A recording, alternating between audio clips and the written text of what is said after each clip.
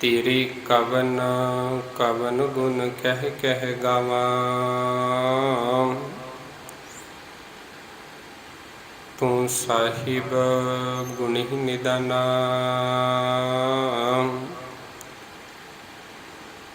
तुमरी महिमा बरन ना सको। तू ठाकुर ऊच भगवाना।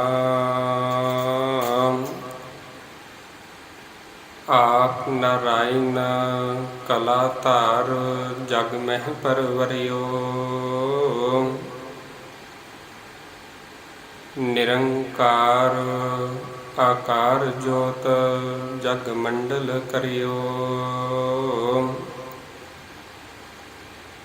जहाँ कहाँ तहाँ भरपूर शब्द दीपक दीपायो।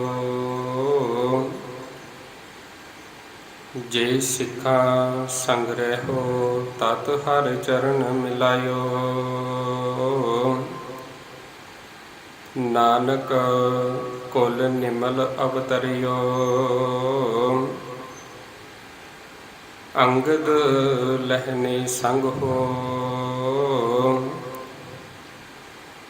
गुर अमरदास तारन तरना।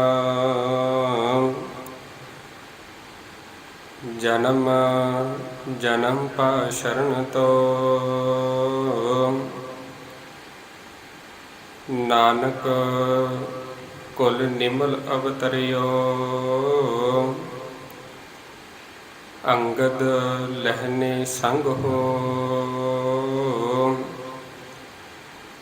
गुर अमरदास तारन तरना। जन्म जन्म पा शरण तो। परम सत्कारयोग जुगो जुग अटल शब्द गुरु ब्रह्म सतगुरु सारी ही कायनात नूं सांझा उपदेश देने वाले रहबर शब्द गुरु ब्रह्म सतगुरु धन धन श्री गुरु ग्रंथ साहिब जी महाराज सतगुरां दी पावन पवित्र हजूरी दे अंदर जुड़ बैठी गुरु प्यारी गुरु सवारी सत संगत जी, बड़े ही वड्डियां भागां वाले हाँ जो धन धन श्री गुरु अमरदास पातशाह जी तिन्हां दे प्रकाश पुरब नूं उत्सव नूं समर्पित इस पावन स्थान के उपर जो 4 रोज़ा गुरमत समागम उलीके गए ने, तिन्हां दी जो आरंभता अज हुई है। पहले दिन का जो समागम सतगुरां दी छत्र छाया के हेठां चल रहा है, बड़े ही प्यार दे नाल हर जिस बाणी के कीर्तनां नूं सरवण करके प्यार वालिओ अपनी जिंदगी के कुछ कुछ जिहड़े पल ने तिन्हां नूं सफला बनाउण दा यतन कर रहे सां। आओ कुछ समय के लिए सतगुरां की बख्शी हुई बाणी दे विचों गुरबाणी दे विचों गुरमत विचारां दे नाल जुड़ना करिए। विचारां की आरंभता तो पहला मन दीआं बिरतियां नूं करो इकागर, सतगुरां दे चरनां विच लवाओ हाजरी। बड़े ही अदब सत्कार दे नाल लवाओ जी सीस, दोनों ही हथ जोड़कर बुलाओ जी फतेह।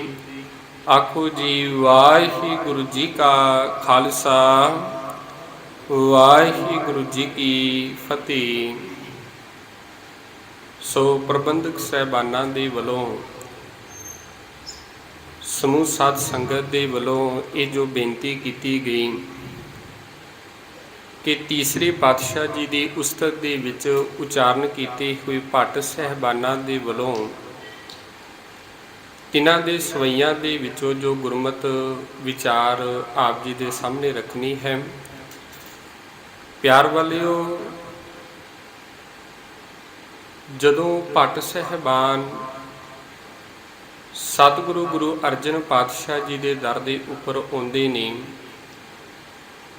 उहदे तो पहला ਇਹ ਅਨੇਕਾਂ ਥਾਵਾਂ ਦੇ ਉੱਤੇ, ਅਨੇਕਾਂ ਜਗ੍ਹਾ ਦੇ ਉੱਤੇ ਘੁੰਮ ਕੇ ਫਿਰ ਕੇ ਇਹਨਾਂ ਵੇਖਿਆ ਵੀ ਕਿਸੇ ਵੀ ਜਗ੍ਹਾ ਦੇ ਉੱਤੇ ਕਰਨੀ ਤੇ ਕਥਨੀ ਇੱਕ ਨਹੀਂ ਸੀ। ਜੋ ਕੁਝ ਆਖ ਰਹੇ ਸਨ ਉਹ ਉਹਨਾਂ ਦੇ ਜੀਵਨ ਦੇ ਵਿੱਚੋਂ ਝਲਕ ਨਹੀਂ ਸੀ ਮਾਰਦਾ। ਸੋ ਸੱਚ ਦੇ ਰਾਹ ਨੂੰ ਲੱਭਦਿਆਂ ਹੋਇਆਂ ਇਹ ਅੰਮ੍ਰਿਤਸਰ ਦੀ ਧਰਤੀ ਦੇ ਉੱਪਰ ਜਦੋਂ ਅਕਾਲ ਪੁਰਖ ਦੀ ਜਿਹੜੀ ਜੋਤ ਹੈ, ਪੰਜਵੀਂ ਜੋਤ ਧੰਨ ਸ਼੍ਰੀ ਗੁਰੂ ਅਰਜਨ ਪਾਤਸ਼ਾਹ ਜੀ ਦੇ ਬਾਰੇ ਪਤਾ ਲੱਗਾ ਤੇ ਇਹ ਚੱਲ ਕੇ ਫਿਰ ਸਤਿਗੁਰਾਂ ਦੀ ਸ਼ਰਨ ਦੇ ਵਿੱਚ ਆਏ ਸਨ। ਇੱਥੋਂ ਦਾ ਜਦੋਂ ਚਹਿਲ ਪਹਿਲ, ਇੱਥੋਂ ਦਾ ਚਾਲ ਚਲਣ, ਸਤਿਗੁਰਾਂ ਦੇ ਆਚਰਨ ਦੇ ਬਾਰੇ, ਸਤਿਗੁਰਾਂ ਦੀ ਬਾਣੀ ਦੇ ਬਾਰੇ ਜਦੋਂ ਇਹਨਾਂ ਨੇ ਸੁਣਿਆ, ਪੜਚੋਲਿਆ, ਵੇਖਿਆ, ਉੱਥੇ ਫਿਰ ਸਤਿਗੁਰਾਂ ਨੇ ਦੀ ਉਸਤਤ ਦੇ ਵਿੱਚ ਇਹਨਾਂ ਭੱਟ ਸਹਿਬਾਨਾਂ ਨੇ ਤਕਰੀਬਨ 123 ਦੇ ਜਿਹੜੇ ਕਰੀਬ ਇੱਥੇ ਗੁਰੂ ਸਹਿਬਾਨਾਂ ਦੀ ਉਸਤਤ ਦੇ ਵਿੱਚ ਜਿਹੜੇ ਸਵਈਏ ਸਨ ਉਹ ਉਚਾਰਨ ਕੀਤੇ ਸਨ। ਪਹਿਲੇ ਪਾਤਸ਼ਾਹ ਜੀ ਦੀ ਉਸਤਤ ਦੇ ਵਿੱਚ 10, ਦੂਸਰੇ ਪਾਤਸ਼ਾਹ ਦੀ ਉਸਤਤ ਦੇ ਵਿੱਚ ਵੀ 10 ਸਵਈਏ ਤੇ ਤੀਸਰੇ ਪਾਤਸ਼ਾਹ ਗੁਰੂ ਅਮਰਦਾਸ ਪਾਤਸ਼ਾਹ ਜੀ ਜਿਨ੍ਹਾਂ ਦਾ ਅੱਜ ਪ੍ਰਕਾਸ਼ ਪੁਰਬ ਨੂੰ ਸਮਰਪਿਤ ਸਮਾਗਮ ਮਨਾ ਰਹੇ ਹਾਂ, ਤਿੰਨਾਂ ਦੀ ਉਸਤਤ ਦੇ ਵਿੱਚ ਇਹਨਾਂ ਨੇ 22 ਸਵਈਏ ਜਿਹੜੇ ਉਚਾਰਨ ਕੀਤੇ ਸਨ। ਚੌਥੇ ਪਾਤਸ਼ਾਹ ਦੀ ਉਸਤਤ ਦੇ ਵਿੱਚ ਤਿੰਨਾਂ ਦੀ ਗਿਣਤੀ 60 ਹੈ। ਪੰਜਵੇਂ ਪਾਤਸ਼ਾਹ ਜੀ ਦੇ ਜੀਵਨ ਦੇ ਜੋ ਵੇਖ ਕੇ ਉਹਨਾਂ ਦੀ ਉਸਤਤ ਦੇ ਵਿੱਚ ਇਹਨਾਂ ਨੇ 21 ਸਵਈਏ ਜਿਹੜੇ ਉਚਾਰਨ ਕੀਤੇ। ਤਿਸ ਦੇ ਵਿੱਚੋਂ ਪਿਆਰ ਵਾਲਿਓ ਤੀਸਰੇ ਪਾਤਸ਼ਾਹ ਜੀ ਦੇ ਉਸਤਤ ਦੇ ਵਿੱਚ ਜੋ ਸਵਈਏ ਉਚਾਰਨ ਕੀਤੇ ਸਨ, ਤਿਸ ਦੇ ਵਿੱਚੋਂ 16 ਨੰਬਰ ਸਵਈਆ ਆਪ ਜੀ ਨੇ ਸਰਵਣ ਕੀਤਾ ਹੈ, ਜਿਸ ਦੇ ਅੰਦਰ ਗੁਰੂ ਅਮਰਦਾਸ ਪਾਤਸ਼ਾਹ ਜੀ ਨੂੰ ਉਸ ਅਕਾਲ ਪੁਰਖ ਦਾ ਰੂਪ ਦੱਸਿਆ ਗਿਆ ਹੈ। ਇੱਕ ਗੱਲ ਦਾ ਧਿਆਨ ਰੱਖਿਆ ਜੇ ਪਿਆਰ ਵਾਲਿਓ, ਜੋ ਅੱਜ ਤੋਂ 400 ਸਾਲ ਪਹਿਲਾਂ ਭੱਟ ਸਹਿਬਾਨਾਂ ਨੇ ਜੋ ਰੂਪ, ਜੋ ਵਡਿਆਈ, ਜੋ ਉਸਤਤ ਗੁਰੂ ਪਾਤਸ਼ਾਹ ਜੀ ਦੇ ਬਾਰੇ ਲਿਖੀ ਹੈ, ਤੇ ਅੱਜ 400 ਸਾਲ ਬਾਅਦ ਵੀ ਅਸੀਂ ਉਸ ਚੀਜ਼ ਨੂੰ ਸਮਝ ਨਹੀਂ ਸਕੇ ਜੋ ਉਹਨਾਂ ਨੇ ਵਡਿਆਈ, ਜੋ ਉਸਤਤ ਲਿਖੀ ਹੈ।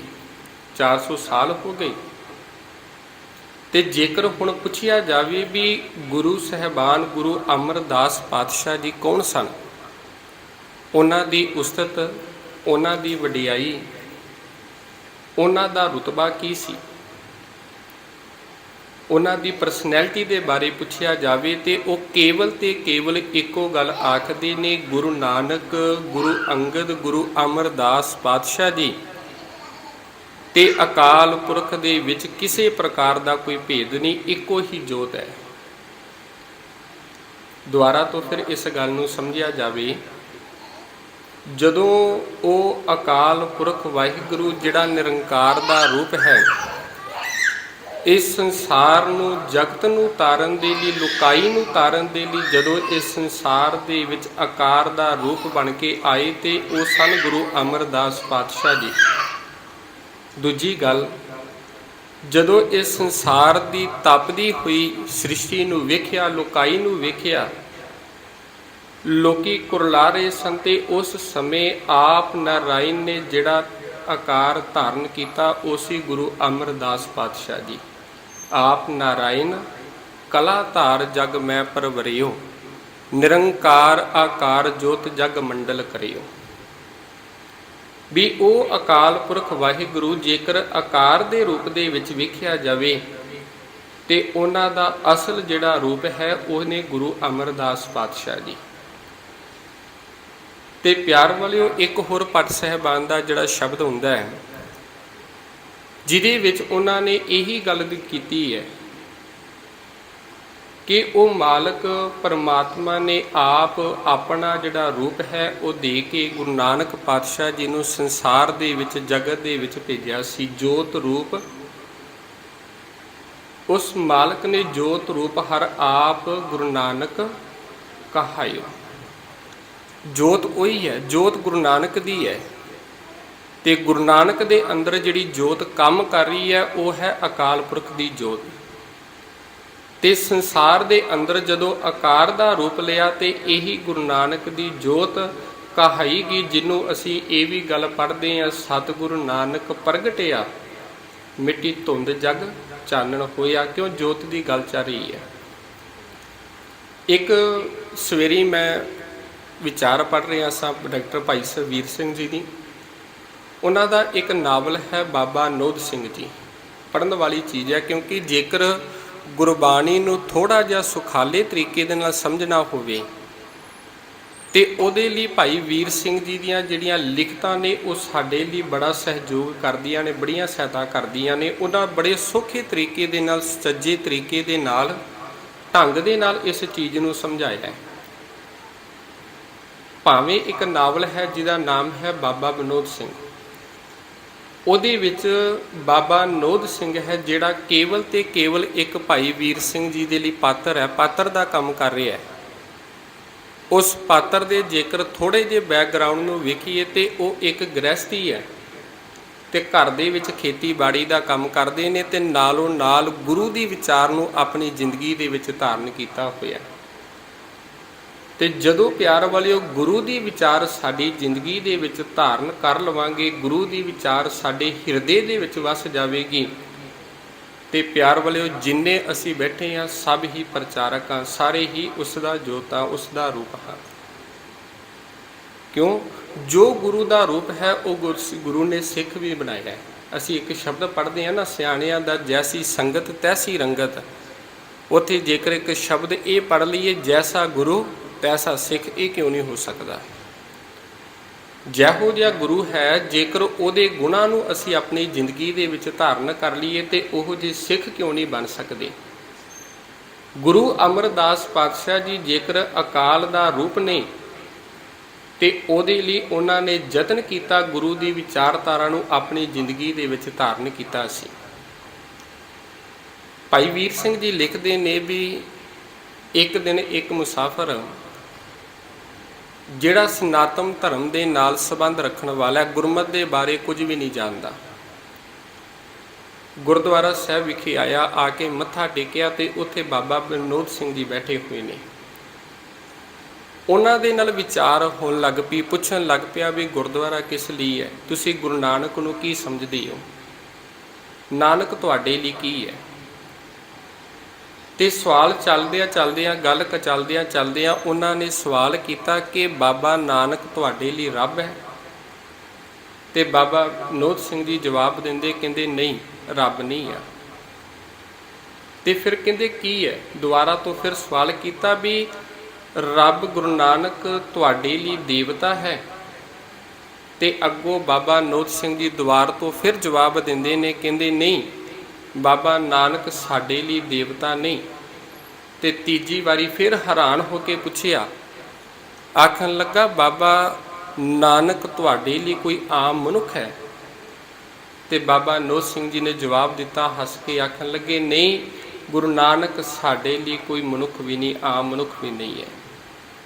ਬੜਾ ਹੈਰਾਨ ਜਿਹਾ ਹੋਇਆ, ਆਖਣ ਲੱਗਾ ਤਿੰਨ ਹੀ ਚੀਜ਼ਾਂ ਮੰਨੀਦਾ, ਜਾਂ ਬੰਦਾ ਦੇਵਤੇ ਮੰਨਦਾ ਹੈ, ਜਾਂ ਰੱਬ ਮੰਨਦਾ ਹੈ, ਤੇ ਜਾਂ ਫਿਰ ਮਨੁੱਖ ਮੰਨਦਾ ਹੈ। ਕਹਿੰਦੇ ਫਿਰ ਤੁਹਾਡੀ ਨਿਗਾਹ ਦੇ ਵਿੱਚ ਗੁਰੂ ਨਾਨਕ ਕੀ ਹੈ? ਉਹਨੂੰ ਤੁਸੀਂ ਕੀ ਸਮਝਦੇ ਹੋ? ਜੋ ਉਹਨਾਂ ਦੀ ਜੋਤ ਹੈ ਉਸ ਨੂੰ ਤੁਸੀਂ ਕੀ ਸਮਝਦੇ ਹੋ? 10 ਗੁਰੂ ਸਾਹਿਬਾਨ ਨੇ ਜਿਹੜੇ, ਇਹਨਾਂ ਨੂੰ ਤੁਸੀਂ ਕੀ ਸਮਝਦੇ ਹੋ, ਕੀ ਮਹਿਸੂਸ ਕਰਦੇ ਹੋ? ਤੇ ਬਾਬਾ ਵਿਨੋਦ ਸਿੰਘ ਜੀ ਨੇ ਜਵਾਬ ਦਿੱਤਾ, ਉਹ ਸਾਡੇ ਲਈ ਅਕਾਲ ਰੂਪੀ ਮਨੁੱਖ ਹੈ, ਰੱਬ ਰੂਪੀ ਮਨੁੱਖ ਹੈ। ਆਖਣ ਲੱਗਾ ਮੈਨੂੰ ਕੋਈ ਸਮਝ ਨਹੀਂ ਲੱਗੀ, ਮੈਂ ਤੇ ਅੱਗੇ ਪਹਿਲਾਂ ਭੁਲੇਖੇ ਦੇ ਵਿੱਚ ਆ, ਤੁਹਾਨੂੰ ਪੁੱਛਿਆ ਵੀ ਰੱਬ ਹੈ, ਮਨੁੱਖ ਹੈ ਜਾਂ ਦੇਵਤਾ ਹੈ, ਪਰ ਤੁਸੀਂ ਤੇ ਚੌਥੀ ਗੱਲ ਰੱਖ ਦਿੱਤੀ, ਰੱਬ ਰੂਪੀ ਮਨੁੱਖ। ਕੋਈ ਗੱਲ ਸਮਝ ਨਹੀਂ ਲੱਗੀ, ਸਪਸ਼ਟ ਨਹੀਂ ਹੋਈ, ਇਹਨੂੰ ਥੋੜ੍ਹਾ ਜਿਹਾ ਸਮਝਾਵੋ, ਤੁਸੀਂ ਆਪਣੇ ਕੋਲੋਂ ਕਹਿ ਰਹੇ ਹੋ। ਤੇ ਬਾਬਾ ਵਿਨੋਦ ਸਿੰਘ ਜੀ ਨੇ ਜਵਾਬ ਦਿੱਤਾ, ਕਹਿੰਦੇ ਨਹੀਂ, ਇਹ ਜਿਹੜੀ ਗੱਲ ਹੈ ਭਾਈ ਗੁਰਦਾਸ ਸਾਹਿਬ ਜੀ ਨੇ ਆਪਣੀਆਂ ਵਾਰਾਂ ਦੇ ਵਿੱਚ ਲਿਖੀ ਆ, ਉਹਨਾਂ ਦੀ ਵਾਰਾਂ ਦੇ ਵਿੱਚੋਂ ਮੈਂ ਇਹ ਗੱਲ ਕਹਿ ਰਿਹਾ। ਜਦੋਂ ਬਗਦਾਦ ਦੀ ਧਰਤੀ ਵੱਲ ਜਾਂਦੇ ਨਾ ਸਤਿਗੁਰੂ ਪ੍ਰਚਾਰਕ ਫੇਰੀ ਤੇ ਭਾਈ ਗੁਰਦਾਸ ਜੀ ਨੇ ਉਹਦਾ ਜ਼ਿਕਰ ਕੀਤਾ ਹੈ। ਉਹਦੇ ਵਿੱਚ ਫਿਰ ਪੁੱਛਿਆ ਗਿਆ ਵੀ ਗੁਰੂ ਨਾਨਕ ਕੌਣ ਹੈ, ਉਹਦਾ ਸਾਥੀ ਕੌਣ ਹੈ? ਤੇ ਉੱਥੇ ਫਿਰ ਸਤਿਗੁਰਾਂ ਦੇ ਭਾਈ ਗੁਰਦਾਸ ਜੀ ਨੇ ਸਤਿਗੁਰਾਂ ਦੇ ਪਰਥਾਏ ਇਹ ਜਵਾਬ ਦਿੱਤਾ ਸੀ, ਇੱਕ ਬਾਬਾ ਅਕਾਲ ਰੂਪ, ਦੂਜਾ ਰਬਾਬੀ ਮਰਦਾਨਾ। ਇੱਕ ਬਾਬਾ ਅਕਾਲ ਦਾ ਰੂਪ ਹੈ, ਜਿਹਨੂੰ ਅੱਜ ਪਟ ਸਾਹਿਬਾਨ ਇਹ ਗੱਲ ਆਖਦੇ ਪਏ ਨੇ ਤੀਸਰੇ ਪਾਤਸ਼ਾਹ ਦੀ ਉਸਤਤ ਦੇ ਵਿੱਚ, ਨਿਰੰਕਾਰ ਆਕਾਰ ਰੂਪ ਜਗ ਮੰਡਲ ਕਰੇ। ਵੀ ਉਹ ਮਾਲਕ ਪਰਮਾਤਮਾ ਨਿਰੰਕਾਰ ਦਾ ਰੂਪ ਹੈ ਤੇ ਉਹ ਆਪ ਅਕਾਲ ਪੁਰਖ ਵਾਹਿਗੁਰੂ ਹੈ, ਜਿਹੜਾ ਜੋਤ ਦੇ ਰੂਪ ਦੇ ਵਿੱਚ ਇਸ ਸੰਸਾਰ ਦੇ ਵਿੱਚ ਆਪਣੀ ਵਿਚਾਰਧਾਰਾ ਨੂੰ ਵੰਡ ਰਿਹਾ ਹੈ। ਜਦੋਂ ਇਹ ਗੱਲ ਆਖੀ ਵੀ ਆਖਣ ਲੱਗਾ ਕੋਈ ਥੋੜੀ ਜਿਹੀ ਸਮਝ ਨਹੀਂ ਲੱਗੀ ਮੈਨੂੰ ਗਾ, ਤੇ ਥੋੜਾ ਜਿਹਾ ਜੇਕਰ ਕੋਈ ਸੁਖਾਲੇ ਤਰੀਕੇ ਦੇ ਨਾਲ ਇਸ ਨੂੰ ਸਮਝਾਇਆ ਜਾਵੇ ਤੇ ਬੜਾ ਚੰਗਾ ਹੋਵੇਗਾ। ਤੇ ਬਾਬਾ ਨੋਤ ਸਿੰਘ ਜੀ ਨੇ ਅੱਗੇ ਜਵਾਬ ਦਿੱਤਾ, ਕਹਿੰਦੇ ਮੰਨ ਲਓ ਜਦੋਂ ਜਿਹੜਾ ਸੁਨਿਆਰਾ ਹੈ ਸੋਨੇ ਨੂੰ ਸ਼ੁੱਧ ਕਰਦਾ, ਕੀ ਕਰਦਾ? ਸਭ ਤੋਂ ਪਹਿਲਾਂ ਸੋਨੇ ਦਾ ਜਿਹੜਾ ਵੱਟਾ ਹੁੰਦਾ ਜਾਂ ਨਿੱਕਾ ਜਿਹਾ ਪੀਸ ਹੁੰਦਾ ਹੈ, ਉਸ ਨੂੰ ਕੋਠਾਲੀ ਦੇ ਵਿੱਚ ਪਾਉਂਦਾ ਤੇ ਉਹਦੇ ਤੋਂ ਬਾਅਦ ਉਸ ਨੂੰ ਗਰਮ ਕਰਦਾ ਹੈ। ਕਹਿੰਦੇ ਜਦੋਂ ਗਰਮ ਹੋਵੇ, ਪੂਰਾ ਗਰਮ ਤਪ ਰਿਹਾ ਹੋਵੇ ਸੋਨਾ, ਤੇ ਉਸ ਸਮੇਂ ਕੋਈ ਸੁਨਿਆਰੇ ਨੂੰ ਪੁੱਛੇ ਵੀ ਇਹ ਸੋਨਾ ਹੈ, ਕਹਿੰਦੇ ਇਹਦੇ ਤੋਂ ਉਹ ਮੁਨਕਰ ਨਹੀਂ ਹੁੰਦਾ ਵੀ ਇਹ ਸੋਨਾ ਹੈ ਸੋਨਾ ਹੀ, ਦੂਜੇ ਪਾਸੇ ਸ਼ੁੱਧ ਵੀ ਹੈ। ਪਰ ਤੀਜੇ ਪਾਸੇ ਇਹ ਗੱਲ ਆਖੇਗਾ ਵੀ ਜਦੋਂ ਇਹ ਅੱਗ ਦੀ ਲਾਲੀ ਦੇ ਵਿੱਚ ਪੂਰਾ ਲਾਲ ਹੋਇਆ ਹੁੰਦਾ, ਤਪ ਰਿਹਾ ਹੁੰਦਾ, ਤੇ ਉਦੋਂ ਇਹ ਗੱਲ ਆਖੇਗਾ ਵੀ ਇਹ ਅੱਗ ਰੂਪੀ ਸੋਨਾ ਹੈ। ਕਿਉਂ? ਕਾਰਨ ਇਹ ਹੈ ਵੀ ਜਦੋਂ ਉਸ ਸੋਨੇ ਦੀ ਢੇਲੀ ਨੂੰ ਕਿਸੇ ਵੀ ਜਗ੍ਹਾ ਦੇ ਉੱਤੇ ਰੱਖੋਗੇ, ਅੱਗ ਦੇ ਵਿੱਚੋਂ ਕੋਲੇ ਨੂੰ ਕੱਢ ਕੇ ਤੁਸੀਂ ਕਿਸੇ ਵੀ ਜਗ੍ਹਾ ਦੇ ਉੱਤੇ ਰੱਖ ਦੇਵੋ, ਉਹ ਜਗ੍ਹਾ ਜਿਹੜੀ ਸੜ ਕੇ ਹੈ ਉਹ ਨਾਸ਼ ਹੋ ਜਾਵੇਗੀ, ਸੁਆਹ ਹੋ ਜਾਵੇਗੀ। ਕਹਿੰਦੇ ਜਿਸ ਪ੍ਰਕਾਰ ਉਹ ਸੋਨਾ ਹੁੰਦਿਆਂ ਹੋਇਆ ਵੀ, ਸ਼ੁੱਧ ਸੋਨਾ ਹੁੰਦਿਆਂ ਹੋਇਆ ਵੀ ਅੱਗ ਦਾ ਰੂਪ ਲੈ ਲੈਂਦਾ ਹੈ, ਇਸੇ ਪ੍ਰਕਾਰ ਗੁਰੂ ਨਾਨਕ ਦੀ ਜਿਹੜੀ ਜੋਤ ਹੈ, ਅਕਾਲ ਪੁਰਖ ਦੀ ਜੋਤ ਹੈ, ਉਹ ਸੰਸਾਰ ਦੇ ਅੰਦਰ ਇੱਕ ਅਕਾਲ ਰੂਪੀ ਜਿਹੜਾ ਮਨੁੱਖ ਹੈ ਉਹਦਾ ਕੰਮ ਕਰ ਰਹੀ ਹੈ, ਰੱਬ ਰੂਪੀ ਮਨੁੱਖ ਦਾ ਕੰਮ ਕਰ ਰਹੀ ਹੈ। ਕਾਰਨ ਇਸ ਨੂੰ ਥੋੜਾ ਜਿਹਾ ਸਮਝੀਏ। ਉਹ ਕਿਸ ਪ੍ਰਕਾਰ ਹੈ? ਸਰੀਰ ਦੇ ਤੌਰ ਤੇ ਸਾਡੇ ਵਰਗੇ ਹੀ, ਪਰ ਉਹਨਾਂ ਦੇ ਅੰਦਰ ਜਿਹੜੇ ਗੁਣ ਨੇ ਉਹ ਅਕਾਲ ਪੁਰਖ ਦੇ ਗੁਣ ਨੇ। ਤੇ ਜਿਹੋ ਜਿਹੇ ਗੁਣ ਮਨੁੱਖ ਦੇ ਅੰਦਰ ਹੋਣਗੇ, ਜਿਹੋ ਜਿਹੀ ਸ਼ਖਸੀਅਤ ਦੇ ਮਾਲਕ ਹੋਣਗੇ, ਫਿਰ ਅਸੀਂ ਉਸ ਨੂੰ ਉਹਦਾ ਹੀ ਰੂਪ ਸਮਝਾਂਗੇ। ਤੀਜੇ ਪਾਤਸ਼ਾਹ ਦੀ ਬਾਣੀ ਦੇ ਵਿੱਚੋਂ ਇੱਕ ਸ਼ਬਦ ਪੜ੍ਹਦੇ ਹਾਂ, ਬੜਾ ਪਿਆਰਾ, ਤੇ ਜਿਹਦੇ ਅੰਦਰ ਸਤਿਗੁਰੂ ਸਾਹਿਬਾਨ ਨੇ ਕਿਰਪਾ ਇਹ ਕੀਤੀ ਹੈ, ਆਖਣ ਲੱਗੇ ਵੀ ਸਤਿਗੁਰ ਕੀ ਮਤ ਜਿਸਨੂੰ ਆਵੈ, ਸੋ ਸਤਿਗੁਰ ਮਾਹੀ ਸਮਾਨਾ। ਮਤ ਲੈਣ ਦੇ ਲਈ ਕੋਈ ਵੀ ਤਿਆਰ ਨਹੀਂ, ਪਹਿਲੀ ਗੱਲ ਹੈ।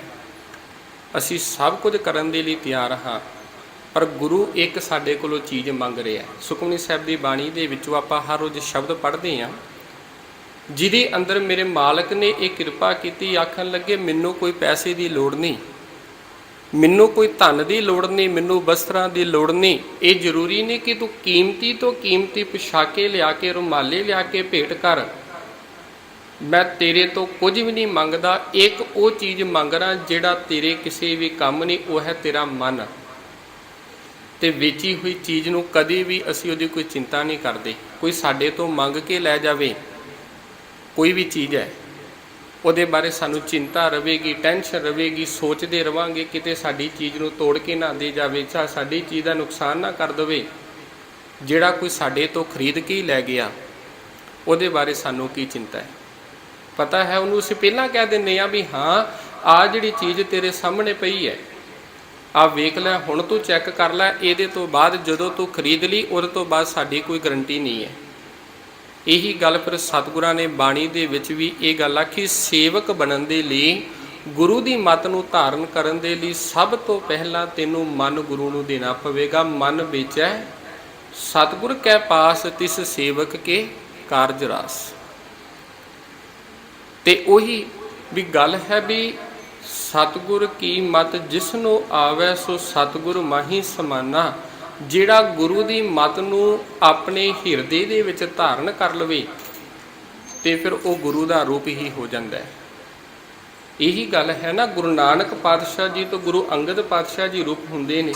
ਉਹਨਾਂ ਨੇ ਗੁਰੂ ਦੀ ਮਤ ਲਈ, ਵਿਚਾਰਧਾਰਾ ਨੂੰ ਆਪਣੀ ਜ਼ਿੰਦਗੀ ਦੇ ਵਿੱਚ ਧਾਰਨ ਕੀਤਾ ਤੇ ਉਹੀ ਗੁਰੂ ਅੰਗਦ ਪਾਤਸ਼ਾਹ ਜੀ ਤੋਂ ਜਿਨ੍ਹਾਂ ਦਾ ਅੱਜ ਆਪਾਂ ਪ੍ਰਕਾਸ਼ ਦਿਹਾੜਾ ਮਨਾ ਰਹੇ ਹਾਂ, ਬਾਬਾ ਅਮਰਦਾਸ ਜੀ, ਗੁਰੂ ਅਮਰਦਾਸ ਪਾਤਸ਼ਾਹ ਜੀ, ਉਹ ਜਦੋਂ ਸਤਿਗੁਰਾਂ ਦੇ ਦਰ ਦੇ ਉੱਤੇ ਆਉਂਦੇ ਨੇ ਤੇ ਗੁਰੂ ਦੀ ਮੱਤ ਨੂੰ ਲੈਂਦੇ ਨੇ, ਉਹਦੇ ਲਈ ਸਭ ਕੁਝ ਤਿਆਗ ਦਿੰਦੇ ਨੇ, ਆਪਣਾ ਹੰਕਾਰ ਵੀ ਤਿਆਗਦੇ ਨੇ। ਇਹ ਵੀ ਨਹੀਂ ਆਖਦੇ ਵੀ ਮੈਂ ਵਡੇਰੀ ਉਮਰ ਦਾ ਵਾਂ, ਵੱਡਾ ਵਾਂ। ਤੇ ਉਸ ਸਮੇਂ ਗੁਰੂ ਪਾਤਸ਼ਾਹ ਜੀ ਦੀ ਉਮਰ ਤੇ ਕੇਵਲ ਜਿਹੜੀ ਇਤਿਹਾਸਕਾਰਾਂ 62 ਸਾਲ ਦੀ ਲਿਖੀ ਹੈ, ਤੇ ਦੂਜੇ ਪਾਸੇ ਸਤਿਗੁਰੂ ਪਾਤਸ਼ਾਹ ਦੀ ਉਮਰ ਕਿੰਨੀ ਕੁ ਹੈ? ਕੇਵਲ ਮੇਰੇ ਹਿਸਾਬ ਨਾਲ 42 ਕੁ ਸਾਲ ਦੀ ਬਣਦੀ ਹੈ ਗੁਰੂ ਅੰਗਦ ਪਾਤਸ਼ਾਹ ਜੀ। ਸਤਿਗੁਰੂ ਕੀ ਜਿਸ ਨੂੰ ਮਤ ਆਵੈ ਸੋ ਸਤਿਗੁਰੂ ਮਾਹੀ ਸਮਾਨਾ, ਇਹ ਬਾਣੀ ਜੋ ਜੀਉ ਜਾਣੈ ਤਿਸ ਅੰਤਰ ਵਸੈ ਹਰ ਨਾਮਾ। ਜੇਕਰ ਕੋਈ ਮਨੁੱਖ ਇਹ ਜੋ ਗੁਰੂ ਦੀ ਬਾਣੀ ਹੈ, ਗੁਰੂ ਦਾ ਸ਼ਬਦ ਹੈ, ਇਸ ਨੂੰ ਜਿੰਦ ਕਰਕੇ ਹਿਰਦੇ ਦੇ ਵਿੱਚ ਵਸਾ ਲਵੇ। ਵਸਾਉਣਾ ਹੋਰ ਗੱਲ ਹੈ, ਸੁਣਨਾ ਹੋਰ ਗੱਲ ਹੈ। ਨਿੱਕੀ ਜੀ ਉਦਾਹਰਣ, ਸਭਨਾਂ ਨੂੰ ਪਤਾ ਹੈ ਵੀ ਸੱਚ ਬੋਲਣਾ ਚਾਹੀਦਾ ਹੈ, ਹਰੇਕ ਨੂੰ ਪਤਾ ਹੈ ਵੀ ਸੱਚ ਬੋਲਣਾ ਹੈ, ਪਰ ਅਸੀਂ ਬੋਲਦੇ ਹਾਂ। ਕੇਵਲ ਸੁਣ ਲਿਆ ਵੀ ਸੱਚ ਬੋਲਣਾ ਚਾਹੀਦਾ, ਅਸੀਂ ਮੰਨ ਲਿਆ ਵੀ ਸੱਚ ਬੋਲਣਾ ਚਾਹੀਦਾ, ਪਰ ਉਹਨੂੰ ਅਸੀਂ ਗ੍ਰਹਿਣ ਨਹੀਂ ਕੀਤਾ, ਉਹਨੂੰ ਪ੍ਰਵਾਨ ਨਹੀਂ ਕੀਤਾ। ਜਿਸ ਦਿਨ ਉਸ ਚੀਜ਼ ਨੂੰ ਪ੍ਰਵਾਨ ਕਰ ਲਵਾਂਗੇ, ਸੱਚ ਨੂੰ ਪ੍ਰਵਾਨ ਕਰ ਲਵਾਂਗੇ, ਉਸ ਦਿਨ ਭਾਵੇਂ ਕੋਈ ਸਾਡੇ ਤੇ ਕਿਰਪਾਨ ਲੈ ਕੇ, ਆਰਾ ਲੈ ਕੇ ਖਲੋਤਾ ਹੋਵੇ, ਫਿਰ ਅਸੀਂ ਝੂਠ ਨਹੀਂ ਬੋਲਾਂਗੇ, ਕਿਉਂ ਸੱਚ ਨੂੰ ਗ੍ਰਹਿਣ ਕਰ ਲਿਆ, ਸੱਚ ਨੂੰ ਪ੍ਰਵਾਨ ਕਰ ਲਿਆ। ਇਸੇ ਪ੍ਰਕਾਰ ਬਾਣੀ ਨੂੰ ਅਸੀਂ ਹਰ ਰੋਜ਼ ਪੜ੍ਹਦੇ ਹਾਂ, ਗੁਰੂ ਦੇ ਦਰਸ਼ਨ ਅਸੀਂ ਹਰ ਰੋਜ਼ ਕਰਦੇ ਹਾਂ। ਇੱਕ ਸ਼ਬਦ ਹੋਰ ਤੀਸਰੇ ਪਾਤਸ਼ਾਹ ਦਾ, ਕਿਉਂਕਿ ਜ਼ਿਆਦਾਤਰ ਮੈਂ ਕੋਸ਼ਿਸ਼ ਕਰਾਂਗਾ ਵੀ ਤੀਸਰੇ ਪਾਤਸ਼ਾਹ ਦੀ ਬਾਣੀ ਦੇ ਵਿੱਚੋਂ ਹੀ ਗੱਲ ਕੀਤੀ ਜਾਵੇ। ਉਹਨਾਂ ਦਾ ਇੱਕ ਸ਼ਬਦ ਹੋਰ ਪੜ੍ਹਦੇ ਹਾਂ, ਸਤਿਗੁਰ ਨੋ ਸਭ ਕੋ ਵੇਖਦਾ ਜੇਤਾ ਜਗਤ ਸੰਸਾਰ। ਇਹ ਜਿੰਨਾ ਜਗਤ ਹੈ, ਸਾਰਾ ਸੰਸਾਰ ਹੈ, ਸਭ ਸਤਿਗੁਰੂ ਨੂੰ ਵੇਖਦਾ ਪਿਆ, ਸਭ ਦਰਸ਼ਨ ਕਰ ਰਹੇ ਆ। ਚੱਲ ਕੇ ਹਰੇਕ ਕੋਈ ਆ ਰਿਹਾ ਗੁਰੂ ਦੇ ਦਰ ਦੇ ਉੱਤੇ, ਆ ਕੇ ਨਮਸਕਾਰ ਹਰ ਕੋਈ ਕਰ ਰਿਹਾ, ਹਰ ਕੋਈ ਆ ਕੇ ਸਿਰ ਝੁਕਾ ਰਿਹਾ, ਸਭ ਕੋਈ ਬਾਣੀ ਨੂੰ ਸੁਣ ਰਿਹਾ, ਸਭ ਕੁਝ ਬਾਣੀ ਨੂੰ ਪੜ੍ਹ ਰਿਹਾ। ਪਰ ਉਸ ਬਾਣੀ ਨੂੰ ਮੰਨਣ ਦੇ ਲਈ, ਭਾਵੇਂ ਉਹ ਮੈਂ ਵਾਂ, ਭਾਵੇਂ ਤੁਸੀਂ, ਉਹ ਕੋਈ ਵੀ ਮੰਨਣ ਲਈ ਤਿਆਰ ਨਹੀਂ। ਤਿੰਨ ਚੀਜ਼ਾਂ ਨੇ ਸਾਡੀ ਜ਼ਿੰਦਗੀ ਦੇ ਵਿੱਚ, ਪਹਿਲਾ ਸੁਣਨਾ, ਫਿਰ ਵਿਚਾਰਨਾ, ਤੇ ਤੀਜਾ ਆਚਾਰ। ਕੱਲ੍ਹ ਵੀ ਮੈਂ ਗੱਲ ਕੀਤੀ ਸੀ, ਇਹ ਬੇਨਤੀ ਕੀਤੀ ਸੀ, ਜੇਕਰ ਸੁਣ ਰਹੇ ਹਾਂ, ਸੁਣਨ ਤੋਂ ਥੋੜ੍ਹਾ ਜਿਹਾ ਉਤਾਂਹ ਨੂੰ ਵਿਚਾਰਨ ਦੇ ਵੱਲ ਚੱਲੀਏ। ਦਰਸ਼ਨ ਹਰ ਕੋਈ ਕਰ ਰਿਹਾ, ਵੇਖ ਹਰ ਕੋਈ ਰਿਹਾ, ਪਰ ਸਤਿਗੁਰ ਦੀ ਬਾਣੀ ਆਖਦੀ ਹੈ ਵੀ ਓਨੇ ਸ਼ਬਦ, ਓਨੇ ਸਮੇਂ ਤੱਕ ਮੁਕਤੀ ਨਹੀਂ ਹੋ ਸਕਦੀ ਜਿੰਨੇ ਸਮੇਂ ਤੱਕ ਗੁਰੂ ਦੇ ਸ਼ਬਦ ਦੀ ਵਿਚਾਰਨਾ ਕੀਤੀ ਜਾਵੇ, ਗੁਰੂ ਦੀ ਮੱਤ ਨੂੰ ਸਮਝਿਆ ਨਾ ਜਾਵੇ, ਉਹਦੀ ਮੱਤ ਨੂੰ ਗ੍ਰਹਿਣ ਨਾ ਕੀਤਾ ਜਾਵੇ, ਧਾਰਨ ਨਾ ਕੀਤਾ ਜਾ ਸਕੇ, ਓਨੇ ਸਮੇਂ ਤੱਕ ਕਿਸੇ ਚੀਜ਼ ਨੂੰ ਪ੍ਰਵਾਨ ਨਹੀਂ ਕੀਤਾ ਜਾ ਸਕਦਾ।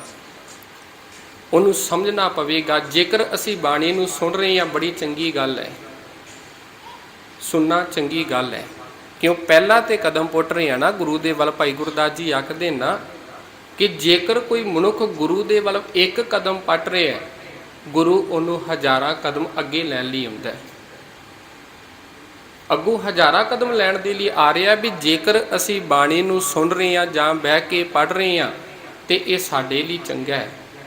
ਇਹ ਅਸੀਂ ਪਹਿਲਾ ਕਦਮ ਪੁੱਟ ਰਹੇ ਹਾਂ ਗੁਰੂ ਵੱਲ। ਕੋਸ਼ਿਸ਼ ਇਹ ਕਰੀਏ ਵੀ ਇਹਦੇ ਤੋਂ ਬਾਅਦ ਵਿਚਾਰਨਾ ਸ਼ੁਰੂ ਕਰੀਏ। ਜਿਚਰ ਸ਼ਬਦ ਨਾ ਕਰੈ ਵਿਚਾਰ, ਡਿਠੈ ਮੁਕਤ ਨਾ ਹੋਵਈ, ਜਿਚਰ ਸ਼ਬਦ ਨਾ ਕਰੈ ਵਿਚਾਰ।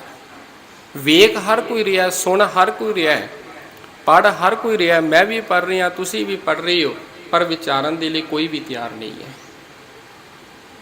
ਜੇਕਰ ਸੁਣ ਰਹੇ ਹਾਂ ਉਹਨੂੰ ਵਿਚਾਰੀਏ, ਤੇ ਜਿਹੜਾ ਵਿਚਾਰ ਰਿਹਾ ਉਹਨੂੰ ਕੋਸ਼ਿਸ਼ ਕਰੀਏ ਵੀ ਆਪਣੀ ਜ਼ਿੰਦਗੀ ਦੇ ਵਿੱਚ ਧਾਰਨ ਕਰੀਏ, ਉਹਦੇ ਗੁਣਾਂ ਨੂੰ ਆਪਣੀ ਜ਼ਿੰਦਗੀ ਦੇ ਵਿੱਚ ਲੈ ਕੇ ਆਈਏ। ਤੇ ਪਿਆਰ ਵਾਲਿਓ, ਇਹੀ ਗੱਲ ਹੈ ਵੀ ਸਤਿਗੁਰੂ ਪਾਤਸ਼ਾਹ ਜੀ ਕਿਰਪਾ ਕਰਦੇ ਵੀ ਆਖਣ ਲੱਗੇ ਵੀ ਪਟ ਸਾਹਿਬਾਨਾਂ ਨੇ ਉਸਤਤ ਦੇ ਵਿੱਚ ਤੀਸਰੇ ਪਾਤਸ਼ਾਹ ਦੀ ਵਡਿਆਈ ਕਰਦਿਆਂ ਹੋਇਆਂ ਇਹ ਗੱਲ ਆਖੀ ਵੀ ਉਹ ਮਾਲਕ ਅਕਾਲ ਪੁਰਖ ਵਾਹਿਗੁਰੂ ਜਦੋਂ ਇਸ ਸੰਸਾਰ ਨੂੰ ਤਾਰਨ ਦੇ ਲਈ, ਇਸ ਜਗਤ ਦੇ ਵਿੱਚ ਲੋਕ ਨੂੰ ਤਾਰਨ ਦੇ ਲਈ ਸੰਸਾਰ ਦੇ ਅੰਦਰ ਜਦੋਂ ਆਕਾਰ ਦਾ ਰੂਪ ਲਿਆ, ਤੇ ਉਹ ਆਕਾਰ ਦਾ ਰੂਪ ਸਨ ਗੁਰੂ ਅਮਰਦਾਸ ਪਾਤਸ਼ਾਹ ਜੀ। ਆਪ ਨਿਰੰਕਾਰ ਆਪ ਨਾਰਾਇਣ ਕਲਾ ਧਾਰ ਜਗ ਮਹਿ ਪਰਵਰਿਓ, ਨਿਰੰਕਾਰ ਆਕਾਰ ਜੋਤ ਜਗ ਮੰਡਲ ਕਰਿਓ, ਜਹਾਂ ਕਹਾਂ ਤਹਾਂ ਭਰਪੂਰ ਸ਼ਬਦ ਦੀਪਕ ਜਲਾਇਓ। ਹੁਣ ਜਿੱਥੇ ਕਿਥੇ ਵੀ ਹਰ ਜਗ੍ਹਾ ਦੇ ਉੱਤੇ ਉਹ ਮਾਲਕ ਪਰਮਾਤਮਾ ਰਚਿਆ ਹੋਇਆ ਹੈ। ਤੇ ਗੁਰੂ ਅਮਰਦਾਸ ਪਾਤਸ਼ਾਹ ਜੀ ਨੇ ਇਸ ਗੱਲ ਨੂੰ ਸ਼ਬਦ ਦੇ ਰਾਹੀਂ, ਗੁਰਬਾਣੀ ਦੇ ਰਾਹੀਂ ਹਰ ਜਗ੍ਹਾ ਦੇ ਉੱਤੇ ਇਸ ਦਾ ਪਸਾਰਾ ਕਰ ਦਿੱਤਾ। ਕਿਉਂ? ਗੁਰਬਾਣੀ ਸਾਡੇ ਲਈ ਇੱਕ ਚਾਨਣ ਦਾ ਕੰਮ ਕਰ ਰਹੀ ਹੈ, ਮੁਨਾਰੇ ਦਾ ਕੰਮ ਕਰਦੀ ਹੈ।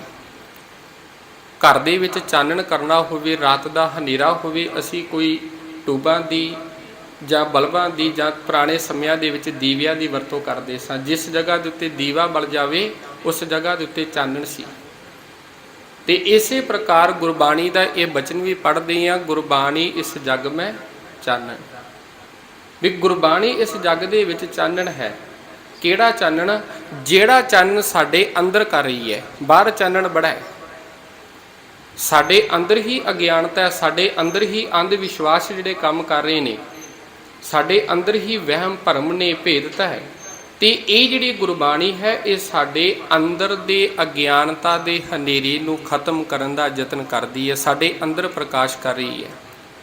ਤੇ ਇਸ ਬਾਣੀ ਦੇ ਰਾਹੀਂ ਗੁਰੂ ਅਮਰਦਾਸ ਪਾਤਸ਼ਾਹ ਜੀ ਨੇ ਸਭ ਜਗਤ ਦੇ ਵਿੱਚ ਜਿਹੜਾ ਪ੍ਰਕਾਸ਼ ਹੈ ਗੁਰਬਾਣੀ ਦਾ ਪ੍ਰਕਾਸ਼ ਕੀਤਾ। ਜਹ ਸਿੱਖਾਂ ਸੰਗ੍ਰਹਿ ਹੋ, ਜਿਸ ਜਗ੍ਹਾ ਦੇ ਉੱਤੇ ਜਿਸ ਸਿੱਖ ਨੇ ਗੁਰੂ ਦੀ ਮੱਤ ਨੂੰ ਗ੍ਰਹਿਣ ਕਰ ਲਿਆ, ਗੁਰੂ ਦੀ ਸਿੱਖਿਆ ਨੂੰ ਗ੍ਰਹਿਣ ਕਰ ਲਿਆ, ਹਰ ਚਰਨ ਮਿਲਾਇਓ ਤੇ ਉਸ ਨੂੰ ਤੁਰੰਤ ਹੀ ਨਾਲੋਂ ਨਾਲ ਉਸ ਨੂੰ ਉਸ ਅਕਾਲ ਪੁਰਖ ਦੇ ਨਾਲ ਜੋੜ ਦਿੱਤਾ। ਭਾਵ ਅਕਾਲ ਨੂੰ ਅੰਦਰੋਂ ਪ੍ਰਗਟ ਕਰ ਦਿੱਤਾ ਹੈ। ਨਾਨਕ ਕੁਲ ਨਿੰਮਲ ਅਵਤਰਿਓ, ਅੰਗਦ ਲਹਿਣੇ ਸੰਗ ਹੋ। ਗੁਰੂ ਨਾਨਕ ਦਾ ਜਿਹੜਾ ਨਿਰਮਲ ਪੰਥ ਚਲਾਇਆ ਸੀ, ਇਸ ਕੁਲ ਦੇ ਵਿੱਚ ਅੱਜ ਗੁਰੂ ਅਮਰਦਾਸ ਪਾਤਸ਼ਾਹ ਜੀ ਨੇ ਅਵਤਾਰ ਦਾ ਰੂਪ ਧਾਰਨ ਕੀਤਾ ਹੈ। ਇਹਦੇ ਵਿੱਚ ਧਾਰਨ ਹੋ ਗਏ ਨੇ। ਤੇ ਇਹੀ ਗੱਲ ਗੁਰੂ ਅਮਰਦਾਸ ਤਾਰਨ ਤਰਨ। ਤੇ ਜਦੋਂ ਗੁਰੂ ਅਮਰਦਾਸ ਪਾਤਸ਼ਾਹ ਜੀ ਨੇ ਗੁਰੂ ਨਾਨਕ ਦੀ ਵਿਚਾਰਧਾਰਾ ਨੂੰ ਆਪਣੀ ਜ਼ਿੰਦਗੀ ਦੇ ਵਿੱਚ ਧਾਰਨ ਕੀਤਾ ਤੇ ਭੱਟ ਸਾਹਿਬਾਨ ਕਿਰਪਾ ਕਰਦੇ ਆਖਣ ਲੱਗੇ, ਉਹੀ ਗੁਰੂ ਅਮਰਦਾਸ ਪਾਤਸ਼ਾਹ ਜਿਹਨੂੰ ਇੱਕ ਪਾਸੇ ਇਹ ਪੰਡਿਤ ਇਹ ਗੱਲ ਆਖਦਾ ਪਿਆ ਸੀ, ਇਹਨੇ ਮੇਰੇ ਜਨਮਾਂ ਨੂੰ ਪ੍ਰਸ਼ਟ ਕਰਕੇ ਰੱਖ ਦਿੱਤਾ ਹੈ, ਤੇ ਅੱਜ ਉਹੀ ਗੁਰੂ ਅਮਰਦਾਸ ਪਾਤਸ਼ਾਹ ਜੀ ਪਤਾ ਨਹੀਂ ਕਿੰਨਿਆਂ ਕੁ ਨੂੰ ਤਾਰ ਰਹੇ ਨੇ, ਕਿੰਨੇ ਕੁ ਤਰ ਗਏ ਨੇ ਤੇ ਕਿੰਨਿਆਂ ਕੁ ਨੇ ਤਰਨਾ ਹੈ। ਇਹੀ ਹੈ ਨਾ ਗੁਰੂ ਅਮਰਦਾਸ ਪਾਤਸ਼ਾਹ ਜੀ ਦੇ ਲੜ ਲੱਗੇ ਆ। ਉਹਨਾਂ ਦੀ ਬਾਣੀ ਪਤਾ ਨਹੀਂ ਕਿੰਨਿਆਂ ਕੁ ਨੂੰ ਤਰ ਰਹੀ ਹੈ, ਕਿੰਨੇ ਕੁ ਤਰ ਚੁੱਕੇ ਨੇ ਤੇ ਕਿੰਨੇ ਕੁ ਤਰਨਗੇ। ਇੱਕ ਨਾਮ ਦਾ ਜਹਾਜ਼ ਦਾ ਕੰਮ ਕਰ ਰਹੇ ਨੇ। ਗੁਰੂ ਅਮਰਦਾਸ ਤਾਰਨ ਤਰਨ, ਜਨਮ ਜਨਮ ਪਾ ਸ਼ਰਨ ਹੋ। ਤੇ ਪਟ ਕੀਰਤ ਜੀ ਕਿਰਪਾ ਕਰਦੇ ਵੀ ਹੇ ਗੁਰੂ ਅਮਰਦਾਸ ਪਾਤਸ਼ਾਹ, ਤੁਸੀਂ ਤਰਨ ਤਾਰਨ ਹੋ, ਤੁਸੀਂ ਜਹਾਜ਼ ਹੋ। ਤੇ ਜੇਕਰ ਮੈਂ ਸੰਸਾਰ ਦੇ ਅੰਦਰ ਜਨਮ ਲਵਾਂ ਤੇ ਸਤਿਗੁਰੂ ਤੇਰੀ ਕੁਲ ਦੇ ਵਿੱਚ, ਤੇਰੀ ਸ਼ਰਨ ਦੇ ਵਿੱਚ ਮੈਂ ਜੁੜਿਆ ਰਵਾਂ। ਕੋਸ਼ਿਸ਼ ਕੀਤੀ ਹੈ। ਤਿਸ ਦੇ ਵਿੱਚੋਂ ਤੀਸਰੇ ਪਾਤਸ਼ਾਹ ਦੀ ਉਸਤਤ ਦੇ ਵਿੱਚ ਉਚਾਰਨ ਕੀਤੇ ਹੋਏ ਜੋ ਸਵਈਏ ਭੱਟ ਭਿੱਖਾ ਜੀ ਦੇ ਮੁਖਾਰਬਿੰਦ ਤੋਂ ਉਚਾਰਨ ਕੀਤਾ ਹੋਇਆ 20 ਨੰਬਰ ਜੋ ਸਵਈਆ ਹੈ। ਕੱਲ ਵੀ ਬੇਨਤੀ ਕੀਤੀ ਸੀ 22 ਕੁੱਲ ਜਿਹੜੇ ਸਵਈਏ ਨੇ ਉਹ ਗੁਰੂ ਅਮਰਦਾਸ ਪਾਤਸ਼ਾਹ ਦੀ ਉਸਤਤ ਦੇ ਵਿੱਚੋਂ ਨੇ। ਉਹਦੇ ਵਿੱਚੋਂ 20 ਨੰਬਰ ਜਿਹੜਾ ਸਵਈਆ ਹੈ ਇਹ ਭੱਟ ਭਿੱਖਾ ਜੀ ਦਾ 2 ਨੰਬਰ ਸਵਈਆ ਹੈ, ਦੂਜਾ ਸਵਈਆ ਜਿਹਦੇ ਅੰਦਰ ਭੱਟ ਭਿੱਖਾ ਜੀ ਨੇ ਇਹ ਕਿਰਪਾ ਕੀਤੀ ਹੈ, ਰਹਿਮਤ ਕੀਤੀ ਹੈ ਕਿ ਜਿੰਨੇ ਸਮੇਂ ਤੱਕ ਪੂਰੇ ਗੁਰੂ ਦੀ ਪ੍ਰਾਪਤੀ ਨਾ ਹੋਵੇ, ਪੂਰਾ ਗੁਰੂ ਨਾ ਮਿਲੇ,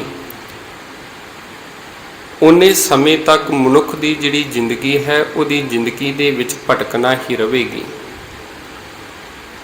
ਇੱਕ ਗੱਲ ਦਾ ਧਿਆਨ ਰੱਖਿਆ ਜੇ ਪਿਆਰ ਵਰਿਓ, ਚੱਲਣਾ ਬੜਾ ਜ਼ਰੂਰੀ ਹੈ।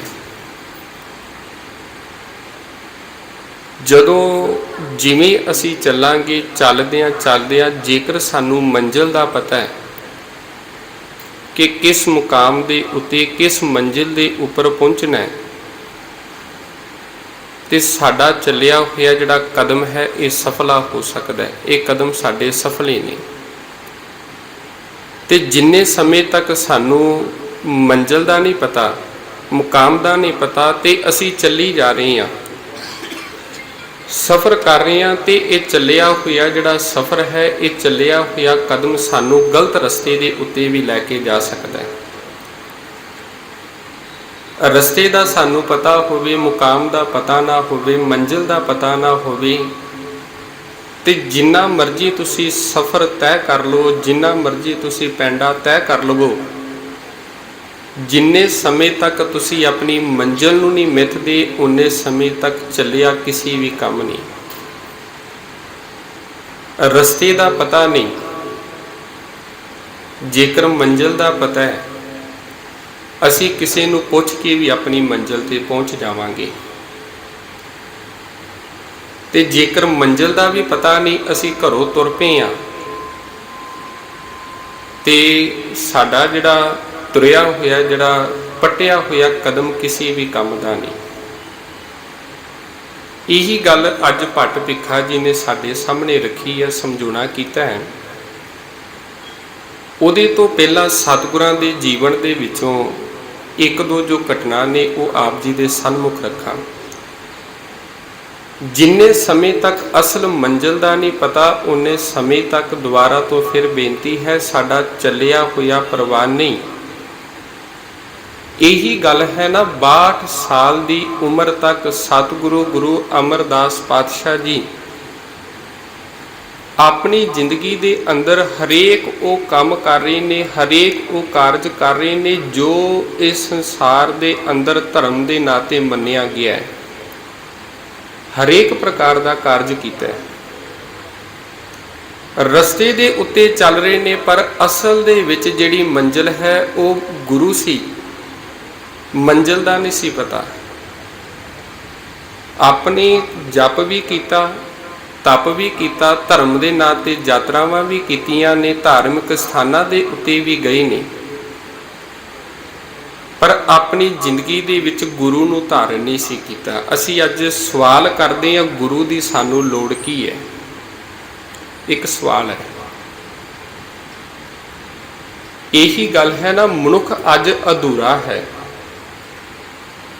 ਪੂਰੇ ਦੇ ਨਾਲੋਂ ਟੁੱਟ ਕੇ ਅਧੂਰੇ ਦੇ ਨਾਲ ਜੁੜ ਕੇ ਮਨੁੱਖ ਅਧੂਰਾ ਹੋ ਚੁੱਕਾ ਹੈ। ਤੇ ਇਹੀ ਕਾਰਨ ਹੈ, ਅਧੂਰੇ ਹੋਣ ਦੇ ਕਰਕੇ ਅਸੀਂ ਆਪਣੇ ਅੰਦਰੋਂ ਆਪਣੇ ਆਪ ਨੂੰ ਖਾਲੀ ਖਾਲੀ ਜਿਹਾ ਮਹਿਸੂਸ ਕਰਦੇ ਹਾਂ, ਆਪਣੇ ਆਪ ਨੂੰ ਇਕੱਲਾ ਜਿਹਾ ਮਹਿਸੂਸ ਕਰਦੇ ਹਾਂ, ਜਿਵੇਂ ਇਕੱਲੇ ਹੋਈਏ। ਭਾਵੇਂ ਭੀੜ ਬੜੀ ਹੈ ਸਾਡੀ ਜ਼ਿੰਦਗੀ ਦੇ ਵਿੱਚ, ਬੜੇ ਸਾਡੇ ਸੱਜਣ ਮਿੱਤਰ ਨੇ, ਬੜੇ ਰਿਸ਼ਤੇਦਾਰ ਨੇ, ਪਰ ਸਭ ਕੁਝ ਹੁੰਦਿਆਂ ਹੋਇਆਂ ਆਪਣੇ ਆਪ ਨੂੰ ਇਕੱਲੇ ਮਹਿਸੂਸ ਕਰ ਰਹੇ ਹਾਂ, ਕਿਉਂਕਿ ਅਸੀਂ ਪੂਰੇ ਦੇ ਨਾਲੋਂ ਟੁੱਟ ਚੁੱਕੇ ਹਾਂ, ਅਧੂਰੇ ਦੇ ਨਾਲ ਜੁੜ ਚੁੱਕੇ ਹਾਂ। ਜਿਸ ਚੀਜ਼ ਦੇ ਨਾਲ ਜੁੜਾਂਗੇ ਫਿਰ ਸਾਡਾ ਵੀ ਜੀਵਨ ਉਹੋ ਜਿਹਾ ਹੋ ਸਕਦਾ ਹੈ, ਉਹੋ ਜਿਹਾ ਹੋ ਜਾਂਦਾ ਹੈ। ਅਧੂਰੇ ਦੇ ਨਾਲ ਜੁੜੇ ਹਾਂ ਤਾਂ ਹੀ ਸਾਡੀ ਜ਼ਿੰਦਗੀ ਦੇ ਵਿੱਚ ਦੁੱਖ ਨੇ, ਕਲੇਸ਼ ਨੇ।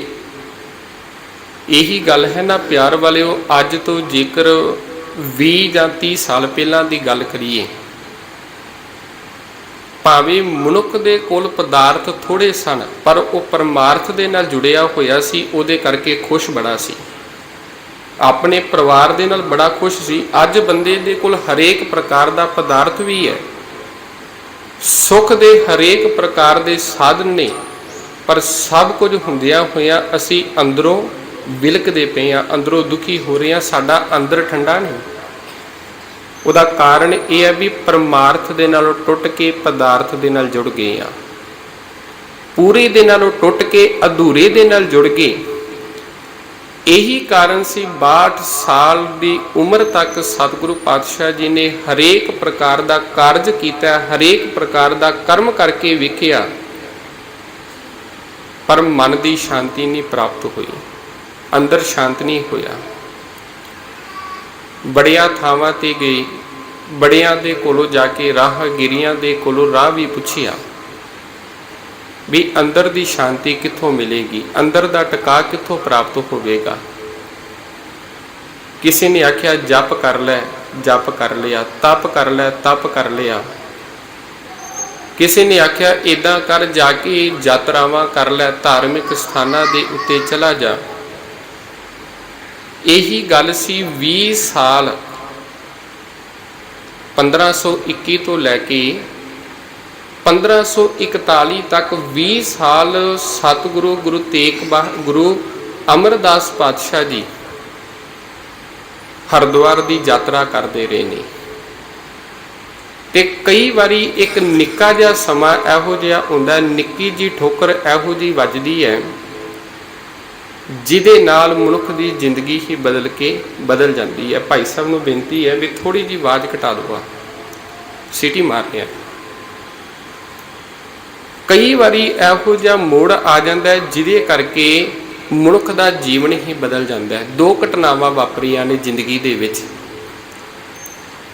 21ਵੀਂ ਵਾਰੀ ਜਦੋਂ 1542 ਦੇ ਵਿੱਚ ਹਰਿਦੁਆਰ ਦੀ ਯਾਤਰਾ ਤੇ ਜਾ ਰਹੇ ਨੇ, ਤੇ ਉਸ ਸਮੇਂ ਤੇ ਅੱਜ ਵੀ ਅਸੀਂ ਮੰਨਦੇ ਹਾਂ ਵੀ ਕੋਈ ਸਾਧੂ ਫਕੀਰ ਸੰਤਾਂ ਦੀ, ਮਹਾਂਪੁਰਸ਼ਾਂ ਦੀ, ਗੁਰਮੁਖਾਂ ਦੀ ਸਾਨੂੰ ਸੰਗਤ ਮਿਲ ਜਾਵੇ ਬੜਾ ਫਾਇਦਾ ਹੈ, ਸਾਡਾ ਲਾਭ ਹੈ, ਬੜੀ ਚੰਗੀ ਗੱਲ ਹੈ।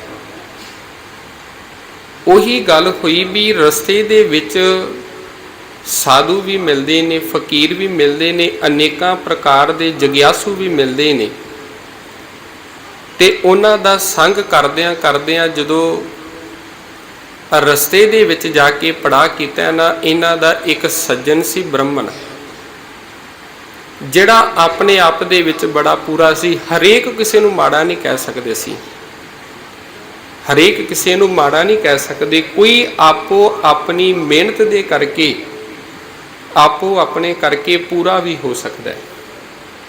ਤੇ ਜਿਹਦਾ ਇਤਿਹਾਸਕਾਰਾਂ ਨਾਮ ਲਿਖਿਆ ਦੁਰਗਾ ਦਾਸ, ਕਹਿੰਦੇ ਜਦੋਂ ਵੀ ਇਹ ਸਫ਼ਰ ਦੇ ਉੱਤੇ ਜਾਂ ਯਾਤਰਾ ਦੇ ਉੱਤੇ ਜਾਇਆ ਕਰਦੇ ਸਨ, ਰਸਤੇ ਦੇ ਵਿੱਚ ਜਿਹੜਾ ਪੜਾਅ ਸੀ ਇਸ ਦੁਰਗਾ ਦਾਸ ਦੇ ਕੋਲ ਕਰਦੇ, ਤੇ ਜਦੋਂ ਐਤਕੀ ਦੁਰਗਾ ਦਾਸ ਦੇ ਕੋਲ ਪੜਾਅ ਕੀਤਾ ਤੇ ਉਹਨਾਂ ਨੇ ਜਦੋਂ ਸਤਿਗੁਰਾਂ ਦੇ ਪੈਰ ਨੂੰ ਵੇਖਿਆ ਨਾ, ਪੈਰ ਦੇ ਵਿੱਚ ਉਹਨਾਂ ਨੇ ਪਦਮ ਨੂੰ ਵੇਖਿਆ, ਤੇ ਪਦਮ ਨੂੰ ਵੇਖ ਕੇ ਇਹ ਬ੍ਰਹਮਣ ਆਖਣ ਲੱਗਾ ਵੀ ਮੇਰੀ ਵਿਦਿਆ ਦੇ ਅਨੁਸਾਰ, ਜੋਤਿਸ਼ ਦੇ ਅਨੁਸਾਰ ਮੈਂ ਕਹਿੰਦਾ ਵਾਂ, ਤੂੰ ਜਾਂ ਤੇ ਕੋਈ ਵੱਡਾ ਬਾਦਸ਼ਾਹ ਹੈ ਜਾਂ ਕੋਈ ਵੱਡਾ ਕੋਈ ਧਾਰਮਿਕ ਤੂੰ ਪੀਰ ਪੈਗੰਬਰ ਹੈ। ਤੇਰੇ ਅੱਗੇ ਸਾਰੇ ਜਿਹੜੇ ਲੋਕ ਨੇ ਉਹ ਝੁਕਣਗੇ, ਇੱਕ ਨਾ ਇੱਕ ਦਿਨ ਆ ਕੇ ਝੁਕਣਗੇ। ਤੇ ਬਾਬਾ ਅਮਰਦਾਸ ਜੀ ਨੇ ਜਵਾਬ ਦਿੱਤਾ, ਹੱਸ ਕੇ ਆਖਣ ਲੱਗੇ, ਪੰਡਤ ਜੀ 62 ਸਾਲ ਦੀ ਉਮਰ ਹੋ ਗਈ ਹੈ, ਬੁਢੇਪੇ ਦੇ ਵਿੱਚ ਮੈਂ ਆ ਗਿਆ ਵਾਂ, ਸਾਰਾ ਜਿਹੜਾ ਜੀਵਨ ਨਿਕਲ ਗਿਆ, ਤੇ ਹੁਣ ਮੇਰੇ ਅੱਗੇ ਆ ਕੇ ਕਿੰਨੇ ਝੁਕਣਾ ਹੈ? ਤੁਸੀਂ ਕਹਿੰਦੇ ਹੋ ਜਾਂ ਤੇ ਕੋਈ ਬਾਦਸ਼ਾਹ ਹੋਵੋਗੇ ਜਾਂ ਧਾਰਮਿਕ ਪੀਰ ਪੈਗੰਬਰ ਹੋਵੋਗੇ। ਤੇ ਉਸ ਗੱਲ ਨੂੰ ਅਣਗਾਲੀ ਜੀ ਕਰਕੇ ਚਲੇ ਗਏ ਨੇ। ਤੇ ਇਤਿਹਾਸਕਾਰ ਲਿਖਦੇ ਵੀ ਜਦੋਂ ਵਾਪਸ ਨੂੰ ਆ ਰਹੇ ਸਨ, ਰਸਤੇ ਦੇ ਵਿੱਚ ਇਹਨਾਂ ਨੂੰ ਇੱਕ ਵੈਸ਼ਨਵ ਸਾਧ ਮਿਲਦਾ ਹੈ, ਤੇ ਜਿਵੇਂ ਜਿਵੇਂ ਇਹਨਾਂ ਦੇ ਨਾਲ ਉਹ ਚੱਲੀ ਜਾ ਰਿਹਾ, ਪੜਾਅ ਕਰਦਾ ਜਾ ਰਿਹਾ, ਤੇ ਇਹਨਾਂ ਦੀ ਸੇਵਾ ਤੋਂ ਬੜਾ ਖੁਸ਼ ਹੋਇਆ, ਬੜਾ ਪ੍ਰਸੰਨ ਹੋਇਆ। ਤੇ ਪ੍ਰਸੰਨ ਹੋ ਕੇ ਇੱਕ ਦਿਨ ਮਨ ਦੇ ਵਿੱਚ ਸੋਚਦਾ ਹੈ ਵੀ ਇਸ ਨੂੰ ਪੁੱਛਾਂ ਤੇ ਸੀ ਇਹਦਾ ਗੁਰੂ ਕੌਣ ਹੈ ਜਿਹੜਾ ਇੰਨੀ ਸੇਵਾ ਕਰਦਾ ਪਿਆ। ਬੜਾ ਖੁਸ਼ ਸੀ, ਬੜਾ ਪ੍ਰਸੰਨ ਸੀ। ਤੇ ਇੱਕ ਦਿਨ ਜਦੋਂ ਬਾਬਾ ਅਮਰਦਾਸ ਜੀ ਇਹਦੇ ਕੋਲ ਆਏ ਨਾ, ਆ ਕੇ ਸਵਾਲ ਕੀਤਾ, ਇੰਨੇ ਵੈਸ਼ਨਵ ਸਾਧ ਪੁੱਛਦਾ ਵੀ ਆਖਣ ਲੱਗੇ, ਬਾਬਾ ਜੀ ਬੜੀ ਸੇਵਾ ਕਰਦੇ ਹੋ, ਮੈਂ ਤੁਹਾਡੇ ਤੋਂ ਬੜਾ ਪ੍ਰਸੰਨ ਹਾਂ, ਬੜਾ ਖੁਸ਼ ਹਾਂ। ਇੱਕ ਸਵਾਲ ਮੇਰੇ ਮਨ ਦੇ ਵਿੱਚ ਕਈ ਦਿਨਾਂ ਤੋਂ ਖਟਕ ਰਿਹਾ, ਵੱਜ ਰਿਹਾ ਵੀ ਮੈਂ ਪੁੱਛਣਾ ਚਾਹੁੰਦਾ ਵਾਂ ਤੁਹਾਡਾ ਗੁਰੂ ਕੌਣ ਹੈ? ਤੇ ਜਦੋਂ ਬਾਬਾ ਅਮਰਦਾਸ ਜੀ ਨੇ ਅੱਗੋਂ ਜਵਾਬ ਦਿੱਤਾ, ਮੈਂ ਨਗੁਰਾ ਹਾਂ, ਹਜੇ ਤੱਕ ਗੁਰੂ ਨੂੰ ਧਾਰਨ ਨਹੀਂ ਕੀਤਾ। ਤੇ ਜਿਹੜਾ ਵੈਸ਼ਨਵ ਸਾਧ ਬੜਾ ਪ੍ਰਸੰਨ ਸੀ, ਬੜਾ ਖੁਸ਼ ਸੀ, ਤੇ ਉਹੀ ਵੈਸ਼ਨਵ ਸਾਧ ਕ੍ਰੋਧ ਦੇ ਵਿੱਚ ਆ ਕੇ ਇਹ ਗੱਲ ਆਖਣ ਲੱਗਾ, ਮੈਂ ਕਿਹੋ ਜਿਹੇ ਨਗੁਰੇ ਦੇ ਹੱਥ ਦਾ ਪ੍ਰਸ਼ਾਦਾ ਛਕਦਾ ਰਿਹਾ ਵਾਂ, ਮੈਂ ਕਿਹੋ ਜਿਹੇ ਨਗੁਰੇ ਦੇ ਨਾਲ ਜੁੜਿਆ ਰਿਹਾ, ਮੇਰੇ ਕੀਤੇ ਹੋਏ ਜਪ, ਮੇਰੇ ਕੀਤੇ ਹੋਏ ਤਪ, ਮੇਰੇ ਕੀਤੇ ਹੋਏ ਧਰਮ ਦੇ ਨਾਂ ਤੇ ਜਿਹੜੇ ਕੰਮ ਸਨ ਸਭ ਨਸ਼ਟ ਹੋ ਗਏ, ਸਭ ਭ੍ਰਸ਼ਟ ਹੋ ਗਏ, ਕਿਸੇ ਵੀ ਕੰਮ ਨਹੀਂ ਆਈ। ਤੇ ਇਹ ਗੱਲ ਕਹਿ ਕੇ ਚਲਾ ਗਿਆ। ਉਸੇ ਦਿਨ ਤੋਂ ਪੂਰੇ ਦੇ ਨਾਲ ਮਿਲਣ ਦੀ ਅੰਦਰ ਮਨ ਦੇ ਵਿੱਚ ਤਾਂਘ ਪੈਦਾ ਹੋ ਗਈ। ਉਦੋਂ ਮਿਲਿਆ ਜਾ ਸਕਦਾ ਜਦੋਂ ਬੰਦੇ ਦਾ ਮਨ ਹੋਵੇ। ਅਸੀਂ ਕਹਿੰਦੇ ਹਾਂ ਬੱਚੇ ਨੂੰ, ਕਹਿੰਦੇ ਹਾਂ ਤੂੰ ਪੜ੍ਹਾਈ ਮਨ ਲਾ ਕੇ ਕਰ। ਜਦੋਂ ਬੱਚੇ ਦਾ ਮਨ ਹੋਵੇਗਾ ਉਹ ਧਿਆਨ ਦੇਵੇਗਾ, ਜਦੋਂ ਧਿਆਨ ਦੇਵੇਗਾ ਤੇ ਉਹ ਉਹਦੇ ਨਾਲ ਪੂਰਾ ਮਿਲ ਸਕਦਾ ਹੈ, ਪੜ੍ਹਾਈ ਵੀ ਕਰ ਸਕਦਾ ਹੈ। ਇਸੇ ਕਰਕੇ ਸਤਿਗੁਰਾਂ ਦੀ ਬਾਣੀ ਦੇ ਇਹ ਗੱਲ ਆਖੀ ਹੈ ਨਾ ਵੀ ਹੇ ਭਾਈ, ਹੇ ਗੁਰਸਿੱਖੋ, ਜਦੋਂ ਤੁਸੀਂ ਗੁਰੂ ਦੀ ਵਡਿਆਈ ਕਰਨੀ ਹੈ, ਪ੍ਰਮਾਤਮਾ ਦੇ ਗੁਣਾਂ ਨੂੰ ਕਰਨ ਗਾਣਾ ਹੈ, ਤੇ ਦੋ ਚੀਜ਼ਾਂ ਆਪਣੀ ਜ਼ਿੰਦਗੀ ਦੇ ਵਿੱਚ ਧਿਆਨ ਦੇ ਵਿੱਚ ਰੱਖਿਆ ਜੇ। ਸਭ ਤੋਂ ਪਹਿਲਾ ਸਾਵਧਾਨ ਤੇ ਦੂਜਾ ਇਕਾਗਰਤਾ। ਪ੍ਰਭ ਕੀ ਉਸਤਤ ਕਰੋ ਸੰਤ ਮੀਤ, ਸਾਵਧਾਨ ਇਕਾਗਰ ਚੀਤ। ਪ੍ਰਭੂ ਦੀ ਉਸਤਤ ਕਰਨੀ ਹੈ, ਉਹਦੇ ਲਈ ਸਾਵਧਾਨ ਹੋਣਾ ਜ਼ਰੂਰੀ ਹੈ, ਤੇ ਦੂਜੇ ਪਾਸੇ ਤੈਨੂੰ ਇਕਾਗਰਤਾ ਹੋਣੀ ਤੇਰੇ ਲਈ ਬੜੀ ਜ਼ਰੂਰੀ ਹੈ। ਤੇ ਮਨ ਦੇ ਵਿੱਚ ਆ ਕੇ ਚੋਟ ਵੱਜੀ ਤੇ ਪੂਰੀ ਦੀ ਭਾਲ ਸ਼ੁਰੂ ਹੋ ਗਈ ਹੈ। ਇੱਕ ਦਿਨ ਇਹੋ ਜਿਹਾ ਆਇਆ, ਅੰਮ੍ਰਿਤ ਵੇਲੇ ਦਾ ਸਮਾਂ, ਕਿਉਂਕਿ ਸਾਰੇ ਖੇਤੀਬਾੜੀ ਕਰਨ ਵਾਲੇ ਸਨ, ਕੰਮਕਾਰ ਕਰਦੇ ਸਨ। ਅੰਮ੍ਰਿਤ ਵੇਲੇ ਉੱਠਣਾ ਕਰਨਾ, ਅੱਜ ਕੱਲ੍ਹ ਤੇ ਚਲੋ ਸਾਡਾ ਜਿਹੜਾ ਉੱਠਣਾ ਥੋੜ੍ਹਾ ਜਿਹਾ ਲੇਟ ਹੋ ਗਿਆ, ਅੰਮ੍ਰਿਤ ਵੇਲਾ ਵੀ ਲੇਟ ਹੋ ਗਿਆ। ਉਦੋਂ ਜਿਹੜੀ ਨਗਰ ਦੇ ਬਜ਼ੁਰਗ ਹੋਇਆ ਕਰਦੇ ਸਨ, ਉਹ ਸਵੇਰੇ 4 ਵਜੇ ਧੰਮੀ ਵੇਲੇ ਉੱਠ ਪੈਣਾ ਕਰਨਾ, 3 ਵਜੇ 4 ਵਜੇ 4:30 ਵਜੇ ਉੱਠ ਪੈਣਾ ਕਰਨਾ, 6 ਵਜੇ ਤੱਕ ਉਹਨਾਂ ਨੇ ਕੰਮ ਨਿਬੇੜ ਲੈਣਾ ਕਰਨਾ। 4 ਕੁ ਵਜੇ ਉੱਠੇ ਨਹੀਂ, ਮਨ ਦੇ ਅੰਦਰ ਕਾਹਲੀ ਪਈ ਵੀ ਪੂਰਾ ਨਹੀਂ ਮਿਲ ਰਿਹਾ, ਵੀ ਮਨ ਵੀ ਟਿਕਾਊ ਦੇ ਵਿੱਚ ਨਹੀਂ, ਵੀ ਉੱਤੋਂ ਸਾਧੂ ਫਕੀਰ ਵੀ ਇਹ ਗੱਲ ਕਹਿ ਗਿਆ, ਵੈਸ਼ਨਵ ਸਾਧ ਵੀ ਇਹ ਗੱਲ ਕਹਿ ਗਿਆ ਵੀ ਮੇਰੇ ਕੀਤੇ ਹੋਏ ਜਪ ਤਪ ਸਭ ਨਸ਼ਟ ਹੋ ਗਏ ਨੇ। ਜੇਕਰ ਉਹਦੇ ਨਸ਼ਟ ਹੋ ਗਏ ਤੇ ਫਿਰ ਮੇਰੇ ਕੋਲ ਕੀ ਬਚਿਆ? ਮੈਂ ਤੇ 62 ਸਾਲ ਦੀ ਉਮਰ ਤੱਕ ਕਰਦਾ ਕੀ ਰਿਹਾ? ਤੇ ਜਦੋਂ ਇਹ ਗੱਲ ਹੋਈ, ਅੰਮ੍ਰਿਤ ਵੇਲੇ ਬਾਹਰ ਨੂੰ ਨਿਕਲੇ ਨੇ, ਆਪਣੇ ਭਰਾ ਦੇ ਘਰ ਦੇ ਕੋਲੋਂ ਲੰਘਣ ਲੱਗੇ ਨੇ, ਤੇ ਕੰਨਾਂ ਦੇ ਵਿੱਚ ਮਿੱਠੀ ਮਿੱਠੀ ਦੀ ਆਵਾਜ਼ ਪੈਂਦੀ ਪਈ ਹੈ, ਭਈ ਮਨੂਰ ਕੰਚਨ ਫਿਰ ਹੋਵੈ, ਜੇ ਗੁਰ ਮਿਲੈ ਤਨੀਹਾ। ਜਦੋਂ ਇਹਨਾਂ ਸ਼ਬਦਾਂ ਨੂੰ ਸੁਣਿਆ ਨਾ, ਮਨ ਦੇ ਵਿੱਚ ਕੁਝ ਕੁ ਸ਼ਾਂਤੀ ਜਿਹੀ ਮਿਲੀ, ਮਨ ਟਿਕਾਊ ਦੇ ਵਿੱਚ ਆ ਗਿਆ। ਕਈ ਵਾਰੀ ਆਪਾਂ ਵੀ ਵੇਖਦੇ ਹਾਂ, ਗੁਰੂ ਦੀ ਸੰਗਤ ਦੇ ਵਿੱਚ ਬੈਠੇ ਹੋਈਏ ਨਾ, ਕੀਰਤਨ ਚੱਲ ਰਿਹਾ ਹੋਵੇ ਤੇ ਕੁਝ ਸਮੇਂ ਦੇ ਲਈ ਸਾਨੂੰ ਆਲਾ ਦੁਆਲਾ ਸਭ ਕੁਝ ਭੁੱਲ ਜਾਂਦਾ, ਮਨ ਟਿਕ ਜਾਂਦਾ ਤੇ ਉਹਦਾ ਆਨੰਦ ਲੈਣਾ ਸ਼ੁਰੂ ਕਰ ਦਿੰਦੇ ਆ। ਜੇਕਰ ਕੋਈ ਨਾਲ ਦਾ ਬੁਲਾਵੇ ਨਾ, ਅਸੀਂ ਕਹਿੰਦੇ ਆ ਭਾਈ ਮੈਨੂੰ ਤਾਂ ਕੁਝ ਵੀ ਨਹੀਂ ਪਤਾ ਕੀ ਹੋਇਆ ਤੇ ਕੀ ਨਹੀਂ, ਮੈਂ ਤੇ ਟਿਕਿਆ ਪਿਆ ਸਾਂ। ਤੇ ਜਿਵੇਂ ਸ਼ਬਦ ਦੀ ਸਮਾਪਤੀ ਹੋਈ ਤੇ ਬਾਬਾ ਅਮਰਦਾਸ ਜੀ ਇਤਿਹਾਸਕਾਰ ਲਿਖਦੇ ਨੇ, ਅੰਦਰ ਨੂੰ ਚਲੇ ਗਏ ਤੇ ਅੱਗੋਂ ਜਾ ਕੇ ਬੀਬੀ ਅਮਰੋ ਜੀ ਨਿਕਲਦੇ ਨੇ, ਦਰਵਾਜ਼ੇ ਤੇ ਆਖਣ ਲੱਗੇ ਵੀ ਬਾਪੂ ਜੀ, ਪਿਤਾ ਜੀ, ਅੱਜ ਤੁਸੀਂ ਸਵੇਰੇ ਸਵੇਰੇ ਸੁਸਤੀ ਤੁਸੀਂ ਆਣਾ ਕੀਤਾ। ਤੇ ਅੱਗੋਂ ਬੀਬੀ ਅਮਰੋ ਜੀ ਨੂੰ ਬਾਬਾ ਅਮਰਦਾਸ ਜੀ ਆਖਣ ਲੱਗੇ, ਪੁੱਤਰ, ਇਹ ਜੋ ਅੰਦਰੋਂ ਮਿੱਠੀ ਮਿੱਠੀ ਦੀ ਆਵਾਜ਼ ਆ ਰਹੀ ਸੀ, ਕੋਈ ਸ਼ਬਦ ਪੜਿਆ ਜਾ ਰਿਹਾ ਸੀ, ਇਹ ਕੌਣ ਪੜਦਾ ਪਿਆ ਸੀ? ਤੇ ਬੀਬੀ ਅਮਰੋ ਜੀ ਆਖਣ ਲੱਗੇ, ਮੈਂ ਪੜ ਰਹੀ ਸਾਂ। ਤੇ ਦੁਬਾਰਾ ਤੋਂ ਆਖਣ ਲੱਗੇ ਵੀ ਜੇਕਰ ਤੁਸੀਂ ਥੋੜੀ ਜਿਹੀ ਕਿਰਪਾਲਤਾ ਕਰੋ ਤੇ ਇਹ ਸ਼ਬਦ ਦੁਬਾਰਾ ਤੋਂ ਸੁਣਾਵੋਗੇ? ਕਹਿਣ ਲੱਗੇ, ਇਹਦੇ ਵਿੱਚ ਹਰਜ ਕੀ ਹੈ? ਦੁਬਾਰਾ ਤੋਂ ਜਦੋਂ ਸ਼ਬਦ ਸੁਣਾਇਆ ਤੇ ਸ਼ਬਦ ਨੂੰ ਸੁਣਿਆ, ਤੇ ਜਦੋਂ ਇੱਥੇ ਫਿਰ ਦੁਬਾਰਾ ਤੋਂ ਗੱਲ ਆਈ, ਭਈ ਮਨੂਰ ਕੰਚਨ ਫਿਰ ਹੋਵੈ, ਜੇ ਗੁਰ ਮਿਲੈ ਤਨੇਹਾ। ਉਹ ਲੋਹਾ ਜਿਹੜਾ ਸੁੱਟ ਦਿੱਤਾ ਜਾਵੇ, ਜਿਹੜਾ ਲੋਹਾ ਕਿਸੇ ਵੀ ਕੰਮ ਦਾ ਨਹੀਂ, ਤੇ ਜੇਕਰ ਉਹ ਲੋਹਾ ਪਾਰਸ ਦੇ ਨਾਲ ਮਿਲ ਜਾਵੇ ਤੇ ਉਹ ਫਿਰ ਕੰਚਨ ਹੋ ਜਾਂਦਾ, ਸੋਨਾ ਬਣ ਜਾਂਦਾ। ਤੇ ਇਸੇ ਪ੍ਰਕਾਰ ਜੇਕਰ ਵਿਕਾਰਾਂ ਦੇ ਵਿੱਚ ਸੜਿਆ ਹੋਇਆ ਮਨ ਜੇਕਰ ਗੁਰੂ ਦੇ ਨਾਲ ਮਿਲ ਜਾਵੇ, ਗੁਰੂ ਪਾਰਸ ਦੇ ਕੋਲ ਆ ਕੇ ਮਿਲ ਜਾਵੇ, ਤੇ ਇਹੀ ਸੜਿਆ ਹੋਇਆ ਮਨ ਸਾਡਾ ਇੱਕ ਕੀਮਤੀ ਬਣ ਜਾਂਦਾ ਹੈ, ਇਹੀ ਫਿਰ ਸੋਨਾ ਬਣ ਜਾਂਦਾ ਹੈ। ਇਸ ਸ਼ਬਦ ਨੂੰ ਸੁਣਿਆ ਤੇ ਸੁਣ ਕੇ ਆਖਣ ਲੱਗੇ, ਸ਼ਬਦ ਕਿਹਦਾ ਹੈ? ਤੇ ਬੀਬੀ ਅਮਰੋ ਜੀ ਨੇ ਜਵਾਬ ਦਿੱਤਾ, ਆਖਣ ਲੱਗੇ ਵੀ ਇਹ ਗੁਰੂ ਨਾਨਕ ਪਾਤਸ਼ਾਹ ਜੀ ਦਾ ਸ਼ਬਦ ਹੈ, ਕਿਉਂਕਿ ਜਦੋਂ ਮਿਲਣ ਦੀ ਤਾਂਘ ਹੈ ਉਦੋਂ ਪੂਰਾ ਮਿਲ ਵੀ ਸਕਦਾ ਹੈ। ਰਸਤਾ ਤੁਰਨਾ ਸਾਡੇ ਲਈ ਜ਼ਰੂਰੀ ਹੈ, ਜੇਕਰ ਮੰਜ਼ਿਲ ਦਾ ਪਤਾ ਹੈ ਤੇ ਚੱਲਿਆ ਹੋਇਆ ਕਦਮ ਸਾਨੂੰ ਮੰਜ਼ਿਲ ਤੇ ਲੈ ਜਾਵੇਗਾ। ਜੇਕਰ ਮੰਜ਼ਿਲ ਦਾ ਨਹੀਂ ਪਤਾ ਤੇ 12 ਸਾਲ ਦੀ ਉਮਰ ਤੱਕ ਚੱਲਦੇ ਹੀ ਰਹੇ ਨੇ, ਪਤਾ ਨਹੀਂ ਕਿੰਨਾ ਕੁ ਸਫ਼ਰ ਤੈਅ ਕੀਤਾ ਹੈ, ਪੂਰੇ ਗੁਰੂ ਨੂੰ ਨਹੀਂ ਮਿਲ ਸਕੇ, ਪੂਰੇ ਗੁਰੂ ਦੇ ਨਾਲ ਮਿਲਾਪ ਨਹੀਂ ਹੋਇਆ। ਤੇ ਅੱਜ ਸਵਾਲ ਕਰਦੇ ਪਏ ਨੇ ਵੀ ਇਹ ਸ਼ਬਦ ਕਿੰਨਾ ਦਾ, ਤੇ ਅੱਗੋਂ ਜਵਾਬ ਮਿਲਿਆ, ਸਤਿਗੁਰੂ ਧੰਨ ਗੁਰੂ ਨਾਨਕ ਪਾਤਸ਼ਾਹ ਜੀ ਦਾ ਸ਼ਬਦ ਹੈ। ਕਹਿੰਦੇ ਜੇਕਰ ਉਹਨਾਂ ਨੂੰ ਮਿਲਣਾ ਹੋਵੇ ਤੇ ਕਿਵੇਂ ਮਿਲ ਸਕਨੇ ਆ? ਤੇ ਅੱਗੋਂ ਬੀਬੀ ਅਮਰੋ ਜੀ ਆਖਣ ਲੱਗੇ ਪਿਤਾ ਜੀ, ਉਹ ਤੇ ਗੁਰੂ ਨਾਨਕ ਇਹੋ ਜਿਹਾ ਜਿਸ ਦੇ ਝੋਲੀ ਦੇ ਵਿੱਚ, ਜਿਸ ਦੇ ਦਰ ਦੇ ਉੱਤੇ ਭਾਵੇਂ ਕੋਈ ਗਰੀਬੜਾ ਵੀ ਚਲਾ ਜਾਵੇ, ਭਾਵੇਂ ਕੋਈ ਅਮੀਰ ਹੈ, ਜਿਹਨੂੰ ਸੰਸਾਰ ਦੇ ਲੋਕ ਦੁਰਕਾਰਦੇ ਨੇ, ਉਹ ਵੀ ਚਲਾ ਜਾਵੇ, ਗੁਰੂ ਉਹਨੂੰ ਵੀ ਆਏ ਨੂੰ ਸ਼ਰਨ ਦੇ ਵਿੱਚ ਆਪਣੇ ਕੰਠ ਦੇ ਨਾਲ ਲਾ ਲੈਂਦਾ ਹੈ। ਜੋ ਸ਼ਰਨ ਆਵੈ ਤਿਸ ਕੰਠ ਲਾਵੈ, ਇਹ ਬਿਰਧ ਸੁਆਮੀ ਸੰਧਾ। ਇਹ ਗੁਰੂ ਦਾ ਸੁਭਾਅ ਹੈ। ਭਾਵੇਂ ਕੋਈ ਲਿਬੜਿਆ ਤਿਬੜਿਆ, ਭਾਵੇਂ ਕੋਈ ਔਗਣਾ ਦੇ ਨਾਲ, ਵਿਕਾਰਾਂ ਦੇ ਨਾਲ ਭਰਿਆ ਪਿਆ, ਭਾਈ ਸੱਜਣ ਵਰਗਾ ਹੋਵੇ, ਭਾਈ ਭੂਮੀਆਂ ਵਰਗਾ ਹੋਵੇ, ਜਿਹਨੂੰ ਗੁਰੂ ਮਿਲ ਪਿਆ ਤੇ ਉਹ ਭਾਈ ਸੱਜਣ ਤੋਂ, ਭੂਮੀਆਂ ਚੋਰ ਤੋਂ ਉਹ ਫਿਰ ਭਾਈ ਸੱਜਣ ਤੇ ਭਾਈ ਭੂਮੀਆਂ ਜੀ ਬਣ ਜਾਂਦੇ ਨੇ। ਕਹਿਣ ਲੱਗੇ ਉਹਨਾਂ ਨੂੰ ਮਿਲ ਸਕਦੇ ਆ? ਕਹਿੰਦੇ ਜ਼ਰੂਰ ਮਿਲ ਸਕਦੇ ਹੋ। ਉਹਨਾਂ ਦੀ ਗੱਦੀ ਦੇ ਉੱਤੇ ਮੇਰੇ ਪਿਤਾ ਗੁਰੂ ਅੰਗਦ ਪਾਤਸ਼ਾਹ ਜੀ ਬੈਠੇ ਹੋਏ ਨੇ। ਹੁਣ ਅੰਦਰ ਤਾਂਘ ਸੀ ਮਿਲਣ ਦੀ, ਤੇ ਨਾਲੋਂ ਨਾਲ ਆਖਣ ਲੱਗੇ ਮੈਂ ਹੁਣੇ ਮਿਲਣਾ।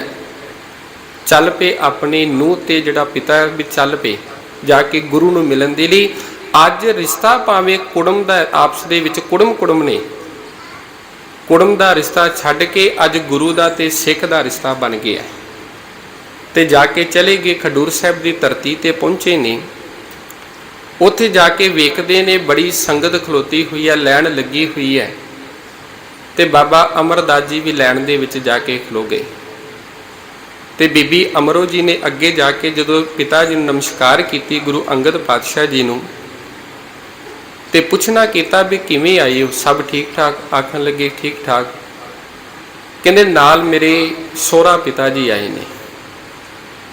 ਕਹਿੰਦੇ ਉਹਨਾਂ ਨੂੰ ਕਹਿਣਾ ਸੀ ਅੱਗੇ ਆ ਜਾਓ, ਬਾਹਰ ਕਿਉਂ ਖਲੋਤੇ ਨੇ? ਤੇ ਆਖਣ ਲੱਗੇ ਇਤਿਹਾਸਕਾਰ ਲਿਖਦੇ ਨੇ ਵੀ ਸਤਿਗੁਰੂ ਗੁਰੂ ਅੰਗਦ ਪਾਤਸ਼ਾਹ ਜੀ ਆਪ ਉੱਠ ਕੇ ਚੱਲੇ ਨੇ। ਕਿਉਂਕਿ ਜੇਕਰ ਗੁਰੂ ਨਾਨਕ ਨੂੰ ਲੈਣ, ਗੁਰੂ ਨਾਨਕ ਲੈ ਲਈ, ਗੁਰੂ ਅੰਗਦ ਪਾਤਸ਼ਾਹ ਜੀ ਨੂੰ ਆ ਸਕਦਾ ਹੈ। ਕਿਉਂਕਿ ਗੁਰੂ ਆਪਣੇ ਦੀ ਚੋਣ ਕਰ ਰਿਹਾ ਵੀ ਮੇਰੇ ਤੋਂ ਬਾਅਦ ਇਹ ਜਿਹੜੀ ਵਿਚਾਰਧਾਰਾ ਹੈ ਇਹਨੂੰ ਅੱਗੇ ਕੌਣ ਤੋਰੇਗਾ। ਤੇ ਇਤਿਹਾਸਕਾਰ ਲਿਖਦੇ ਨੇ ਅੱਜ ਗੁਰੂ ਅੰਗਦ ਪਾਤਸ਼ਾਹ ਜੀ ਆਪਣੀ ਕੁਲ ਨੂੰ ਅੱਗੇ ਤੋਰਨ ਦੇ ਲਈ, ਗੁਰੂ ਨਾਨਕ ਦੀ ਵਿਚਾਰਧਾਰਾ ਨੂੰ ਅੱਗੇ ਤੋਰਨ ਦੇ ਲਈ ਆਪ ਚੱਲ ਕੇ ਗੁਰੂ ਅਮਰਦਾਸ ਪਾਤਸ਼ਾਹ ਜੀ ਨੂੰ ਲੈਣ ਦੇ ਲਈ ਗਏ ਨੇ। ਤੇ ਗੁਰੂ ਤੇ ਸਭ ਕੁਝ ਜਾਣੀ ਜਾਣ ਹੈ, ਅੰਦਰ ਦੀਆਂ ਜਾਣਦਾ ਹੈ। ਤੇ ਜਾ ਕੇ ਆਖਣ ਲੱਗੇ ਬਾਬਾ ਅਮਰਦਾਸ ਜੀ ਤੁਸੀਂ ਰਿਸ਼ਤੇਦਾਰ ਹੋ, ਤੁਸੀਂ ਅੱਗੇ ਚੱਲ ਕੇ ਆਉਣਾ ਸੀ ਤੇ ਤੁਸੀਂ ਇੱਥੇ ਲਾਈਨ ਦੇ ਵਿੱਚ ਖਲੋ ਗਏ। ਤੇ ਬਾਬਾ ਅਮਰਦਾਸ ਜੀ ਆਖਣ ਲੱਗੇ, ਕਹਿੰਦੇ ਜਦੋਂ ਰਿਸ਼ਤੇਦਾਰੀ ਸੀ ਉਦੋਂ ਤੁਹਾਡੇ ਨਾਲ ਸਭ ਕੁਝ ਕੀਤਾ, ਤੁਹਾਨੂੰ ਗਲ ਵੀ ਮਿਲੇ, ਸਭ ਕੁਝ ਕੀਤਾ, ਤੇ ਅੱਜ ਇੱਕ ਸਿੱਖ ਗੁਰੂ ਦੇ ਕੋਲ ਆਇਆ ਚੱਲ ਕੇ, ਅੱਜ ਸਿੱਖ ਦੀ ਜਿਹੜੀ ਮਨ ਦੀ ਮੁਰਾਦ ਹੈ ਇਹ ਪੂਰੀ ਕਰੋ, ਮਨ ਨੂੰ ਸ਼ਾਂਤ ਦੇਵੋ। ਤੇ ਇਤਿਹਾਸਕਾਰ ਇੱਥੋਂ ਤੱਕ ਲਿਖਦੇ ਨੇ ਜਦੋਂ ਗੁਰੂ ਅੰਗਦ ਪਾਤਸ਼ਾਹ ਜੀ ਦੇ ਕੋਲ ਇਹ ਗੁਰੂ ਅਮਰਦਾਸ ਪਾਤਸ਼ਾਹ ਜੀ, ਬਾਬਾ ਅਮਰਦਾਸ ਜੀ ਪਹੁੰਚੇ ਨੇ, ਜਾ ਕੇ ਦਰਸ਼ਨ ਕੀਤੇ ਨੇ। ਤੇ ਪਹਿਲੇ ਦਰਸ਼ਨਾਂ ਦੇ ਵਿੱਚ ਹੀ ਗਿਆਨੀ ਗਿਆਨ ਸਿੰਘ ਪੰਥ ਪ੍ਰਕਾਸ਼ ਦੇ ਵਿੱਚ ਇਹ ਘਟਨਾ ਦਾ ਜ਼ਿਕਰ ਕਰਦੇ ਹੋਏ ਲਿਖਦੇ ਨੇ ਵੀ ਉਦੋਂ ਸਤਿਗੁਰਾਂ ਦੀ ਰਸਨਾ ਦੇ ਵਿੱਚੋਂ ਇਹ ਬਚਨ ਨਿਕਲੇ ਸਨ, ਆਨੰਦ ਪਿਆ ਮੇਰੀ ਮਾਏ ਸਤਿਗੁਰੂ ਮੈਂ ਪਾਇਆ, ਅੱਜ ਮੈਂ ਪੂਰੇ ਗੁਰੂ ਨੂੰ ਪਾ ਲਿਆ, ਮਨ ਸ਼ਾਂਤ ਹੋ ਗਿਆ। ਕਹਿਣ ਤੋਂ ਮੁਰਾਦ ਇਹ ਹੈ ਵੀ ਜਦੋਂ ਮਨੁੱਖ ਦੇ ਅੰਦਰ ਪੂਰੇ ਨੂੰ ਮਿਲਣ ਦੀ ਤਾਂਘ ਹੋਵੇਗੀ ਤੇ ਜਦੋਂ ਉਹਦਾ ਚੱਲਿਆ ਹੋਇਆ ਕਦਮ ਉਹਨੂੰ ਪੂਰੇ ਤੱਕ ਲੈ ਕੇ ਜਾਵੇਗਾ, ਤੇ ਉਸੇ ਹੀ ਗੁਰੂ ਸਾਹਿਬ ਦੀ ਉਸਤਤ ਦੇ ਵਿੱਚ ਭੱਟ ਭਿੱਖਾ ਜੀ ਇਹ ਕਿਰਪਾ ਕਰਦੇ ਨੇ ਵੀ ਅਸੀਂ ਵੀ ਭਟਕ ਰਹੇ ਸਾਂ। ਅੱਗੇ ਜ਼ਿਕਰ ਵੀ ਕੀਤਾ ਇਹਨਾਂ ਨੇ ਵੀ ਬੜੇ ਸੰਨਿਆਸੀਆਂ ਨੂੰ ਵੀ ਮਿਲੇ, ਬੜੇ ਤਪੱਸਿਆਂ ਨੂੰ ਵੀ ਮਿਲੇ, ਇਹੋ ਜਿਹੇ ਆਪਣੇ ਆਪ ਨੂੰ ਵਿਦਵਾਨ ਕਹਾਉਣ ਵਾਲੇ, ਪੰਡਿਤ ਕਹਾਉਣ ਵਾਲੇ ਜਿਹੜੇ ਆਖਦੇ ਸਨ, ਦਾਅਵਾ ਕਰਦੇ ਸਨ ਅਸੀਂ ਰੱਬ ਦਾ ਰੂਪ ਹਾਂ, ਰੱਬ ਦੇ ਨਾਲ ਮਿਲੇ ਹੋਏ ਹਾਂ। ਕਹਿੰਦੇ ਉਹਨਾਂ ਸਭ ਨੂੰ ਮੈਂ ਮਿਲਿਆ ਪਰ ਕਿਤੇ ਵੀ ਮਨ ਨੂੰ ਟਿਕਾਊ ਨਹੀਂ ਮਿਲਿਆ। 1 ਸਾਲ ਤੱਕ ਮੈਂ ਭਟਕਦਾ ਰਿਹਾ, 1 ਸਾਲ ਤੱਕ ਮੈਂ ਸਫ਼ਰ ਕੀਤਾ, ਤੇ ਸਫ਼ਰ ਕਰਨ ਤੋਂ ਬਾਅਦ ਅੱਜ ਸਤਿਗੁਰੂ ਗੁਰੂ ਅਮਰਦਾਸ ਪਾਤਸ਼ਾਹ ਜੀ ਤੇਰੀ ਸ਼ਰਨ ਦੇ ਵਿੱਚ ਆ ਕੇ ਮੈਨੂੰ ਟਿਕਾਊ ਮਿਲਿਆ, ਤੇਰੀ ਸ਼ਰਨ ਦੇ ਵਿੱਚ ਆ ਕੇ ਸ਼ਾਂਤੀ ਮਿਲੀ ਹੈ। ਰਹਿਓ ਸੰਤ ਹੋ ਟੋਲ ਸਾਧ ਬਹੁ ਤੇਰੇ ਡਿਠੇ, ਸੰਨਿਆਸੀਆਂ ਤਪੱਸੀਆਂ, ਸੰਨਿਆਸੀ ਤਪੱਸੀਆਂ ਮੁਖੋ ਇਹ ਪੰਡਿਤ ਮਿੱਠੇ, ਬਰਸ਼ ਏਕ ਹੋ ਫਿਰਿਓ ਕਿਨੈ ਨਾ ਪਰਚੋ ਲਾਇਓ, ਕਿਤੋਂ ਵੀ ਮਨ ਨੂੰ ਸ਼ਾਂਤੀ ਨਹੀਂ ਆਈ। कहते हैं कहती सुनी रहत को खुशी न आयो, हर कोई कह रहा सी, ਅੰਦਰ ਆਨੰਦ ਹੈ, ਅੰਦਰ ਖੁਸ਼ੀ ਹੈ, ਪਰ ਉਹਨਾਂ ਦੇ ਜੀਵਨ ਦੇ ਵੱਲ ਵੇਖ ਕੇ, ਉਹਨਾਂ ਵੱਲ ਵੇਖ ਕੇ ਅੰਦਰ ਨੂੰ ਸਕੂਨ ਨਹੀਂ ਮਿਲਿਆ। हे ਸਤਿਗੁਰੂ ਗੁਰੂ ਅਮਰਦਾਸ ਪਾਤਸ਼ਾਹ, ਤੇਰੇ ਤੋਂ ਬਿਨਾ ਮੈਂ ਉਹਨਾਂ ਦੀ ਵਡਿਆਈ ਕਿਵੇਂ ਕਰ ਸਕਦਾ। ਹਰ ਨਾਮ ਛੋੜ ਦੂਜੈ ਲਾਗੇ, ਤਿਨ ਕੇ ਗੁਣ ਹੋ ਕਿਆ ਕਹੋ। ਗੁਰ ਦਈ ਮਲਾਇਓ ਪਿਖਿਆ, ਜਿਵ ਤੂੰ ਰਾਖਿਆ ਤਿਵ ਰਹੋ। हे ਸਤਿਗੁਰੂ ਧੰਨ ਗੁਰੂ ਅਮਰਦਾਸ ਪਾਤਸ਼ਾਹ ਜੀ, ਅੱਜ ਮੈਨੂੰ ਪੂਰਾ ਗੁਰੂ ਮਿਲ ਪਿਆ। ਧੰਨ ਗੁਰੂ ਅਮਰਦਾਸ ਪਾਤਸ਼ਾਹ ਜੀ ਮਿਲ ਗਏ ਨੇ, ਗੁਰੂ ਨਾਨਕ ਦੀ ਜੋਤ ਮਿਲ ਪਈ ਹੈ। ਤੇ ਇਹ ਮੈਂ ਬੇਨਤੀ ਕਰਦਾ ਹੈ ਸਤਿਗੁਰੂ, ਜਿਵੇਂ ਤੂੰ ਰੱਖੇਗਾ ਮੈਂ ਉਸੇ ਪ੍ਰਕਾਰ ਰਹਿਣ ਦੇ ਲਈ ਤਿਆਰ ਹਾਂ। ਅਬ ਹਮ ਚਲੀ ਠਾਕੁਰ ਪੈ ਹਾਰ, ਜਬ ਹਮ ਸ਼ਰਨ ਪ੍ਰਭੂ ਕੀ ਆਈ, ਰਾਖ ਪ੍ਰਭੂ ਭਾਵੇਂ ਮਾਰ। ਹੁਣ ਤੇਰੇ ਹੱਥ ਦੇ ਵਿੱਚ ਹੈ ਮਾਲਕ, ਭਾਵੇਂ ਤੂੰ ਰੱਖਣਾ ਹੈ, ਵਿਕਾਰਾਂ ਤੋਂ ਬਚਾਉਣਾ ਹੈ, ਵਿਕਾਰਾਂ ਦੇ ਵਿੱਚ ਡਿੱਗਣਾ ਹੈ, ਇਹ ਮਾਲਕ ਤੇਰੇ ਹੱਥ ਦੇ ਵਿੱਚ ਹੈ। ਸੋ ਪਿਆਰ ਵਾਲਿਓ, ਜਿਸ ਸਤਿਗੁਰੂ ਧੰਨ ਗੁਰੂ ਅਮਰਦਾਸ ਪਾਤਸ਼ਾਹ ਜੀ ਦਾ ਪ੍ਰਕਾਸ਼ ਪੁਰਬ ਮਨਾ ਰਹੇ ਹਾਂ, ਸੋ ਕੋਸ਼ਿਸ਼ ਕਰੀਏ ਉਹਦੇ ਚਰਨਾਂ ਦੇ ਨਾਲ ਜੁੜੀਏ, ਉਹਦੀ ਬਾਣੀ ਦੇ ਨਾਲ ਜੁੜੀਏ। ਕੱਲ੍ਹ ਵੀ ਮੈਂ ਬੇਨਤੀ ਕੀਤੀ ਸੀ, ਬਾਣੀ ਨੂੰ ਪੜ੍ਹੀਏ, ਬਾਣੀ ਨੂੰ ਵਿਚਾਰੀਏ ਤੇ ਵਿਚਾਰ ਕੇ ਆਪਣੀ ਜ਼ਿੰਦਗੀ ਦਾ ਆਧਾਰ ਬਣਾ ਲਈਏ। ਸਤਿਗੁਰੂ ਪਾਤਸ਼ਾਹ ਜੀ ਕਿਰਪਾ ਕਰਨ, ਸਾਨੂੰ ਵੀ ਇਹ ਮਤ, ਸਾਨੂੰ ਵੀ ਇਹ ਸਮਝ ਲੱਗ ਜਾਵੇ। ਧੰਨ ਗੁਰੂ ਅਮਰਦਾਸ ਪਾਤਸ਼ਾਹ ਜੀ ਪੂਰੇ ਗੁਰੂ ਨੇ, ਇਸ ਗੁਰੂ ਦਾ ਦਰ ਛੱਡ ਕੇ ਕਿਤੇ ਹੋਰ ਜਗ੍ਹਾ ਤੇ ਨਾ ਭਟਕੀਏ। ਜਦੋਂ ਤੱਕ ਮਨੁੱਖ ਅਧੂਰਾ ਹੈ, ਉਹਦੇ ਅੰਦਰ ਦੁੱਖ ਵੀ ਰਹਿਣਗੇ, ਉਹ ਕਦੇ ਵੀ ਪੂਰਾ ਨਹੀਂ ਹੋ ਸਕਦਾ। ਜਦੋਂ ਪੂਰੇ ਨੂੰ ਮਿਲ ਜਾਵਾਂਗੇ, ਪੂਰੇ ਦੇ ਵਿੱਚ ਮਿਲ ਕੇ ਮਨੁੱਖ ਪੂਰਾ ਹੋ ਜਾਂਦਾ। ਕੱਲ੍ਹ ਵੀ ਇਹ ਬਚਨ ਕੇ ਸਨ, ਸਤਿਗੁਰ ਕੀ ਜਿਸ ਨੂੰ ਮਤ ਆਵੈ, ਸੋ ਸਤਿਗੁਰ ਮਾਹੀ ਸਮਾਨਾ। ਜਿਹਨੂੰ ਗੁਰੂ ਦੀ ਮਤ ਆ ਗਈ, ਉਹ ਗੁਰੂ ਦੇ ਵਿੱਚ ਸਮਾ ਜਾਂਦਾ। ਪੂਰੇ ਦੀ ਮਤ ਆਈ, ਪੂਰੇ ਦੇ ਵਿੱਚ ਸਮਾ ਗਏ। ਜਦੋਂ ਤੱਕ ਅਧੂਰਿਆਂ ਦੇ ਨਾਲ ਜੁੜੇ ਰਵਾਂਗੇ, ਓਨੇ ਸਮੇਂ ਤੱਕ ਸਾਡੇ ਮਨ ਨੂੰ ਕਦੇ ਵੀ ਟਿਕਾ ਨਹੀਂ ਆ ਸਕਦਾ, ਕਦੀ ਵੀ ਖੁਸ਼ੀ ਨਹੀਂ ਆ ਸਕਦੀ। ਸੋ ਕੁਛ ਜੁੜ ਮਿਲ ਕੇ ਸਤਿਗੁਰਾਂ ਦੀ ਹਜ਼ੂਰੀ ਦੇ ਵਿੱਚ ਬੈਠੇ ਹਾਂ। ਜੁੜਨਾ ਸਾਡੇ ਲਈ ਇੱਕ ਅਹਿਮ ਮਾਇਨੇ ਰੱਖਦਾ ਹੈ। ਜਦੋਂ ਤੱਕ ਅਸੀਂ ਜੁੜੇ ਹੋਏ ਹਾਂ, ਓਨੇ ਸਮੇਂ ਤੱਕ ਸਾਡੇ ਅੰਦਰ ਅਸੀਂ ਪੂਰੇ ਹਾਂ। ਕੱਲ੍ਹ ਵੀ ਜੋ ਬੇਨਤੀ ਕੀਤੀ ਸੀ, ਪੂਰੇ ਤੇ ਅਧੂਰੇ ਦੀ। ਮਨੁੱਖ ਜਿਹੋ ਜਿਹੀ ਸੰਗਤ ਕਰੇਗਾ, ਪੂਰੀ ਦੀ ਸੰਗਤ ਕਰੇਗਾ, ਪੂਰਾ ਬਣ ਜਾਵੇਗਾ। ਅਧੂਰੇ ਦੇ ਵਿੱਚ ਰਹਿਣ ਦੇ ਕਰਕੇ ਉਹਦਾ ਚੱਲਿਆ ਹੋਇਆ ਕਦਮ ਕਦਮ ਉਹ ਕਿਸੇ ਵੀ ਲਿਖੇ ਨਹੀਂ ਹੁੰਦਾ, ਕਿਸੇ ਵੀ ਕੰਮ ਨਹੀਂ ਹੁੰਦਾ। ਜੁੜਨਾ ਵੀ ਆਪਣੇ ਆਪ ਦੇ ਵਿੱਚ ਮਾਇਨੇ ਰੱਖਦਾ ਹੈ। ਜਦੋਂ ਤੱਕ ਫੁੱਲ ਜੁੜਿਆ ਹੋਇਆ ਰੁੱਖ ਦੇ ਨਾਲ, ਓਨੇ ਸਮੇਂ ਤੱਕ ਤਿੰਨ ਚੀਜ਼ਾਂ ਉਹਦੀ ਜ਼ਿੰਦਗੀ ਦੇ ਵਿੱਚ ਰਹਿੰਦੀਆਂ ਹੀ ਰਹਿੰਦੀਆਂ ਨੇ। ਸਭ ਤੋਂ ਪਹਿਲਾਂ ਉਹਦਾ ਰੂਪ, ਦੂਸਰੀ ਉਹਦੀ ਸੁਗੰਧੀ ਮਹਿਕ, ਤੇ ਤੀਸਰਾ ਉਹਦਾ ਅਮੋਲਕ ਕੀਮਤ। ਤੇ ਜਿਸ ਦਿਨ ਉਸ ਨੂੰ ਟਾਹਣੀ ਦੇ ਨਾਲ ਤੋੜ ਦੇਵੋਗੇ, ਇਹ ਤਿੰਨੇ ਦੀਆਂ ਤਿੰਨੇ ਚੀਜ਼ਾਂ ਜਿਹੜੀਆਂ ਖਤਮ ਹੋ ਜਾਣਗੀਆਂ। ਹੌਲੀ ਹੌਲੀ ਉਹਦਾ ਰੂਪ ਹੈ, ਰੂਪ ਵੀ ਜਾਂਦਾ ਜਾਵੇਗਾ। ਉਹਦੇ ਅੰਦਰੋਂ ਸੁਗੰਧੀ ਹੈ, ਸੁਗੰਧੀ ਵੀ ਚਲੀ ਜਾਵੇਗੀ। ਤੇ ਜਿਹੜੇ ਫੁੱਲ ਦੀ ਕੀਮਤ ਰੁੱਖ ਦੇ ਨਾਲ ਲੱਗੇ ਹੋਈ ਦੀ ਸੀ, ਤੇ ਬਾਅਦ ਦੇ ਵਿੱਚ ਉਹੀ ਜਿਹੜਾ ਫੁੱਲ ਹੈ ਉਹ ਅਸੀਂ ਸੜਕਾਂ ਦੇ ਉੱਤੇ ਆਮ ਵੇਖਦੇ ਹਾਂ, ਪੈਰਾਂ ਦੇ ਵਿੱਚ ਰੁਲਦਾ ਹੁੰਦਾ ਹੈ। ਇਸੇ ਪ੍ਰਕਾਰ ਜਿੰਨੇ ਸਮੇਂ ਤੱਕ ਅਸੀਂ ਗੁਰੂ ਦੇ ਨਾਲ ਜੁੜੇ ਹੋਏ ਹਾਂ, ਸਾਡੀਆਂ ਤਿੰਨ ਚੀਜ਼ਾਂ ਸਾਡੀ ਜ਼ਿੰਦਗੀ ਦੇ ਵਿੱਚ ਨੇ। ਸਭ ਤੋਂ ਪਹਿਲਾ ਰੂਪ, ਦੂਜੀ ਸਾਡੇ ਅੰਦਰ ਮਹਿਕ, ਤੇ ਤੀਜਾ ਸਾਡੇ ਅੰਦਰ ਜਿਹੜਾ ਉਹ ਕੀਮਤੀਪਨ। ਚਾਣਕਿਆ ਇੱਕ ਗੱਲ ਆਖਦਾ, ਜਿੱਥੇ ਅਸੀਂ ਜੁੜਦੇ ਹਾਂ ਉਹਦੇ ਨਾਲ ਬੈਠਣਾ ਵੀ ਬੜਾ ਜ਼ਰੂਰੀ ਹੈ। ਉਹ ਕਹਿੰਦਾ ਵੀ ਸਬਜ਼ੀ ਦੀ ਦੁਕਾਨ ਦੇ ਉੱਤੇ ਤੱਕੜੀ ਪਈ ਹੁੰਦੀ ਹੈ।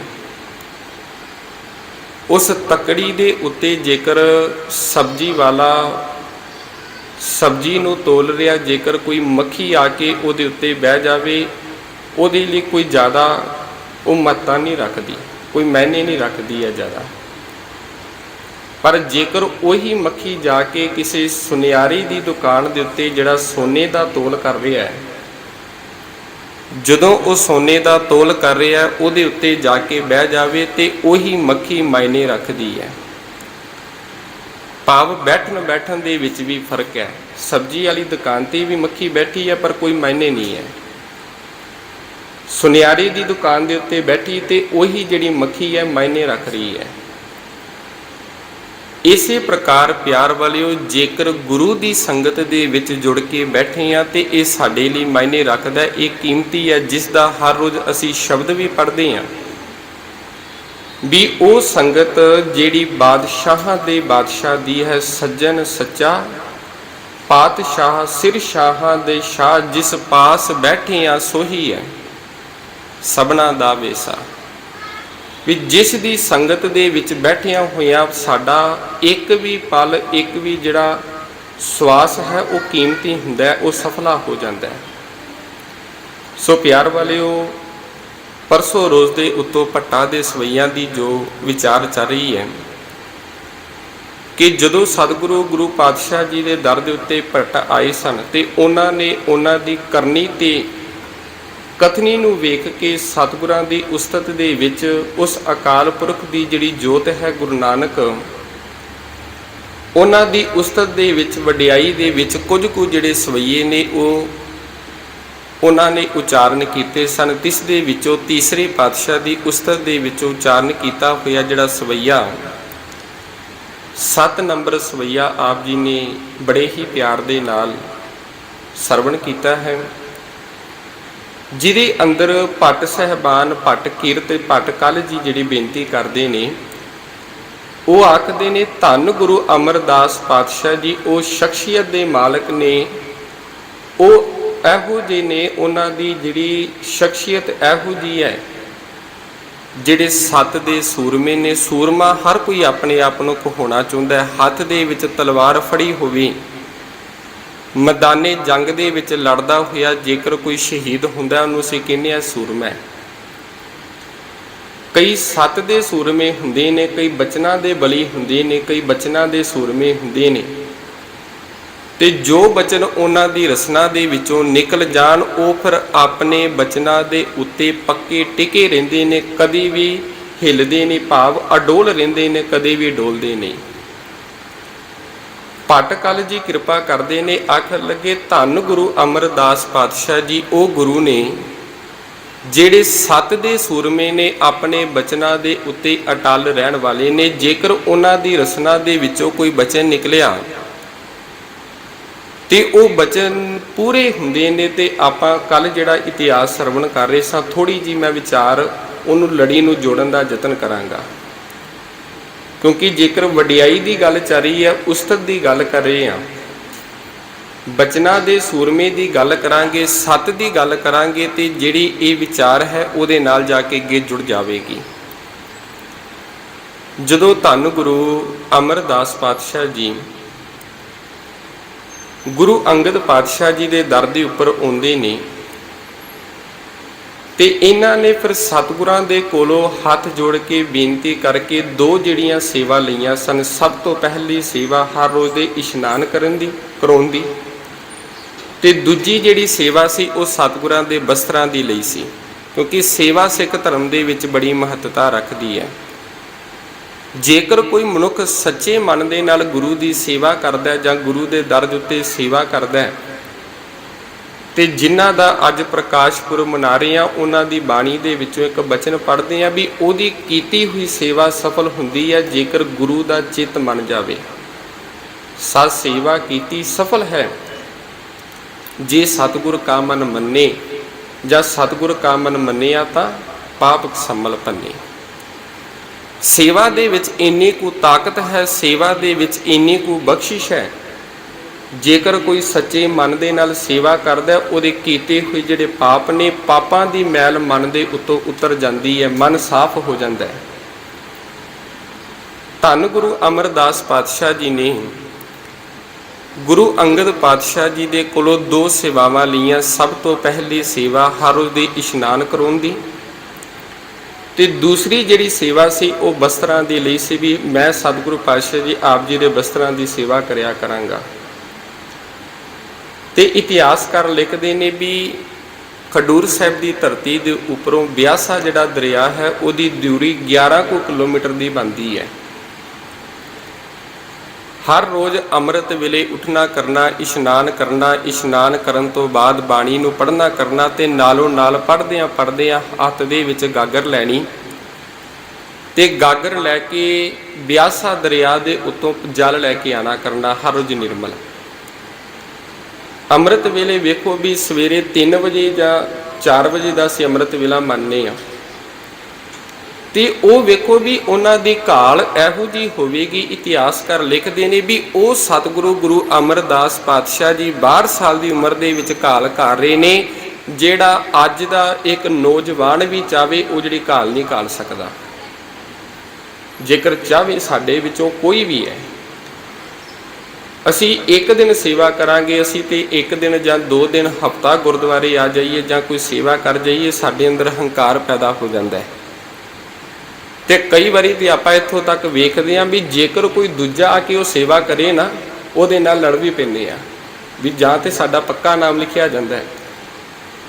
ਤੇ ਉਹ ਧੰਨ ਗੁਰੂ ਅਮਰਦਾਸ ਪਾਤਸ਼ਾਹ ਜੀ ਜਿਹੜੇ 11 ਸਾਲ ਉਹਨਾਂ ਨੇ ਗਾਗਰ ਦੀ ਸੇਵਾ ਕੀਤੀ ਹੈ, ਹਰ ਰੋਜ਼ ਅੰਮ੍ਰਿਤ ਵੇਲੇ ਉੱਠਣਾ, ਗਾਗਰ ਨੂੰ ਲੈਣਾ ਤੇ ਬਿਆਸਾ ਦਰਿਆ ਦੇ ਉੱਤੋਂ ਨਿਰਮਲ ਜਲ ਨੂੰ ਲੈ ਕੇ ਆਉਣਾ ਕਰਨਾ ਤੇ ਸਤਿਗੁਰਾਂ ਦਾ ਇਸ਼ਨਾਨ ਕਰਾਉਣਾ, ਜਿਹੜੇ ਬਸਤਰ ਹੋਣੇ ਕਰਨੇ ਉਹਨਾਂ ਨੂੰ ਧੋਣਾ ਕਰਨਾ ਤੇ ਨਾਲ ਨਾਲ ਇਤਿਹਾਸਕਾਰ ਭੱਟ ਸਾਹਿਬਾਨ ਇੱਥੋਂ ਤੱਕ ਆਪਣੀ ਰਚਨਾ ਦੇ ਵਿੱਚ ਇਹ ਗੱਲ ਲਿਖਦੇ ਨੇ ਵੀ ਇੱਕ ਦੇ ਨਾਲ ਜੁੜ ਗਏ ਜਦੋਂ ਵੀ ਉਹਨਾਂ ਦੀ ਰਸਨਾ ਦੇ ਵਿੱਚੋਂ ਕੋਈ ਬਚਨ ਨਿਕਲਣਾ ਤੇ ਸਤਿਗੁਰਾਂ ਦਾ ਸ਼ਬਦ ਹੀ ਨਿਕਲਣਾ ਕਰਨਾ, ਬਾਣੀ ਨੂੰ ਪੜ੍ਹਦੇ ਰਹਿਣਾ ਕਰਨਾ। ਉਹਨਾਂ ਨੇ ਇੱਕ ਚੀਜ਼ ਨੂੰ ਧਾਰਨ ਕਰ ਲਿਆ, ਇੱਕ ਰੱਬ ਨੂੰ ਧਾਰਨ ਕਰ ਲਿਆ, ਹਰ ਸਮੇਂ ਬਾਣੀ ਨੂੰ ਪੜ੍ਹਨਾ, ਹਰ ਸਮੇਂ ਬਾਣੀ ਨੂੰ ਸੁਣਨਾ ਤੇ ਜਦੋਂ ਦੀਵਾਨ ਲੱਗਣਾ ਕਰਨਾ ਜਾਂ ਸਤਿਗੁਰਾਂ ਨੇ ਬਚਨ ਕਰਨੇ ਤੇ ਉੱਥੇ ਜਾ ਕੇ ਬਹਿ ਜਾਣਾ ਕਰਨਾ ਤੇ ਸਤਿਗੁਰਾਂ ਦੇ ਬਚਨਾਂ ਨੂੰ ਸੁਣਿਆ ਕਰਦੇ ਕਿ ਸਤਿਗੁਰੂ ਪਾਤਸ਼ਾਹ ਜੀ ਕੀ ਉਪਦੇਸ਼ ਦਿੰਦੇ ਨੇ ਤੇ ਕਿਸ ਪ੍ਰਕਾਰ ਇਹਨਾਂ ਉਪਦੇਸ਼ਾਂ ਨੂੰ, ਇਹਨਾਂ ਜੋ ਬਚਨਾਂ ਨੂੰ ਅਸੀਂ ਆਪਣੀ ਜ਼ਿੰਦਗੀ ਦੇ ਵਿੱਚ ਕਮਾ ਸਕਦੇ ਹਾਂ। ਤੇ 11 ਸਾਲ ਤੱਕ ਉਹਨਾਂ ਨੇ ਕਿਸੇ ਪ੍ਰਕਾਰ ਦਾ ਕੋਈ ਮਨ ਦੇ ਵਿੱਚ ਕੋਈ ਲਾਲਸਾ ਨਹੀਂ, ਕੇਵਲ ਤੇ ਕੇਵਲ ਮਨ ਦੀ ਸ਼ਾਂਤੀ ਦੇ ਲਈ, ਕਿਉਂ ਮਨ ਦਾ ਟਿਕਾਓ ਆਇਆ ਤੇ ਸੇਵਾ ਕੀਤੀ। 7 ਦੇ ਸੂਰੇ ਦੀ ਗੱਲ ਚੱਲ ਰਹੀ ਹੈ ਤੇ ਇਹਦੇ ਤੋਂ ਜਿਹੜਾ ਅਗਲਾ ਬਚਨ ਹੈ ਉਹਦੇ ਵਿੱਚ ਸਤਿਗੁਰੂ ਪਾਤਸ਼ਾਹ ਜੀ ਨੇ, ਭੱਟ ਸਾਹਿਬਾਨਾਂ ਨੇ ਸਤਿਗੁਰਾਂ ਦੀ ਵਡਿਆਈ ਦੇ ਵਿੱਚ ਇਹ ਗੱਲ ਲਿਖੀ ਵੀ ਆਖਣ ਲੱਗੇ ਵੀ ਨਾਮ ਹੀ ਸਤਿਗੁਰਾਂ ਦਾ ਇੱਕ ਇਸ਼ਨਾਨ ਬਣ ਕੇ ਰਹਿ ਗਿਆ, ਉਹ ਇਸ਼ਨਾਨ ਜਿਸ ਨੇ ਮਨ ਦੀ ਮੈਲ ਨੂੰ ਧੋ ਕੇ ਰੱਖ ਦਿੱਤਾ। ਇੰਨਾ ਕੁ ਨਾਮ ਦਾ ਰਸ ਆ ਗਿਆ ਵੀ ਖਾਣਾ ਪੀਣਾ, ਸੋਣਾ, ਉੱਠਣਾ ਬਹਿਣਾ, ਜਦੋਂ ਵੀ ਜੋ ਕੁਝ ਕਰਨਾ ਤੇ ਨਾਮ ਦੇ ਵਿੱਚ ਜੁੜੇ ਰਹਿਣਾ। ਇੱਕ ਹਿਸਾਬ ਦਾ ਤੁਸੀਂ ਇਹ ਲਾ ਲਵੋ ਵੀ ਉਹਨਾਂ ਦਾ ਜਿਹੜਾ ਭੋਜਨ ਸੀ, ਖੁਰਾਕ ਸੀ, ਉਹ ਇੱਕ ਨਾਮ ਬਣ ਗਿਆ ਤੇ ਨਾਮ ਦੀ ਵਡਿਆਈ ਇੱਥੋਂ ਤੱਕ ਇੰਨੀ ਵੱਧਦੀ ਗਈ, ਇਹੀ ਨਾਮ ਦੇ ਕਰਕੇ ਜ਼ੁਬਾਨ ਦੇ ਵਿੱਚ ਇੰਨੇ ਕੁ ਮਿਠਾਸ ਆ ਗਈ, ਇੰਨੇ ਕੁ ਮਿੱਠਾਪਨ ਆ ਗਿਆ ਵੀ ਜੇਕਰ ਰਸਨਾ ਦੇ ਵਿੱਚੋਂ ਕਹਿੰਦੇ ਬੋਲ ਬੋਲਣੇ ਨਾ ਤੇ ਉਹਦੇ ਵਿੱਚੋਂ ਅੰਮ੍ਰਿਤ ਜਿਵੇਂ ਵਰਖਦਾ ਹੋਣਾ ਕਰਨਾ, ਇੱਦਾਂ ਲੱਗਣਾ ਕਰਨਾ। ਭੱਟ ਸਾਹਿਬਾਨ ਕਿਰਪਾ ਕਰਦੇ, ਨਾਮ ਨਾਵਨ ਨਾਮ ਰਸ ਖਾਨ, ਅਰ ਭੋਜਨ ਨਾਮ ਰਸ ਸਦਾ ਚਾ ਮੁਖ ਮਸਟ ਬਾਣੀ। ਨਾਮ ਹੀ ਇਸ਼ਨਾਨ ਬਣ ਗਿਆ, ਨਾਮ ਰਸ ਖਾਨ ਤੇ ਖਾਣ ਦੇ ਵਿੱਚੋਂ ਜੋ ਰਸ ਆਉਣਾ ਕਰਨਾ ਤੇ ਉਹ ਨਾਮ ਬਣ ਗਿਆ। ਅਰ ਭੋਜਨ ਨਾਮ ਰਸ ਤੇ ਭੋਜਨ ਜਿਹੜੀ ਖੁਰਾਕ ਸੀ ਉਹ ਨਾਮ ਬਣ ਗਈ। ਸਦਾ ਚਾ ਮੁਖ ਮਸਟ ਬਾਣੀ, ਚਾਹ ਅਸੀਂ ਕਹਿੰਦੇ ਆ ਉਤਸ਼ਾਹ ਨੂੰ, ਅੰਦਰ ਇੱਕ ਚਾਹ ਪੈਦਾ ਹੋਣਾ। ਕਹਿੰਦੇ ਸਤਿਗੁਰਾਂ ਦੇ ਅੰਦਰ ਜਿਹੜਾ ਨਾਮ ਦਾ ਚਾਹ ਇੰਨਾ ਕੁ ਪੈਦਾ ਹੋ ਗਿਆ, ਮੁਖ ਮਸਟ ਬਾਣੀ, ਇਸ ਰਸਨਾ ਦੇ ਵਿੱਚੋਂ ਜਦੋਂ ਕੋਈ ਬੋਲ ਨਿਕਲੇ ਕਰਨੇ, ਚੰਗੇ ਹੀ ਬੋਲ ਨਿਕਲਨੇ, ਭਲੇ ਬੋਲ ਨਿਕਲਨੇ। ਅੱਜ 11 ਸਾਲ ਦੀ ਘਾਲਣਾ ਘਾਲਣ ਤੋਂ ਬਾਅਦ ਉਹ ਸਮਾਂ ਆਇਆ ਜਿਸ ਦਿਨ ਉਹਨਾਂ ਦੀ ਕੀਤੀ ਹੋਈ ਜਿਹੜੀ ਸੇਵਾ ਪ੍ਰਵਾਨ ਹੋਣੀ ਸੀ। ਅੱਜ ਅੰਮ੍ਰਿਤ ਵੇਲੇ ਉੱਠੇ ਨੇ, ਇਸ਼ਨਾਨ ਕੀਤਾ ਤੇ ਬਾਹਰ ਦਾ ਵੇਖਿਆ ਵੀ ਮੌਸਮ ਥੋੜਾ ਜਿਹਾ ਖਰਾਬ ਹੈ, ਹਨੇਰੀ ਚੱਲ ਰਹੀ ਹੈ, ਤੂਫਾਨ ਪੂਰਾ ਚੱਲ ਰਿਹਾ ਹੈ। 11 ਕਿਲੋਮੀਟਰ ਦਾ ਸਫ਼ਰ ਤੈਅ ਕਰਨਾ ਹੈ ਤੇ 11 ਕਿਲੋਮੀਟਰ ਵਾਪਸ ਆਉਣਾ, 22 ਕਿਲੋਮੀਟਰ ਜਿਹੜਾ ਸਫ਼ਰ ਹੈ ਬਣਦਾ, ਇਤਿਹਾਸਕਾਰਾਂ ਲਿਖਿਆ। ਕਹਿੰਦੇ ਜਦੋਂ ਗਏ ਨੇ ਤੇ ਤੂਫਾਨ ਚੱਲਦਾ ਪਿਆ, ਹਨੇਰੀ ਚੱਲਦੀ ਪਈ ਹੈ, ਗਾਗਰ ਨੂੰ ਫੜਿਆ ਹੋਇਆ। ਗਾਗਰ ਨੂੰ ਜਦੋਂ ਪਾਣੀ ਦੇ ਨਾਲ, ਜਲ ਦੇ ਨਾਲ ਭਰਿਆ ਨਾ, ਸਤਿਗੁਰਾਂ ਦੇ ਚਰਨਾਂ ਦੇ ਵਿੱਚ ਅਰਦਾਸ ਕੀਤੀ, ਸਤਿਗੁਰੂ ਅੱਜ ਆਪ ਕਿਰਪਾ ਕਰ ਦੇਵੀਂ। ਇੱਕ ਪਾਸੇ ਤੇ ਮੈਂ ਬਜ਼ੁਰਗ ਹਾਂ ਤੇ ਦੂਜੇ ਪਾਸੇ ਜਿਹੜਾ ਸਰੀਰ ਹੈ, ਸਰੀਰ ਵੀ ਜ਼ਿਆਦਾ ਕੰਮ ਨਹੀਂ ਕਰ ਰਿਹਾ, ਹੱਥ ਵੀ ਕੰਬ ਰਹੇ ਨੇ, ਪੈਰ ਵੀ ਕੰਬ ਰਹੇ ਨੇ, ਤੇ ਜਿਸ ਰਸਨਾ ਦੇ ਵਿੱਚੋਂ ਬੋਲਦੇ ਸਨ ਕਹਿੰਦੇ ਉਹ ਰਸਨਾ ਵੀ ਕੰਬਦੀ ਸੀ। ਕਹਿੰਦੇ ਸਤਿਗੁਰੂ ਪਾਤਸ਼ਾਹ ਜੀ ਆਪ ਅੱਜ ਅੰਗ ਸੰਗ ਸਹਾਈ ਹੋਣਾ, ਅੱਜ ਆਪਣੀ ਕਿਰਪਾ ਆਪ ਲੈ ਲੈਣੀ। ਅੱਜ ਉਹ ਦਿਨ ਹੈ ਜਿਸ ਦਿਨ ਗੁਰੂ ਨੇ ਬਖਸ਼ਿਸ਼ ਕਰਨੀ ਹੈ, ਜਿਸ ਦਿਨ ਉਹਨਾਂ ਦੇ ਨਿਕਲੇ ਹੋਏ ਰਸਨਾ ਦੇ ਵਿੱਚੋਂ ਬੋਲਣੇ ਉਹ ਪੂਰੇ ਹੋਣੇ ਨੇ। ਕਹਿੰਦੇ ਪੂਰੀ ਹਨੇਰੀ ਚੱਲ ਰਹੀ ਆ, ਰਸਤੇ ਦੇ ਵਿੱਚ ਆ ਰਹੇ ਨੇ। ਆਉਂਦਿਆਂ ਆਉਂਦਿਆਂ ਰਸਤੇ ਦੇ ਵਿੱਚ ਇੱਕ ਜੁਲਾਹੇ ਦਾ ਘਰ ਸੀ ਤੇ ਉਹਨਾਂ ਦੀ ਖੱਡ ਸੀ, ਤੇ ਖੱਡ ਦੇ ਵਿੱਚ ਵੀ ਆਪਾਂ ਵੇਖਦੇ ਆ ਵੀ ਕੱਪੜਾ, ਜਿਹੜਾ ਜੁਲਾਹਾ ਕੱਪੜਾ ਬੁਣਿਆ ਕਰਦਾ ਸੀ। ਇੱਕ ਪਾਸੇ ਤੇ ਰਾਤ ਦਾ ਹਨੇਰਾ ਹੈ ਤੇ ਦੂਜੇ ਪਾਸੇ ਹੱਥ ਦੇ ਵਿੱਚ ਗਾਗਰ ਵੀ ਫੜੀ ਹੋਈ ਹੈ। ਕਹਿੰਦੇ ਠੁੱਡਾ ਲੱਗਾ ਤੇ ਠੁੱਡੇ ਲੱਗਣ ਦੇ ਨਾਲ ਉਸ ਖੱਡ ਦੇ ਵਿੱਚ ਡਿੱਗ ਪਏ। ਜਦੋਂ ਖੱਡ ਦੇ ਵਿੱਚ ਡਿੱਗੇ ਨਾ, ਥੋੜਾ ਜਿਹਾ ਖੜਾਕ ਹੋਇਆ ਤੇ ਅੰਦਰੋਂ ਜੁਲਾਹੀ ਨੂੰ ਜੁਲਾਹਾ ਪੁੱਛਣ ਲੱਗਾ ਵੀ ਕਰਮਾਂ ਵਾਲੀਏ ਵੀ ਬਾਹਰ ਕੌਣ ਹੈ? ਵੀ ਇਦਾਂ ਲੱਗਦਾ ਵੀ ਬਾਹਰ ਜਿਵੇਂ ਕੋਈ ਹੋਵੇ, ਕੋਈ ਖੱਡ ਦੇ ਵਿੱਚ ਡਿੱਗ ਪਿਆ, ਜਾ ਕੇ ਵੇਖਣਾ ਚਾਹੀਦਾ। ਤੇ ਅੱਗੋਂ ਜੁਲਾਹੀ ਨੇ ਜਵਾਬ ਦਿੱਤਾ। ਜੁਲਾਹੀ ਕਹਿਣ ਲੱਗੀ ਵੀ ਹੋਰ ਕੌਣ ਹੋ ਸਕਦਾ? ਉਹੀ ਨਥਾਵਾ ਹੋਵੇਗਾ ਜਿਹਨੂੰ ਘਰ ਦੇ ਵਿੱਚੋਂ ਪੁੱਤਰਾਂ ਨੇ ਬਾਹਰ ਕੱਢ ਦਿੱਤਾ ਹੈ। ਇੱਕ ਗੱਲ ਬੜੀ ਸੋਚਣ ਵਾਲੀ ਹੈ ਪਿਆਰ ਵਾਲਿਓ, ਜਿਹੜੀ ਸਾਡੇ ਜੀਵਨ ਦਾ ਇੱਕ ਆਧਾਰ ਹੈ, ਜਿਸ ਮਾਤਾ ਪਿਤਾ ਨੇ ਸਾਨੂੰ ਬਚਪਨ ਤੋਂ ਲੈ ਕੇ ਪਾਲਿਆ ਹੈ, ਤੇ ਜਦੋਂ ਉਹਦੀ ਬਾਹ ਫੜਨ ਦਾ ਸਮਾਂ ਆਉਂਦਾ ਵੀ ਉਦੋਂ ਅਸੀਂ ਉਹਨਾਂ ਨੂੰ ਘਰਾਂ ਦੇ ਵਿੱਚੋਂ ਕੱਢ ਦਿੰਦੇ ਹਾਂ। ਇੱਕ ਬਚਨ ਮੈਂ ਲੈ ਲਵਾਂ ਆਪ ਜੀ ਦੇ ਨਾਲ। ਪੰਜਵੇਂ ਪਾਤਸ਼ਾਹ ਜੀ ਦਾ ਬਚਨ ਹੈ, ਸੁਖਮਨੀ ਸਾਹਿਬ ਦੀ ਬਾਣੀ ਆਪਾਂ ਹਰ ਰੋਜ਼ ਪੜ੍ਹਦੇ ਹਾਂ। ਉਹਦੇ ਵਿੱਚੋਂ ਚੌਥੀ ਪੌੜੀ ਨੂੰ ਪੜ੍ਹ ਕੇ ਵੇਖ ਲਵੋ। ਉਹਦਾ ਸਭ ਤੋਂ ਜਿਹੜਾ ਪਹਿਲਾ ਪਦਾ ਹੈ ਉਹਨੂੰ ਪੜੋ। ਰਮਈਆ ਕੇ ਗੁਣ ਚੇਤ ਪ੍ਰਾਨੀ, ਕਵਨ ਮੂਲ ਤੇ ਕਵਨ ਦਿਸ਼ਟਾਨੀ, ਜਿਨ ਤੂੰ ਸਾਜ ਸਵਾਰ ਸ਼ਿੰਗਾਰਿਆ, ਗਰਭ ਅਗਨ ਮੈਂ ਜਿਨੈ ਉਬਾਰਿਆ, ਬਾਰ ਬਵਸਥਾ ਤੁਝੈ ਪਿਆਰੈ, ਦੂਧ ਪਰ ਜੋਬਨ ਭੋਜਨ ਸੁਖ ਸੂਦ, ਬਿਰਧ ਪਿਆ ਉਪਰ ਸਕਸੈਨ।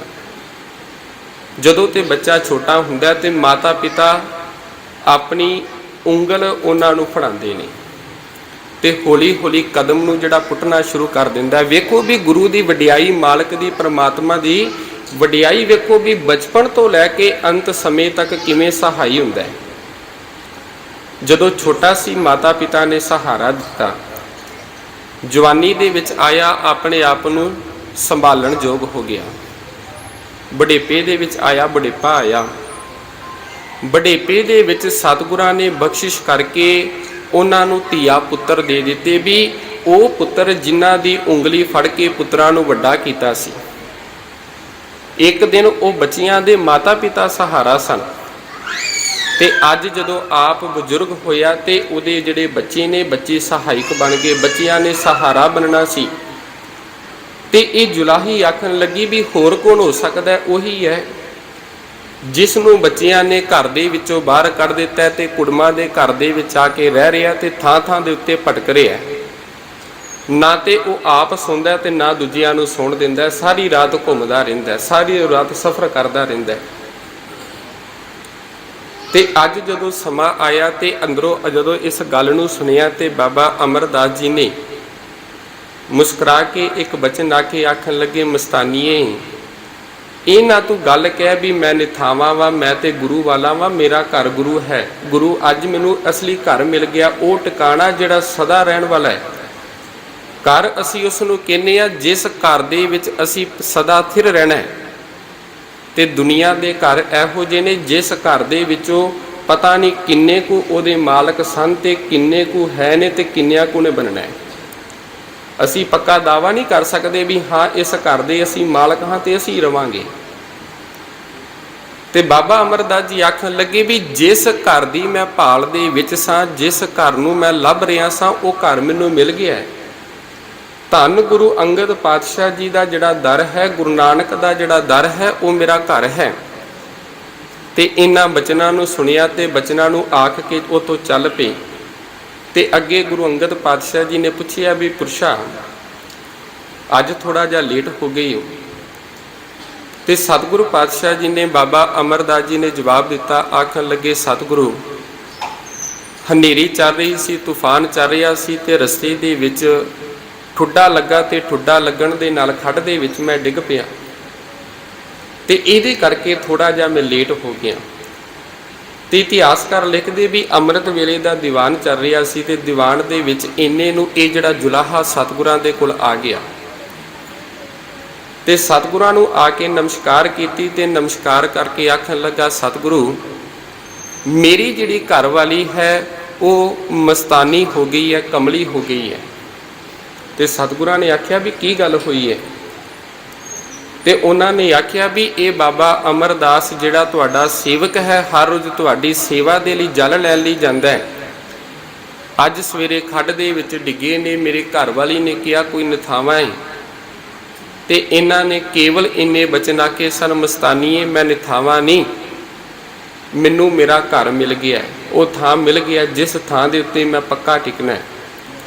ਤੇ ਉੱਥੇ ਹੀ ਇਤਿਹਾਸਕਾਰ ਲਿਖਦੇ ਵੀ ਬਾਬਾ ਅਮਰਦਾਸ ਜੀ ਬੈਠੇ ਹੋਏ ਸਨ ਤੇ ਸਤਿਗੁਰੂ ਗੁਰੂ ਅੰਗਦ ਪਾਤਸ਼ਾਹ ਜੀ ਆਖਣ ਲੱਗੇ, ਬਾਬਾ ਜੀ, ਜੋ ਤੁਸੀਂ ਅੱਜ ਤੋਂ ਰਸਨਾ ਦੇ ਵਿੱਚੋਂ ਬੋਲ ਕੱਢਦੇ ਹੋ, ਥੋੜਾ ਜਿਹਾ ਸੋਚ ਕੇ ਸਮਝ ਕੇ ਕੱਢਿਆ ਕਰੋ, ਕਿਉਂਕਿ ਤੁਹਾਡੇ ਜਿਹੜੇ ਬਚਨ ਨੇ ਉਹ ਸਤ ਹੋਣ ਵਾਲੇ ਨੇ। ਕਿਉਂਕਿ ਇੱਕ ਆਪਾਂ ਬਚਨ ਵੀ ਪੜ੍ਹਦੇ ਆ ਨਾ ਸਤਿਗੁਰਾਂ ਦਾ, ਨਾਨਕ ਦਾਸ ਮੁਖ ਤੇ ਜੋ ਬੋਲੇ, ਇਹਾਂ ਉਹਾਂ ਸੱਚ ਹੋਵੇ।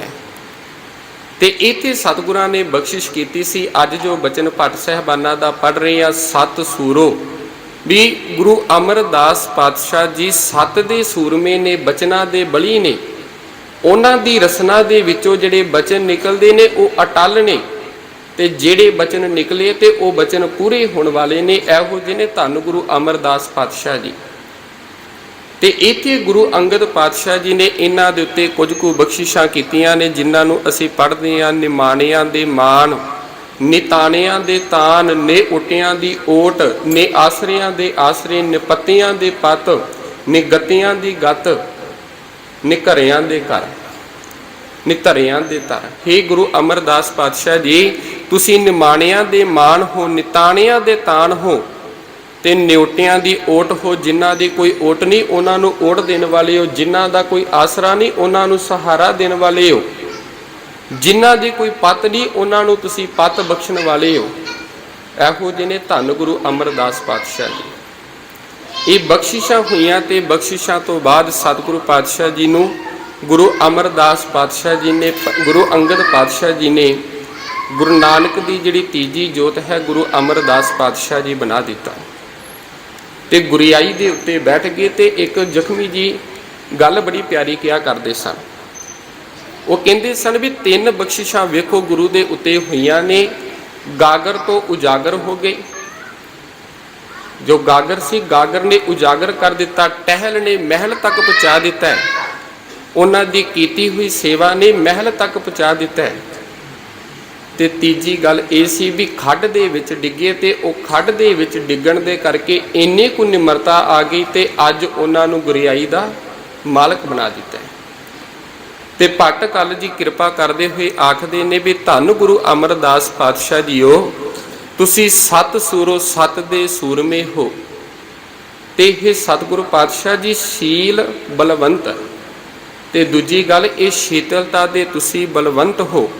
ਤੁਹਾਡੇ ਅੰਦਰ ਨਿਮਰਤਾ ਇੰਨੀ ਕੁ ਹੈ, ਜੇਕਰ ਕੋਈ ਤੁਹਾਡੇ ਦਰ ਦੇ ਉੱਤੇ ਆਉਂਦਾ, ਤੁਹਾਨੂੰ ਕੋਈ ਮਾੜਾ ਬੋਲ ਵੀ ਬੋਲ ਰਿਹਾ ਤੇ ਇਤਿਹਾਸ ਨੂੰ ਆਪਾਂ ਜਾਣਦੇ ਹਾਂ, ਦਾਤੂ ਜੀ ਨੇ ਆ ਕੇ ਲੱਤ ਮਾਰੀ ਸੀ ਤੇ ਸਤਿਗੁਰਾਂ ਨੇ ਉਹਨਾਂ ਦੇ ਚਰਨ ਕੁੱਟੇ ਤੇ ਆਖੇ ਸਨ ਮੈਂ ਬਜ਼ੁਰਗ ਹਾਂ ਤੇ ਬਜ਼ੁਰਗ ਹੋਣ ਦੇ ਕਰਕੇ ਹੱਡੀਆਂ ਵੀ ਸੇਵਾ ਕਰਨ ਦੇ ਕਰਕੇ ਹੱਡੀਆਂ ਵੀ ਕਰੜੀਆਂ ਨੇ। ਤੁਹਾਡੇ ਜਿਹੜੇ ਸਰੀਰ ਹੈ ਉਹ ਕੋਮਲ ਹੈ, ਜੇਕਰ ਲੱਤ ਮਾਰਨ ਦੇ ਨਾਲ ਕੋਈ ਸੱਟ ਵੱਜੀ ਹੈ ਤੁਹਾਡੇ ਮੈਂ ਚਰਨਾਂ ਨੂੰ ਕੁੱਟ ਦੇਣਾ। ਇੱਥੋਂ ਤੱਕ ਇੰਨੀ ਨਿਮਰਤਾ ਸੀ। ਤੇ ਗੁਰੂ ਪਾਤਸ਼ਾਹ ਜੀ ਦੀ ਵਡਿਆਈ ਨੂੰ ਕਰਦੇ ਹੋਏ ਭੱਟ ਕਲ ਜੀ ਆਖਦੇ ਵੀ ਹੇ ਸਤਿਗੁਰੂ ਪਾਤਸ਼ਾਹ ਜੀ, ਤੁਸੀਂ ਧੀਰਜ ਦੇ ਜਿਹੜੇ ਬਲਵੰਤ ਹੋ। ਤੇ ਤੀਜੀ ਗੱਲ ਇਹ ਸਤ ਭਾਏ, ਸਤ ਨੂੰ ਪਿਆਰ ਕਰਨ ਵਾਲੇ ਹੋ, ਪਰਮਾਤਮਾ ਨੂੰ ਪਿਆਰ ਕਰਨ ਵਾਲੇ ਹੋ। ਸਗਣ ਘਨ, ਤੇ ਜਿਹੜੀ ਤੁਹਾਡੀ ਸੰਗਤ ਹੈ ਸੰਗਤ ਸਗਣ, ਤੁਸੀਂ ਬਹੁਤੀ ਸੰਗਤ ਦੇ ਮਾਲਕ ਹੋ। ਤੁਹਾਡੇ ਦਰ ਦੇ ਉੱਤੇ ਅਨੇਕਾਂ ਝੁਕਦੇ ਨੇ, ਅਨੇਕਾਂ ਨੇ ਝੁਕਣਾ ਤੇ ਅਨੇਕਾਂ ਹੀ ਝੁਕ ਰਹੇ ਨੇ। ਤੇ ਚੌਥੀ ਪਾਤਸ਼ਾਹ ਜੀ ਨੇ ਕਿਰਪਾ ਕੀਤੀ। ਭੱਟ ਸਾਹਿਬਾਨ ਜੀ ਆਖਦੇ ਵੀ ਹੇ ਗੁਰੂ ਅਮਰਦਾਸ ਪਾਤਸ਼ਾਹ ਜੀਓ, ਤੁਸੀਂ ਗੁਰੂ ਮਤ ਨਿਰਵੈਰ ਲੀਨਾ, ਤੁਸੀਂ ਉੱਚੀ ਮਤ ਦੇ ਮਾਲਕ ਹੋ। ਤੇ ਉਹ ਨਿਰਵੈਰ ਮਾਲਕ ਪਰਮਾਤਮਾ ਜਿਹਦਾ ਕਿਸੇ ਦੇ ਨਾਲ ਵੈਰ ਨਹੀਂ, ਤੁਸੀਂ ਉਹਦੇ ਵਿੱਚ ਸਮਾਏ ਹੋਏ ਹੋ। ਜਿਸ ਧੀਰਜ ਧੁਰ ਤਵਲ ਤੁਜਾ, ਧੀਰਜ ਦਾ ਅਰਥ ਹੁੰਦਾ ਸਹਿਨਸ਼ੀਲਤਾ, ਧੀਰਜ ਹੋਣਾ। ਧੁਰ ਤਵਲ ਤੁਜਾ, ਧਵਲ ਦਾ ਅਰਥ ਸੀ ਧੋਲਾ, ਇਹਦਾ ਪੜ੍ਹਦੇ ਆ ਸਫੇਦ, ਤੁਜਾ ਝੰਡਾ।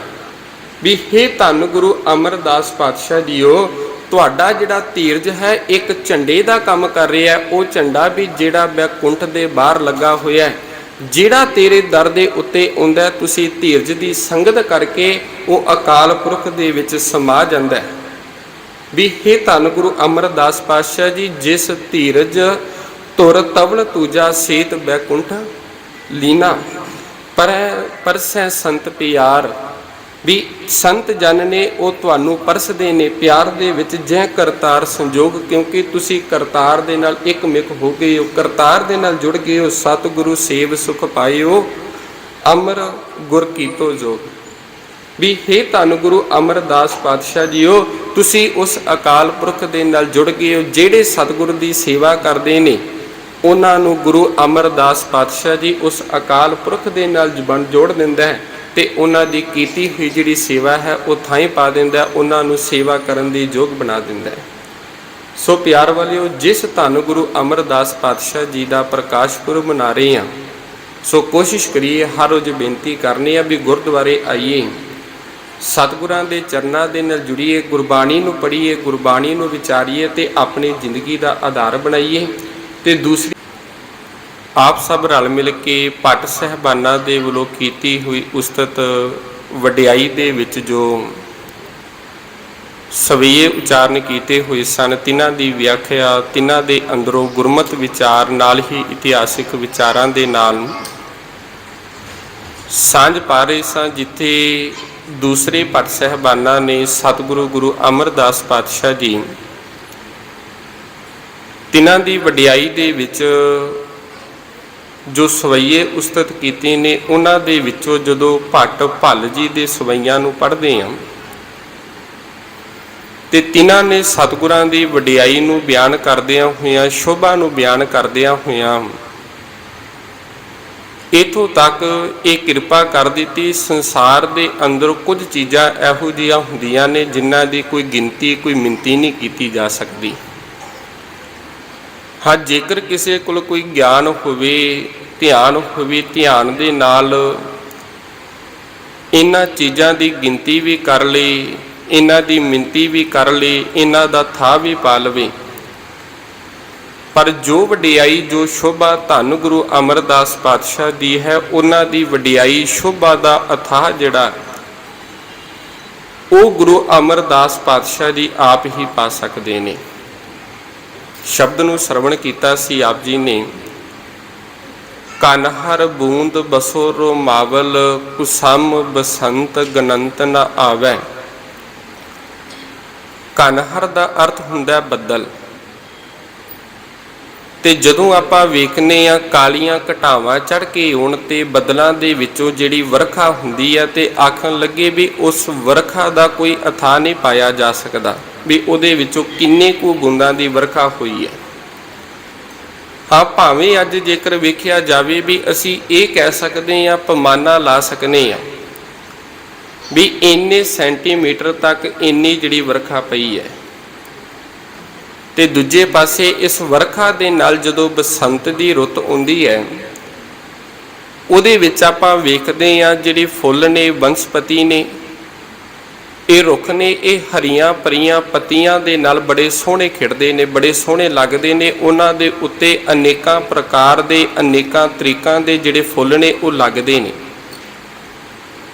ਤੇ ਜੇਕਰ ਚਾਹ ਕੇ ਵੀ ਕੋਈ ਉਹ ਇਹ ਗੱਲ ਆਖੇ ਵੀ ਜਿੰਨੀ ਇਸ ਸੰਸਾਰ ਦੀ ਬਨਸਪਤੀ ਹੈ, ਜਿੰਨੇ ਇਹ ਪੇੜ ਪੌਦੇ ਨੇ, ਜਿੰਨੇ ਰੁੱਖਾਂ ਦੇ ਬੂਟੇ ਨੇ, ਇਹਨਾਂ ਸਭ ਦੇ ਉੱਤੋਂ ਫੁੱਲਾਂ ਦੀ ਗਿਣਤੀ ਕੀਤੀ ਜਾ ਸਕੇ, ਕਹਿੰਦੇ ਇਹ ਸਮਰੱਥ ਨਹੀਂ ਹੈ। ਇਹ ਨਹੀਂ ਹੋ ਸਕਦਾ। ਕੰਨ ਹਰ ਬੂੰਦ ਬਸੋ ਰੋਮਾਵਲ, ਕੁਸਮ ਬਸੰਤ ਗਨੰਤ ਨਾ ਆਵੈ। ਤੇ ਅੱਗੇ ਰਵ ਸਸ ਕਿਰਨ ਉਦਰ ਸਾਗਰ ਕੋ, ਗੰਗ ਤਰੰਗ ਅੰਤ ਕੋ ਪਾਵੈ। ਪਤਾ ਨਹੀਂ ਕਿੰਨੇ ਕੁ ਲੰਮੇ ਸਮੇਂ ਤੋਂ ਉਤੋਂ ਇਸ ਸੰਸਾਰ ਦੇ ਉੱਤੇ ਹਰ ਰੋਜ਼ ਅੰਮ੍ਰਿਤ ਵੇਲੇ, ਦਿਨ ਵੇਲੇ ਇਹ ਸੂਰਜ ਦੀਆਂ ਜਿਹੜੀਆਂ ਕਿਰਨਾਂ ਨੇ ਧਰਤੀ ਦੇ ਉੱਤੇ ਪੈਂਦੀਆਂ ਨੇ। ਰਾਤ ਨੂੰ ਜਿਹੜੇ ਚੰਦਰਮਾ ਦੀ ਜਿਹੜੀ ਕਿਰਨਾਂ ਨੇ ਉਹ ਧਰਤੀ ਦੇ ਉੱਤੇ ਪੈਂਦੀਆਂ ਨੇ, ਪਰ ਅੱਜ ਤੱਕ ਕੋਈ ਵੀ ਇਹੋ ਜਿਹਾ ਨਹੀਂ ਵੀ ਇਸ ਸੂਰਜ ਦੇ ਵਿੱਚੋਂ, ਚੰਦਰਮਾ ਦੇ ਵਿੱਚੋਂ ਨਿਕਲੀਆਂ ਹੋਈਆਂ ਜਿਹੜੀਆਂ ਕਿਰਨਾਂ ਨੇ ਇਹਨਾਂ ਦੀ ਕੋਈ ਗਿਣਤੀ ਕਰ ਸਕਦਾ ਹੋਵੇ। ਕਿਉਂਕਿ ਜਿਹੜੀਆਂ ਬੇਅੰਤ ਚੀਜ਼ਾਂ ਨੇ, ਜਿਨ੍ਹਾਂ ਦਾ ਕੋਈ ਕੀਮਤ ਨਹੀਂ, ਜਿਹੜੇ ਅੰਤ ਨਹੀਂ ਪਾਇਆ ਜਾ ਸਕਦਾ, ਉਹ ਨਾ ਤੇ ਗਿਣੀਆਂ ਜਾ ਸਕਦੀਆਂ ਨੇ ਤੇ ਨਾ ਹੀ ਮਿਣੀਆਂ ਜਾ ਸਕਦੀਆਂ ਨੇ।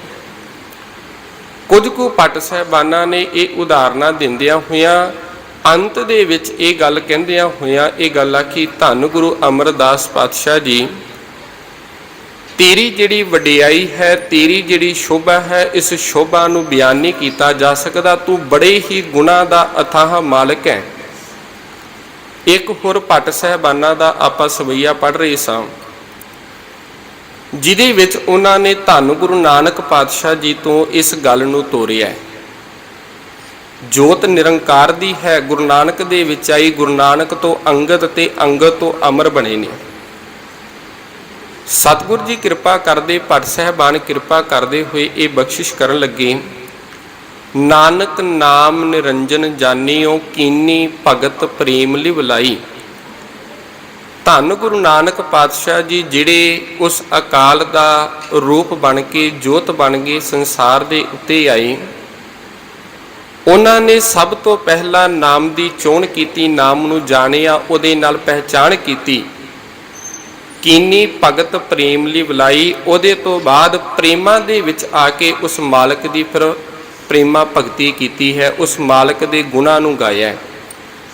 ਤਾਤੇ ਅੰਗਦ ਅੰਗ ਸੰਗ ਭਇਓ ਸ਼ਾਇਰ, ਤੇ ਉਸ ਹੀ ਗੁਰੂ ਨਾਨਕ ਦੇ ਨਾਲ ਜੁੜ ਕੇ ਧੰਨ ਬਾਬਾ ਲਹਿਣਾ ਜੀ ਗੁਰੂ ਅੰਗਦ ਦਾ ਰੂਪ ਹੋ ਕੇ ਜਿੱਥੇ ਉਸ ਮਾਲਕ ਪਰਮਾਤਮਾ ਦੀ ਵਡਿਆਈ ਕਰ ਰਹੇ ਨੇ, ਉਸ ਮਾਲਕ ਦੀ ਸ਼ੋਭਾ ਨੂੰ ਗਾ ਰਹੇ ਨੇ, ਉਹਦੇ ਨਾਲ ਨਾਲ ਸ਼ਬਦ ਸੁਰਤ ਕੀ ਨੀਂਵ ਰਖਾਈ, ਤੇ ਨਾਲ ਨਾਲ ਇਹ ਵੀ ਸੰਸਾਰ ਨੂੰ ਇੱਕ ਦੇਣ ਦਿੱਤੀ ਵੀ ਭਾਈ, ਜੇਕਰ ਤੁਸੀਂ ਆਪਣੇ ਮਨ ਦਾ ਟਿਕਾ ਚਾਹੁੰਦੇ ਹੋ, ਜੇਕਰ ਤੁਸੀਂ ਚਾਹੁੰਦੇ ਹੋ ਤੁਹਾਡਾ ਮਨ ਟਿਕ ਸਕੇ, ਤੁਹਾਨੂੰ ਆਪਣਾ ਜਿਹੜਾ ਮਨ ਹੈ ਉਹ ਫਿਰ ਸ਼ਬਦ ਦੇ ਵਿੱਚ ਜੋੜਨਾ ਪਵੇਗਾ। ਕਿਉਂਕਿ ਜਿੰਨੇ ਸਮੇਂ ਤੱਕ ਮਨ ਜੁੜੇਗਾ ਨਹੀਂ, ਉਸੇ ਦਿਨ ਤੋਂ ਆਪਾਂ ਇਹ ਵਿਚਾਰ ਕਰ ਰਹੇ ਹਾਂ, ਜਿਹੜੇ ਜੁੜੇ ਹੋਏ ਨੇ ਉਹਨਾਂ ਦਾ ਚੱਲਿਆ ਹੋਇਆ ਕਦਮ ਵੀ ਪ੍ਰਵਾਨ ਹੈ। ਜਿਹੜੇ ਇੱਕ ਵਾਰੀ ਟੁੱਟ ਗਏ ਤੇ ਉਹ ਭਾਵੇਂ ਸਫ਼ਰ ਸਾਰੀ ਉਮਰ ਕਰਦੇ ਰਹਿਣ ਤੇ ਉਹਨਾਂ ਦਾ ਚੱਲਿਆ ਹੋਇਆ ਵੀ ਪ੍ਰਵਾਨ ਨਹੀਂ ਹੁੰਦਾ। ਜੁੜਿਆ ਹੋਇਆਂ ਦਾ ਇੱਕ ਕਦਮ ਵੀ ਪ੍ਰਵਾਨ ਹੈ, ਟੁੱਟਿਆਂ ਹੋਇਆਂ ਦਾ ਉਹ ਆਪਣੀ ਉਮਰ ਤੇ ਗਵਾ ਕੇ ਸੰਸਾਰ ਦੇ ਉੱਤੋਂ ਚਲੇ ਜਾਂਦੇ ਨੇ, ਪਰ ਉਹਨਾਂ ਦਾ ਪ੍ਰਵਾਨ ਨਹੀਂ। ਇੱਕ ਨਿੱਕੀ ਜਿਹੀ ਘਟਨਾ, ਮਨੁੱਖ ਨੂੰ ਬਿਮਾਰੀ ਹੋਵੇ, ਕੋਈ ਬਿਮਾਰੀ ਹੁੰਦੀ ਹੈ ਤੇ ਕਈ ਵਾਰੀ ਮਨੁੱਖ ਉਹਦੇ ਤੋਂ ਅਣਜਾਣ ਹੁੰਦਾ, ਉਸਨੂੰ ਇਹਦੇ ਬਾਰੇ ਜਾਣਕਾਰੀ ਨਹੀਂ ਹੁੰਦੀ, ਉਹ ਵੱਖਰੀ ਗੱਲ ਹੈ। ਤੇ ਜੇਕਰ ਜਾਣਕਾਰੀ ਹੋ ਜਾਵੇ, ਜਾਣਕਾਰੀ ਤੋਂ ਬਾਅਦ ਉਹ ਫਿਰ ਇਲਾਜ ਦੇ ਵੱਲ ਭੱਜਦਾ ਵੀ ਮੈਨੂੰ ਇਹ ਰੋਗ ਹੈ, ਮੈਂ ਇਸ ਰੋਗ ਦਾ ਇਲਾਜ ਲੱਭਾਂ। ਤੇ ਤੀਜੇ ਪ੍ਰਕਾਰ ਦੇ ਲੋਕ ਇਹ ਨੇ ਵੀ ਜਿਹੜੇ ਬਿਮਾਰੀ ਨੂੰ ਲੱਭ ਲਿਆ, ਸਿਆਣੇ ਦੇ ਕੋਲ, ਡਾਕਟਰ ਦੇ ਕੋਲ ਚਲੇ ਗਏ, ਵੈਦ ਦੇ ਕੋਲ ਚਲੇ ਗਏ, ਵੈਦ ਦੇ ਕੋਲ ਜਾ ਕੇ ਉਸ ਬਿਮਾਰੀ ਦਾ ਇਲਾਜ ਵੀ ਕਰਾਉਣਾ ਸ਼ੁਰੂ ਕਰ ਦਿੱਤਾ, ਉਹਦੀ ਦਵਾਈ ਲੈਣੀ ਜਿਹੜੀ ਸ਼ੁਰੂ ਕਰ ਦਿੱਤੀ। ਹੌਲੀ ਹੌਲੀ ਕਰਕੇ ਉਹ ਜਿਹੜਾ ਰੋਗ ਹੈ ਉਹ ਰੋਗ ਪਕੜਿਆ ਗਿਆ ਤੇ ਉਹ ਰੋਗ ਤੋਂ ਖਲਾਸੀ ਪ੍ਰਾਪਤ ਹੋ ਗਈ।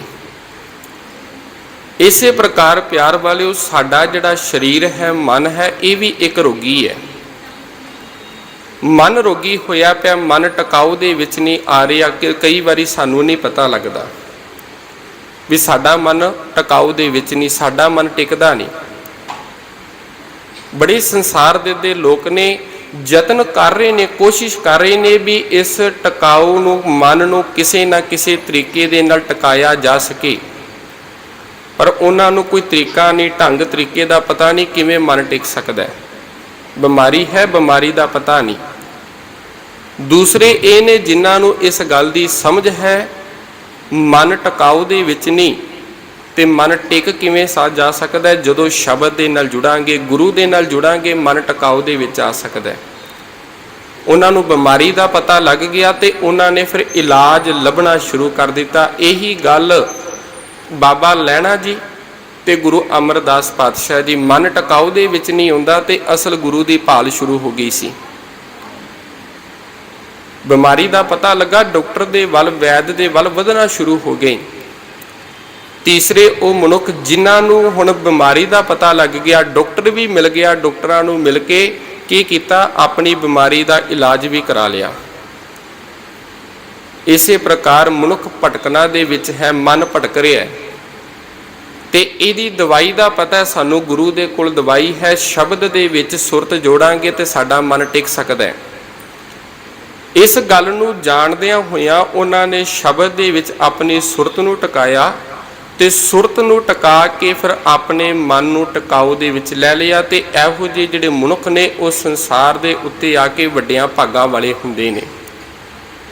ਤੇ ਇਹਨਾਂ ਦੀ ਸਿਫਤ ਦੇ ਵਿੱਚ ਹੀ ਫਿਰ ਸਤਿਗੁਰਾਂ ਨੇ ਬਾਣੀ ਦੇ ਵਿੱਚ ਇਹ ਗੱਲ ਆਖੀ ਸੀ, ਇਹੋ ਜਿਹੇ ਗੁਰਸਿੱਖਾਂ ਦੇ ਉੱਤੋਂ ਮੈਂ ਬਲਿਹਾਰਨੇ ਜਾਣਾ, ਜਿਹੜੇ ਆਪ ਤੇ ਮਾਲਕ ਦਾ ਨਾਮ ਜਪਦੇ ਨੇ, ਆਪ ਤੇ ਜੁੜੇ ਹੋਏ ਨੇ ਤੇ ਹੋਰਨਾਂ ਨੂੰ ਵੀ ਜੋੜਨ ਦੀ ਕੋਸ਼ਿਸ਼ ਕਰਦੇ ਨੇ। ਕਹਿਣ ਤੋਂ ਮੁਰਾਦ ਇਹ ਵੀ ਜਿਹੜੇ ਆਪ ਤੇ ਮਨ ਦਾ ਇਲਾਜ ਲੱਭ ਲਿਆ, ਦਵਾਈ ਲੱਭ ਲਈ ਹੈ ਤੇ ਦੂਸਰਿਆਂ ਨੂੰ ਵੀ ਇਸ ਇਲਾਜ ਦੇ ਬਾਰੇ ਦੱਸ ਰਹੇ ਨੇ। ਤੇ ਆਪਾਂ ਪੜ੍ਹਦੇ ਹਾਂ ਬਚਨ ਸਤਿਗੁਰਾਂ ਦੀ ਬਾਣੀ ਦੇ ਵਿੱਚੋਂ ਵੀ ਇਹੋ ਜਿਹੇ ਗੁਰੂ ਦੇ ਉੱਤੋਂ ਮੈਂ, ਇਹੋ ਜਿਹੇ ਸਿੱਖ ਦੇ ਉੱਤੋਂ ਮੈਂ ਬਲਿਹਾਰਨੇ ਜਾਣਾ, ਉਹਨਾਂ ਦੇ ਚਰਨਾਂ ਦੀ ਧੂੜ ਨੂੰ ਮੈਂ ਮੰਨਣਾ। ਪਰ ਖੈਰ ਭੱਟ ਸਾਹਿਬਾਨੇ ਕਿਰਪਾ ਕਰਦੇ ਆਖਣ ਲੱਗੇ, ਤਾਤੇ ਅੰਗਦ ਅੰਗ ਸੰਗ ਭਇਓ ਸ਼ਾਇਰ, ਸ਼ਬਦ ਸੁਰਤ ਕੀ ਨੀਂਵ ਰਖਾਈ, ਗੁਰ ਅਮਰਦਾਸ ਕੀ ਅਕਥ ਕਥਾ ਹੈ। ਗੁਰੂ ਅੰਗਦ ਪਾਤਸ਼ਾਹ ਜੀ ਨੇ ਸਾਡੀ ਝੋਲੀ ਦੇ ਵਿੱਚ ਸ਼ਬਦ ਤੇ ਸੁਰਤ ਨੂੰ ਪਾ ਦਿੱਤਾ, ਟਿਕਾਊ ਦੇ ਵਿੱਚ ਲੈ ਆਉਂਦਾ। ਤੇ ਤੀਸਰੇ ਜਦੋਂ ਗੁਰੂ ਅਮਰਦਾਸ ਪਾਤਸ਼ਾਹ ਦੀ ਗੱਲ ਆਈ, ਉਹਨਾਂ ਦੇ ਗੁਣਾਂ ਦੀ ਗੱਲ ਆਈ ਤੇ ਭੱਟ ਸਾਹਿਬ ਜੀ ਕਿਰਪਾ ਕਰਦੇ ਭਾਈ, ਉਹਨਾਂ ਦੇ ਗੁਣਾਂ ਦੀ ਜਿਹੜੀ ਕਥਾ ਹੈ ਉਹ ਅਕਥ ਹੈ। ਉਹ ਇੰਨੇ ਕੁ ਗੁਣਾਂ ਦੇ ਮਾਲਕ ਨੇ ਜਿਨ੍ਹਾਂ ਦੇ ਉੱਤੇ ਧੰਨ ਗੁਰੂ ਅੰਗਦ ਪਾਤਸ਼ਾਹ ਜੀ 12 ਬਖਸ਼ਿਸ਼ਾਂ ਕਰ ਰਹੇ ਨੇ। ਨਿਮਾਣਿਆਂ ਦੇ ਮਾਣ, ਨਿਤਾਣਿਆਂ ਦੇ ਤਾਨ ਨੇ, ਓਟਿਆਂ ਦੀ ਓਟ, ਜਿਹਦੇ ਉੱਤੇ ਗੁਰੂ ਇੰਨੀਆਂ ਬਖਸ਼ਿਸ਼ਾਂ ਕਰ ਰਿਹਾ ਤੇ ਉਹਦੇ ਅੰਦਰ ਕਿੰਨੇ ਕੁ ਗੁਣ ਹੋਣਗੇ। ਇੱਕ ਹੋਰ ਆਪਾਂ ਬਚਨ ਬਾਣੀ ਦੇ ਵਿੱਚੋਂ ਪੜ੍ਹਦੇ ਹਾਂ, ਤੇਰੇ ਕਵਨ ਕਵਨ ਗੁਣ ਕਹਿ ਕਹਿ ਗਾਵਾਂ, ਤੂੰ ਸਾਹਿਬ ਗੁਣੀ ਨਿਧਾਨਾ, ਤੁਮਰੀ ਮਹਿਮਾ ਬਰਨ ਨਾ ਸਾਕੋ, ਤੂੰ ਠਾਕੁਰ ਉੱਚ ਭਗਵਾਨਾ। ਹੇ ਮਾਲਕ ਪਰਮਾਤਮਾ, ਹੇ ਧੰਨ ਗੁਰੂ ਪਾਤਸ਼ਾਹ ਜੀ, ਤੇਰੇ ਜਿਹੜੇ ਗੁਣ ਨੇ ਉਹਨਾਂ ਨੂੰ ਮੈਂ ਬਿਆਨ ਨਹੀਂ ਕਰ ਸਕਦਾ, ਉਹਨਾਂ ਦੀ ਵਡਿਆਈ ਨਹੀਂ ਕਰ ਸਕਦਾ, ਕਿਉਂਕਿ ਅਥਾਹ ਨੇ। ਇਹੋ ਜਿਹੇ ਅਥਾਹ ਦੇ ਦਰਦ ਉੱਤੇ ਜੇਕਰ ਕੋਈ ਆਉਂਦਾ ਤੇ ਗੁਰੂ ਉਹਨੂੰ ਆਪਣੇ ਗਲਵਕੜੀ ਦੇ ਵਿੱਚ ਲੈ ਲੈਂਦਾ ਹੈ। ਨਿੱਕੀ ਜਿਹੀ ਘਟਨਾ ਸਤਿਗੁਰਾਂ ਦੇ ਜੀਵਨ ਦੇ ਵਿੱਚੋਂ ਲੈ ਲਈਏ, ਕਿਉਂਕਿ ਗੁਣਾਂ ਦੀ ਪਰ ਉਪਕਾਰ ਦੀ ਗੱਲ ਕਰ ਰਹੇ ਹਾਂ ਵੀ ਮਾਲਕ ਗੁਣ ਨੇ। ਗੁਰੂ ਅਮਰਦਾਸ ਪਾਤਸ਼ਾਹ ਦੇ ਜਿਹੜੇ ਗੁਣ ਨੇ ਉਹਨਾਂ ਨੂੰ ਅਸੀਂ ਬਿਆਨ ਨਹੀਂ ਕਰ ਸਕਦੇ। ਜੀਵ ਇੱਕ ਹੈ, ਇਸ ਜੀਵ ਦੇ ਨਾਲ ਕਿਹੜੇ ਕਿਹੜੇ ਗੁਣਾਂ ਨੂੰ ਬਿਆਨ ਕਰੀਏ। 9 ਕੁ ਸਾਲ ਦੀ ਉਮਰ ਦਾ ਛੋਟਾ ਜਿਹਾ ਬੱਚਾ ਹੈ, ਘਰ ਦੇ ਵਿੱਚ ਇੰਨੀ ਕੁ ਗਰੀਬੀ ਹੈ, ਇੱਕ ਭੈਣ ਹੈ ਤੇ ਇੱਕ ਭਰਾ ਹੈ, ਘਰ ਦੇ ਵਿੱਚ ਇੱਕ ਨਾਨੀ ਹੈ, ਮਾਤਾ ਪਿਤਾ ਸਿਰ ਦੇ ਉੱਤੇ ਨਹੀਂ। ਨਾਨੀ ਬੜੀ ਬਜ਼ੁਰਗ ਹੈ ਤੇ ਘਰ ਦਾ ਹੁਣ ਗੁਜ਼ਾਰਾ ਵੀ ਬੜਾ ਮੁਸ਼ਕਲ ਚੱਲਦਾ ਹੈ। ਨਿੱਕੇ ਨਿੱਕੇ ਇੱਕ ਭੈਣ ਹੈ ਤੇ ਭਰਾ ਹੈ ਤੇ ਤੀਸਰੇ ਆਪ, ਉਹ ਬੱਚਾ ਆਪ ਹੈ। ਨਾਨੀ ਨੇ ਇੱਕ ਦਿਨ ਕਹਿਣ ਲੱਗੀ ਵੀ ਇਦਾਂ ਕਰ ਪੁੱਤਰ, ਆ ਤੈਨੂੰ ਛਾਬਾ ਦੇਣੀ ਆ, ਛਾਬਾ ਦੇ ਵਿੱਚ ਥੋੜ੍ਹੀਆਂ ਜਿਹੀਆਂ ਘੁੰਗਣੀਆਂ ਪਾ ਕੇ ਦੇਣੀ ਆ, ਤੂੰ ਇਦਾਂ ਕਰ ਇਸ ਘੁੰਗਣੀਆਂ ਨੂੰ ਲੈ ਕੇ ਜਾ। ਇੱਥੇ ਕੁਝ ਦੂਰੀ ਦੇ ਉੱਤੇ ਧੰਨ ਗੁਰੂ ਅਮਰਦਾਸ ਪਾਤਸ਼ਾਹ ਜੀ ਗੋਇੰਦਵਾਲ ਜਿਹੜਾ ਸ਼ਹਿਰ ਵਸਾ ਰਹੇ ਨੇ, ਉੱਥੇ ਸੇਵਾ ਚੱਲ ਰਹੀ ਹੈ, ਬੜੇ ਲੋਕੀ ਆਉਂਦੇ ਨੇ, ਸੰਗਤਾਂ ਆਉਂਦੀਆਂ ਨੇ। ਉੱਥੇ ਜਾ ਕੇ ਤੂੰ ਇਸ ਛਾਬੇ ਨੂੰ ਰੱਖ ਲਈ ਤੇ ਜੇਕਰ ਕੋਈ ਤੇਰੇ ਤੋਂ ਮੰਗੇਗਾ ਉਹਨੂੰ ਪੈਸੇ ਦੇ ਕੇ ਇਹ ਘੁੰਗਣੀਆਂ ਵੇਚਣੀਆਂ ਸ਼ੁਰੂ ਕਰ ਦੇਵੀਂ। इदां ही इस बच्चे ने करना शुरू किया। एक दिन लंघिया, 2 दिन लंघिया, 3 दिन लंघे, जिन्ने को कमाना घर का जिहड़ा घर भी थोड़ा जिहा समान लै आउणा, अगों थोड़ी जी कणक खरीद लैनी। अगले दिन घुंगणियां नूं उबालना, नाले ते परिवार नूं खवाणियां ते नाल थोड़ियां जे लैके चले जाना। कुछ कुछ समा लंघदा गया, थोड़ी जी हालत जिहड़ी सोहनी बनन लगी घर दी।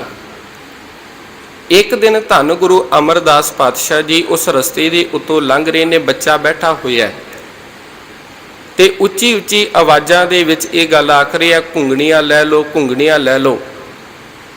ते ये जिहड़ी आवाज़ जदों सतगुरां दे कन्नां दे विच पई ना, ते सतगुरु पातशाह जी बच्चे नूं जाके आखण लगे, बच्चिया अज किन्ने कू वटक होई है, किन्ने कू कमाई नहीं।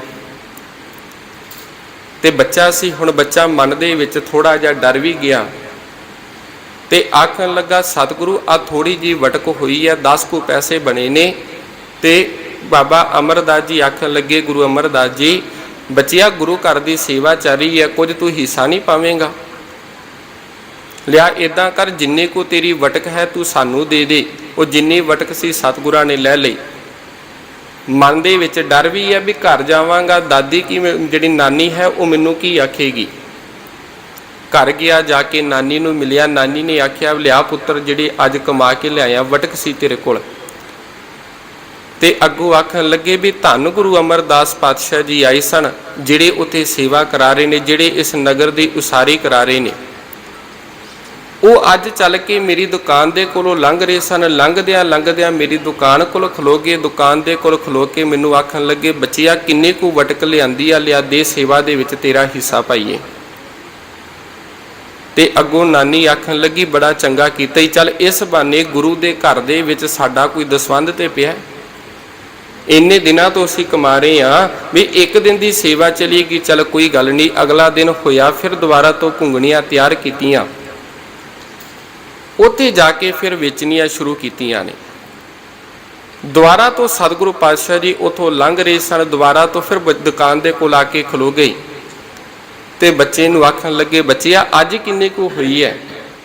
इतिहासकार लिखदे 8 कू जिहड़े टके उदों वटक बनी सी उन्हां दी, ते वो भी सतगुरां ने लै लई। दोबारा तो फिर घर गए, नानी ने पुछया, दोबारा तो फिर ये गल आखी। आखण लगे, जिहदे कोलों सब कुछ मिलता है, जेकर वो लै भी ले कोई गल नहीं, वो आप ही देवेगा, क्यों भरोसे की गल हुंदी है ना। 2 दिन लंघे, तीजा दिन होया। इतिहासकारा लिखिया भी तीसरे दिन जदों गए ने, ये निक्का जिहा बच्चा पहुंचिया उत्थे जाके घुंगणियां नूं वेचिया, क्योंकि तीजे को दिन किन्नियां को रह गईयां होणगीयां, घर दे विच भी गरीबी है, थोड़ा जिहा अनाज होवेगा। उस अनाज नूं जदों वेचिया ते 4 को टके उहदे बने ने। ते उत्थे बैठा होया, उठ के घर नूं नहीं आया, उत्थे बैठा होया उਡੀਕਣ लगा भी कदों सतगुरु जी आउणगे ते कदों मैं अपना हिस्सा पावां। ते इतिहासकार लिखदे भी सतगुरु जी ना आए ते इन्हें एक सिख नूं पुछया भी सतगुरु कित्थे ने। ते पुछ के सतगुरां दे कोल चला गया, जाके नमस्कार कीती। नमस्कार करके ये जिहड़ी जिन्ने को वटक बनी सी सतगुरां दे तली दे उत्ते रख के आखण लगा, सतगुरु अज इन्ने को कमाए सन, आ भी जिहड़ा हिस्सा है थोड़ा जिहा सेवा दे विच पा दवो, अपने हिस्से दे विच पा लवो।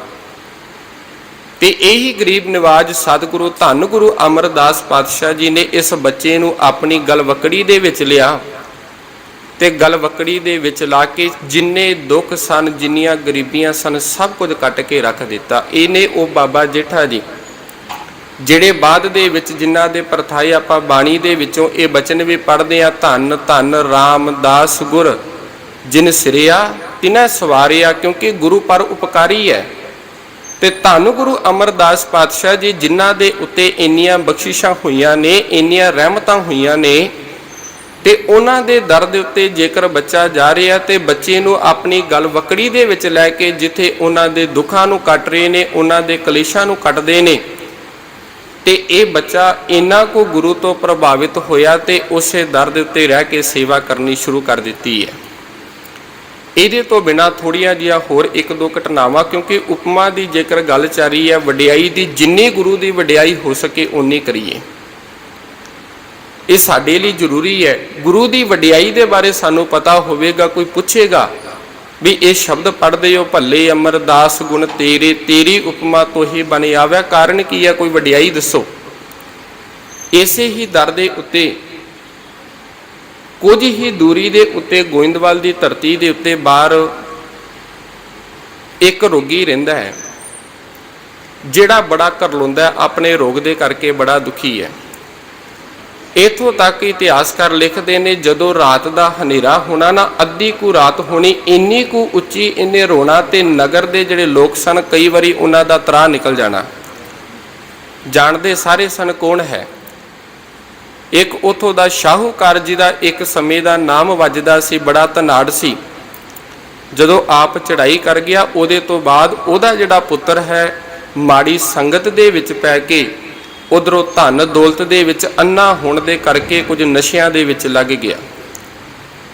ਜਿਵੇਂ ਜਿਵੇਂ ਨਸ਼ੇ ਕਰਦਾ ਗਿਆ, ਨਸ਼ੇ ਕਰਦਿਆਂ ਕਰਦਿਆਂ ਇੱਕ ਦਿਨ ਇਹੋ ਜਿਹੇ ਹਾਲਾਤ ਆ ਗਏ, ਇਹੋ ਜਿਹਾ ਤਨ ਨੂੰ ਰੋਗ ਲੱਗਾ, ਜਿਸ ਰੋਗ ਦਾ ਨਾ ਤੇ ਕੋਈ ਇਲਾਜ ਸੀ ਤੇ ਨਾ ਹੀ ਉਸ ਬਿਮਾਰੀ ਦੇ ਬਾਰੇ ਪਤਾ ਸੀ, ਜਿਹਨੂੰ ਅਸੀਂ ਕੋੜ ਦਾ ਰੋਗ ਵੀ ਕਹਿੰਦੇ ਆ, ਛੂਆ ਛੱਤ ਦਾ ਕੋੜ ਰੋਗ ਕਹਿੰਦੇ ਆ। ਵੈਦਾਂ ਨੇ ਇੱਥੋਂ ਤੱਕ ਜਵਾਬ ਦੇ ਦਿੱਤਾ, ਆਖਣ ਲੱਗੇ ਵੀ ਇਸ ਦੇ ਕੋਲ ਜਿਹੜਾ ਜਾਵੇਗਾ ਉਹਨੂੰ ਇਹ ਰੋਗ ਲੱਗ ਜਾਵੇਗਾ। ਨਗਰ ਦੇ ਲੋਕਾਂ ਨੇ ਸਲਾਹ ਕੀਤੀ, ਇਦਾਂ ਕਰੋ, ਇਹਨੂੰ ਨਗਰ ਤੋਂ ਬਾਹਰ ਕੱਢ ਦੇਵੋ, ਨਿੱਕੀ ਜੀ ਝੋਪੜੀ ਬਣਾ ਦੇਵੋ, ਉਸ ਝੋਪੜੀ ਦੇ ਵਿੱਚ ਰਵੇਗਾ ਤੇ ਬਾਹਰ ਇਹਦਾ ਕੋਈ ਨਿੱਕਾ ਜਿਹਾ ਬਾਟਾ ਰੱਖ ਦੇਵੋ, ਜਿਹਦੇ ਤੇ ਕੋਈ ਤਰਸ ਆਵੇਗਾ ਇਹਦੇ ਵਿੱਚ ਕੋਈ ਰੋਟੀ ਟੁੱਕ ਪਾ ਜਾਵੇਗਾ, ਇਹ ਖਾ ਲਿਆ ਕਰੇਗਾ। ਹੁਣ ਨਗਰ ਦੇ ਲੋਕ ਸਰ ਨਾਤੇ ਡਰਦੇ ਜਾਇਆ ਕਰਦੇ, ਕਿਸੇ ਨੂੰ ਮਾੜਾ ਮੋਟਾ ਤਰਸ ਆਉਣਾ, ਇਹਦੇ ਵਿੱਚ ਟੁੱਕ ਜਿਹੜੀ ਰੋਟੀ ਪਾ ਦੇਣੀ, ਥੋੜਾ ਜਿਹਾ ਪਾਣੀ ਪਾ ਦੇਣਾ, ਇਹਨੇ ਖਾ ਲੈਣਾ। ਦੂਜੇ ਪਾਸੇ ਇੰਨਾ ਕੁ ਇਹ ਰੋਇਆ ਕਰਦਾ, ਹਰ ਰੋਜ਼ ਇਹ ਅਰਦਾਸਾਂ ਕਰ ਰਿਹਾ, ਜੋਦੜੀ ਕਰ ਰਿਹਾ, ਰੱਬਾ ਇਹਦੇ ਨਾਲੋਂ ਚੰਗਾ ਹੁੰਦਾ ਤੇ ਮੈਂ ਸੰਸਾਰ ਤੋਂ ਮੈਨੂੰ ਚੁੱਕ ਲੈ। ਤੇ ਇੱਕ ਦਿਨ ਇੱਥੋਂ ਲੰਘ ਰਹੇ ਨੇ, ਸੰਗਤ ਲੰਘ ਰਹੀ ਹੈ, ਇਤਿਹਾਸਕਾਰ ਲਿਖਦੇ ਨੇ, ਸੰਗਤ ਲੰਘਦਿਆਂ ਲੰਘਦਿਆਂ ਵੀ ਇਹਦੇ ਕੰਨਾਂ ਦੇ ਵਿੱਚ ਕੁਝ ਕੁ ਬਾਣੀ ਦੇ ਸ਼ਬਦ ਪਏ ਤੇ ਇਹਨੇ ਵੇਖਿਆ ਵੀ ਮਨ ਨੂੰ ਥੋੜਾ ਜਿਹਾ ਸਕੂਨ ਮਿਲਿਆ, ਮਨ ਟਿਕਾਊ ਦੇ ਵਿੱਚ ਆਇਆ। ਤੇ ਜਦੋਂ ਸੰਗਤ ਵਾਪਸ ਆਈ ਨਾ, ਰਸਤੇ ਦੇ ਵਿੱਚ ਖਲੋਤਾ ਹੋਇਆ ਉਡੀਕ ਕਰ ਰਿਹਾ ਤੇ ਪੁੱਛਣਾ ਕੀਤਾ ਵੀ ਇਹ ਤੂੰ ਬਚਨ ਪੜ੍ਹਦੇ ਹੋ, ਕਿਹਦੇ ਨੇ? ਤੇ ਇਹਦਾ ਜਿਹੜਾ ਰਚਨਹਾਰ ਹੈ, ਕਰਤਾ, ਉਹ ਕਿੱਥੇ ਰਹਿੰਦਾ? ਤੇ ਦੱਸਿਆ ਵੀ ਧੰਨ ਗੁਰੂ ਅਮਰਦਾਸ ਪਾਤਸ਼ਾਹ ਜੀ ਇਸ ਨਗਰੀ ਦੇ ਵਿੱਚ ਰਹਿ ਰਹੇ ਨੇ, ਜਿਸ ਨਗਰੀ ਤੋਂ ਬਾਹਰ ਤੂੰ ਹੈ। ਕਹਿੰਦੇ ਇਹ ਚੱਲ ਕੇ ਸਤਿਗੁਰਾਂ ਦੇ ਦਰ ਦੇ ਉੱਤੇ ਗਿਆ। ਇਹਨੇ ਕੀ ਕੀਤਾ, ਹਰ ਰੋਜ਼ ਬਾਣੀ ਨੂੰ ਸੁਣਨਾ, ਰੋਗੀ ਸੀ, ਬਾਹਰ ਜਾ ਕੇ ਬਹਿ ਗਿਆ, ਦਰਬਾਰ ਦੇ ਬਾਹਰ ਜਾ ਕੇ ਬਹਿ ਗਿਆ, ਵੀ ਅੰਦਰ ਕਿਸੇ ਨੇ ਜਾਣ ਨਾ ਦਿੱਤਾ। ਤੇ ਜਦੋਂ ਸਤਿਗੁਰੂ ਪਾਤਸ਼ਾਹ ਜੀ ਬਾਹਰ ਨੂੰ ਆਏ ਨੇ ਤੇ ਬਾਹਰ ਦਰਬਾਰ ਦੇ ਬਾਹਰ ਵੇਖਿਆ ਵੀ ਕੋਈ ਬੈਠਾ ਹੋਇਆ, ਤੇ ਸਤਿਗੁਰਾਂ ਨੇ ਇਹਦੇ ਉੱਤੇ ਕਿਰਪਾ ਕੀਤੀ ਤੇ ਗੁਰੂ ਦੀ ਕਿਰਪਾ ਦੇ ਨਾਲ ਇਹਦਾ ਜਿਹੜਾ ਰੋਗ ਹੈ, ਇਹ ਰੋਗ ਕੱਟਿਆ ਗਿਆ। ਉਹਨੇ ਧੰਨ ਗੁਰੂ ਅਮਰਦਾਸ ਪਾਤਸ਼ਾਹ ਜੀ, ਜਿਸ ਦੇ ਗੁਣਾਂ ਨੂੰ ਅਥਾਹ ਨੇ ਬਿਆਨ ਨਹੀਂ ਕੀਤਾ ਜਾ ਸਕਦਾ, ਇਸ ਦਰ ਦੇ ਉੱਤੇ ਭਾਈ ਪਾਰੋ ਜੀ ਆਉਂਦੇ ਨੇ, ਇਸ ਦਰ ਦੇ ਉੱਤੇ ਭਾਈ ਲੰਗਾਹਾ ਜੀ ਆਉਂਦੇ ਨੇ, ਅਨੇਕਾਂ ਸਿੱਖ ਨੇ ਜਿਹੜੇ ਗੁਰੂ ਦੇ ਨਾਲ ਜੁੜ ਕੇ ਆਪਣੇ ਜੀਵਨ ਨੂੰ ਸਫਲਾ ਕੀਤਾ ਸੀ। ਉਹ ਧੰਨ ਗੁਰੂ ਅਮਰਦਾਸ ਪਾਤਸ਼ਾਹ ਜੀ, ਜਿਨ੍ਹਾਂ ਦੇ ਬਾਰੇ ਅੱਜ ਭੱਟ ਪਲ ਜੀ ਇਹ ਕਿਰਪਾ ਕਰਦਿਆਂ ਹੋਇਆਂ ਇਹ ਬਖਸ਼ਿਸ਼ਾਂ ਕਰਦੇ ਨੇ, ਭੱਲੇ ਅਮਰਦਾਸ ਗੁਣ ਤੇਰੇ, ਤੇਰੀ ਉਪਮਾ ਤੋਹੀ ਬਨ ਆਵੈ, ਕਨਹਰ ਬੂੰਦ ਬਸੋ ਰੁਮਾਵਲ, ਕੁਸੰਭ ਸੰਤ ਗਨੰਤ ਨ ਆਵੈ, ਰਵ ਸਸ ਕਿਰਨ ਉਦਰ ਸਾਗਰ ਕੋ, ਗੰਗ ਤੁਰੰਗ ਅੰਤ ਕੋ ਪਾਵੈ, ਰੁਦਰ ਧਿਆਨ ਗਿਆਨ ਸਤਿਗੁਰ ਕੈ, ਕਬ ਜਨ ਭਲ ਉਨਾ ਜੋ ਗਾਵੈ। ਪਿੱਛੇ ਬਖਸ਼ਿਸ਼ ਕੀਤੀ, ਬੇਨਤੀ ਕੀਤੀ ਵੀ ਕੁਝ ਚੀਜ਼ਾਂ ਇਹੋ ਜਿਹੀਆਂ ਜਿਨ੍ਹਾਂ ਦੀ ਗਿਣਤੀ ਨਹੀਂ ਕੀਤੀ ਜਾ ਸਕਦੀ, ਪਰ ਭੱਟ ਭਲ ਜੀ ਕਿਰਪਾ ਕਰਦੇ ਵੀ ਜੇਕਰ ਕੋਈ ਸ਼ਿਵ ਜੀ ਦੀ ਤਰ੍ਹਾਂ ਸਮਾਧੀ ਲਾ ਕੇ, ਕੋਈ ਧਿਆਨ ਟਿਕਾ ਕੇ, ਕੋਈ ਗੁਰੂ ਦਾ ਗਿਆਨ ਲੈ ਕੇ, ਕੋਈ ਇਹਨਾਂ ਸਭ ਚੀਜ਼ਾਂ ਦਾ ਜੇਕਰ ਕੋਈ ਬਿਆਨ ਕਰ ਵੀ ਦੇਵੇ, ਇਹਨਾਂ ਦਾ ਵਰਣਨ ਵੀ ਕਰ ਦੇਵੇ, ਪਰ ਫਿਰ ਵੀ ਧੰਨ ਗੁਰੂ ਅਮਰਦਾਸ ਪਾਤਸ਼ਾਹ ਜੀਓ, ਤੁਹਾਡੇ ਜਿਹੜੇ ਗੁਣ ਨੇ ਇਹਨਾਂ ਨੂੰ ਕੋਈ ਬਿਆਨ ਨਹੀਂ ਕਰ ਸਕਦਾ। ਤੇਰੀ ਜਿਹੜੀ ਸਿਫਤ ਸਲਾਹ ਹੈ, ਤੇਰੇ ਕੀਤੇ ਹੋਏ ਇਸ ਸੰਸਾਰ ਦੇ ਉੱਤੇ ਪਰ ਉਪਕਾਰ ਨੇ, ਇਹਨਾਂ ਪਰ ਉਪਕਾਰਾਂ ਦੀ, ਇਹਨਾਂ ਵਡਿਆਈਆਂ ਦਾ ਕੋਈ ਥਾਂ ਨਹੀਂ ਪਾਇਆ ਜਾ ਸਕਦਾ। ਭੱਲੇ ਅਮਰਦਾਸ ਗੁਣ ਤੇਰੇ, ਤੇਰੀ ਉਪਮਾ ਤੋਹੀ ਬਨ ਆਵੈ। ਸੋ ਪਿਆਰ ਵਾਲਿਓ, ਭਾਈ ਸਾਹਿਬ ਜੀ ਪਹੁੰਚ ਚੁੱਕੇ ਨੇ। ਸੋ ਅੱਜ ਅੰਤਲੇ चौथे दिन की जो लड़ीवार समागम चल रहे ने तिन्हां दी समाप्ति है। सो प्यार वालिओ सतगुरु पातशाह जी कृपा करन, गुरु दी विचार गुरु दी वडियाई साडे हिरदे दे विच वस जावे, असीं गुरु वाले बन जाइए, बाणी नूं पढ़ीए, बाणी नूं विचारीए, तां जो साडा भी संसार उत्ते आया होया जिहड़ा जीवन है सफला हो सके। गुरु दे चरनां दे विच यही अरदास करिए, सतगुरु साडे ते भी कृपा करो, सानू भी अपने चरनां दे नाल जुड़ लवो। सो आप सब संगतां नूं धन गुरु अमरदास पातशाह जी दे प्रकाश पुरब दीआं लख लख वधाइयां होवन जी। बुलाओ जी फतेह आखो जी। वाहिगुरु जी का खालसा, वाहिगुरु जी की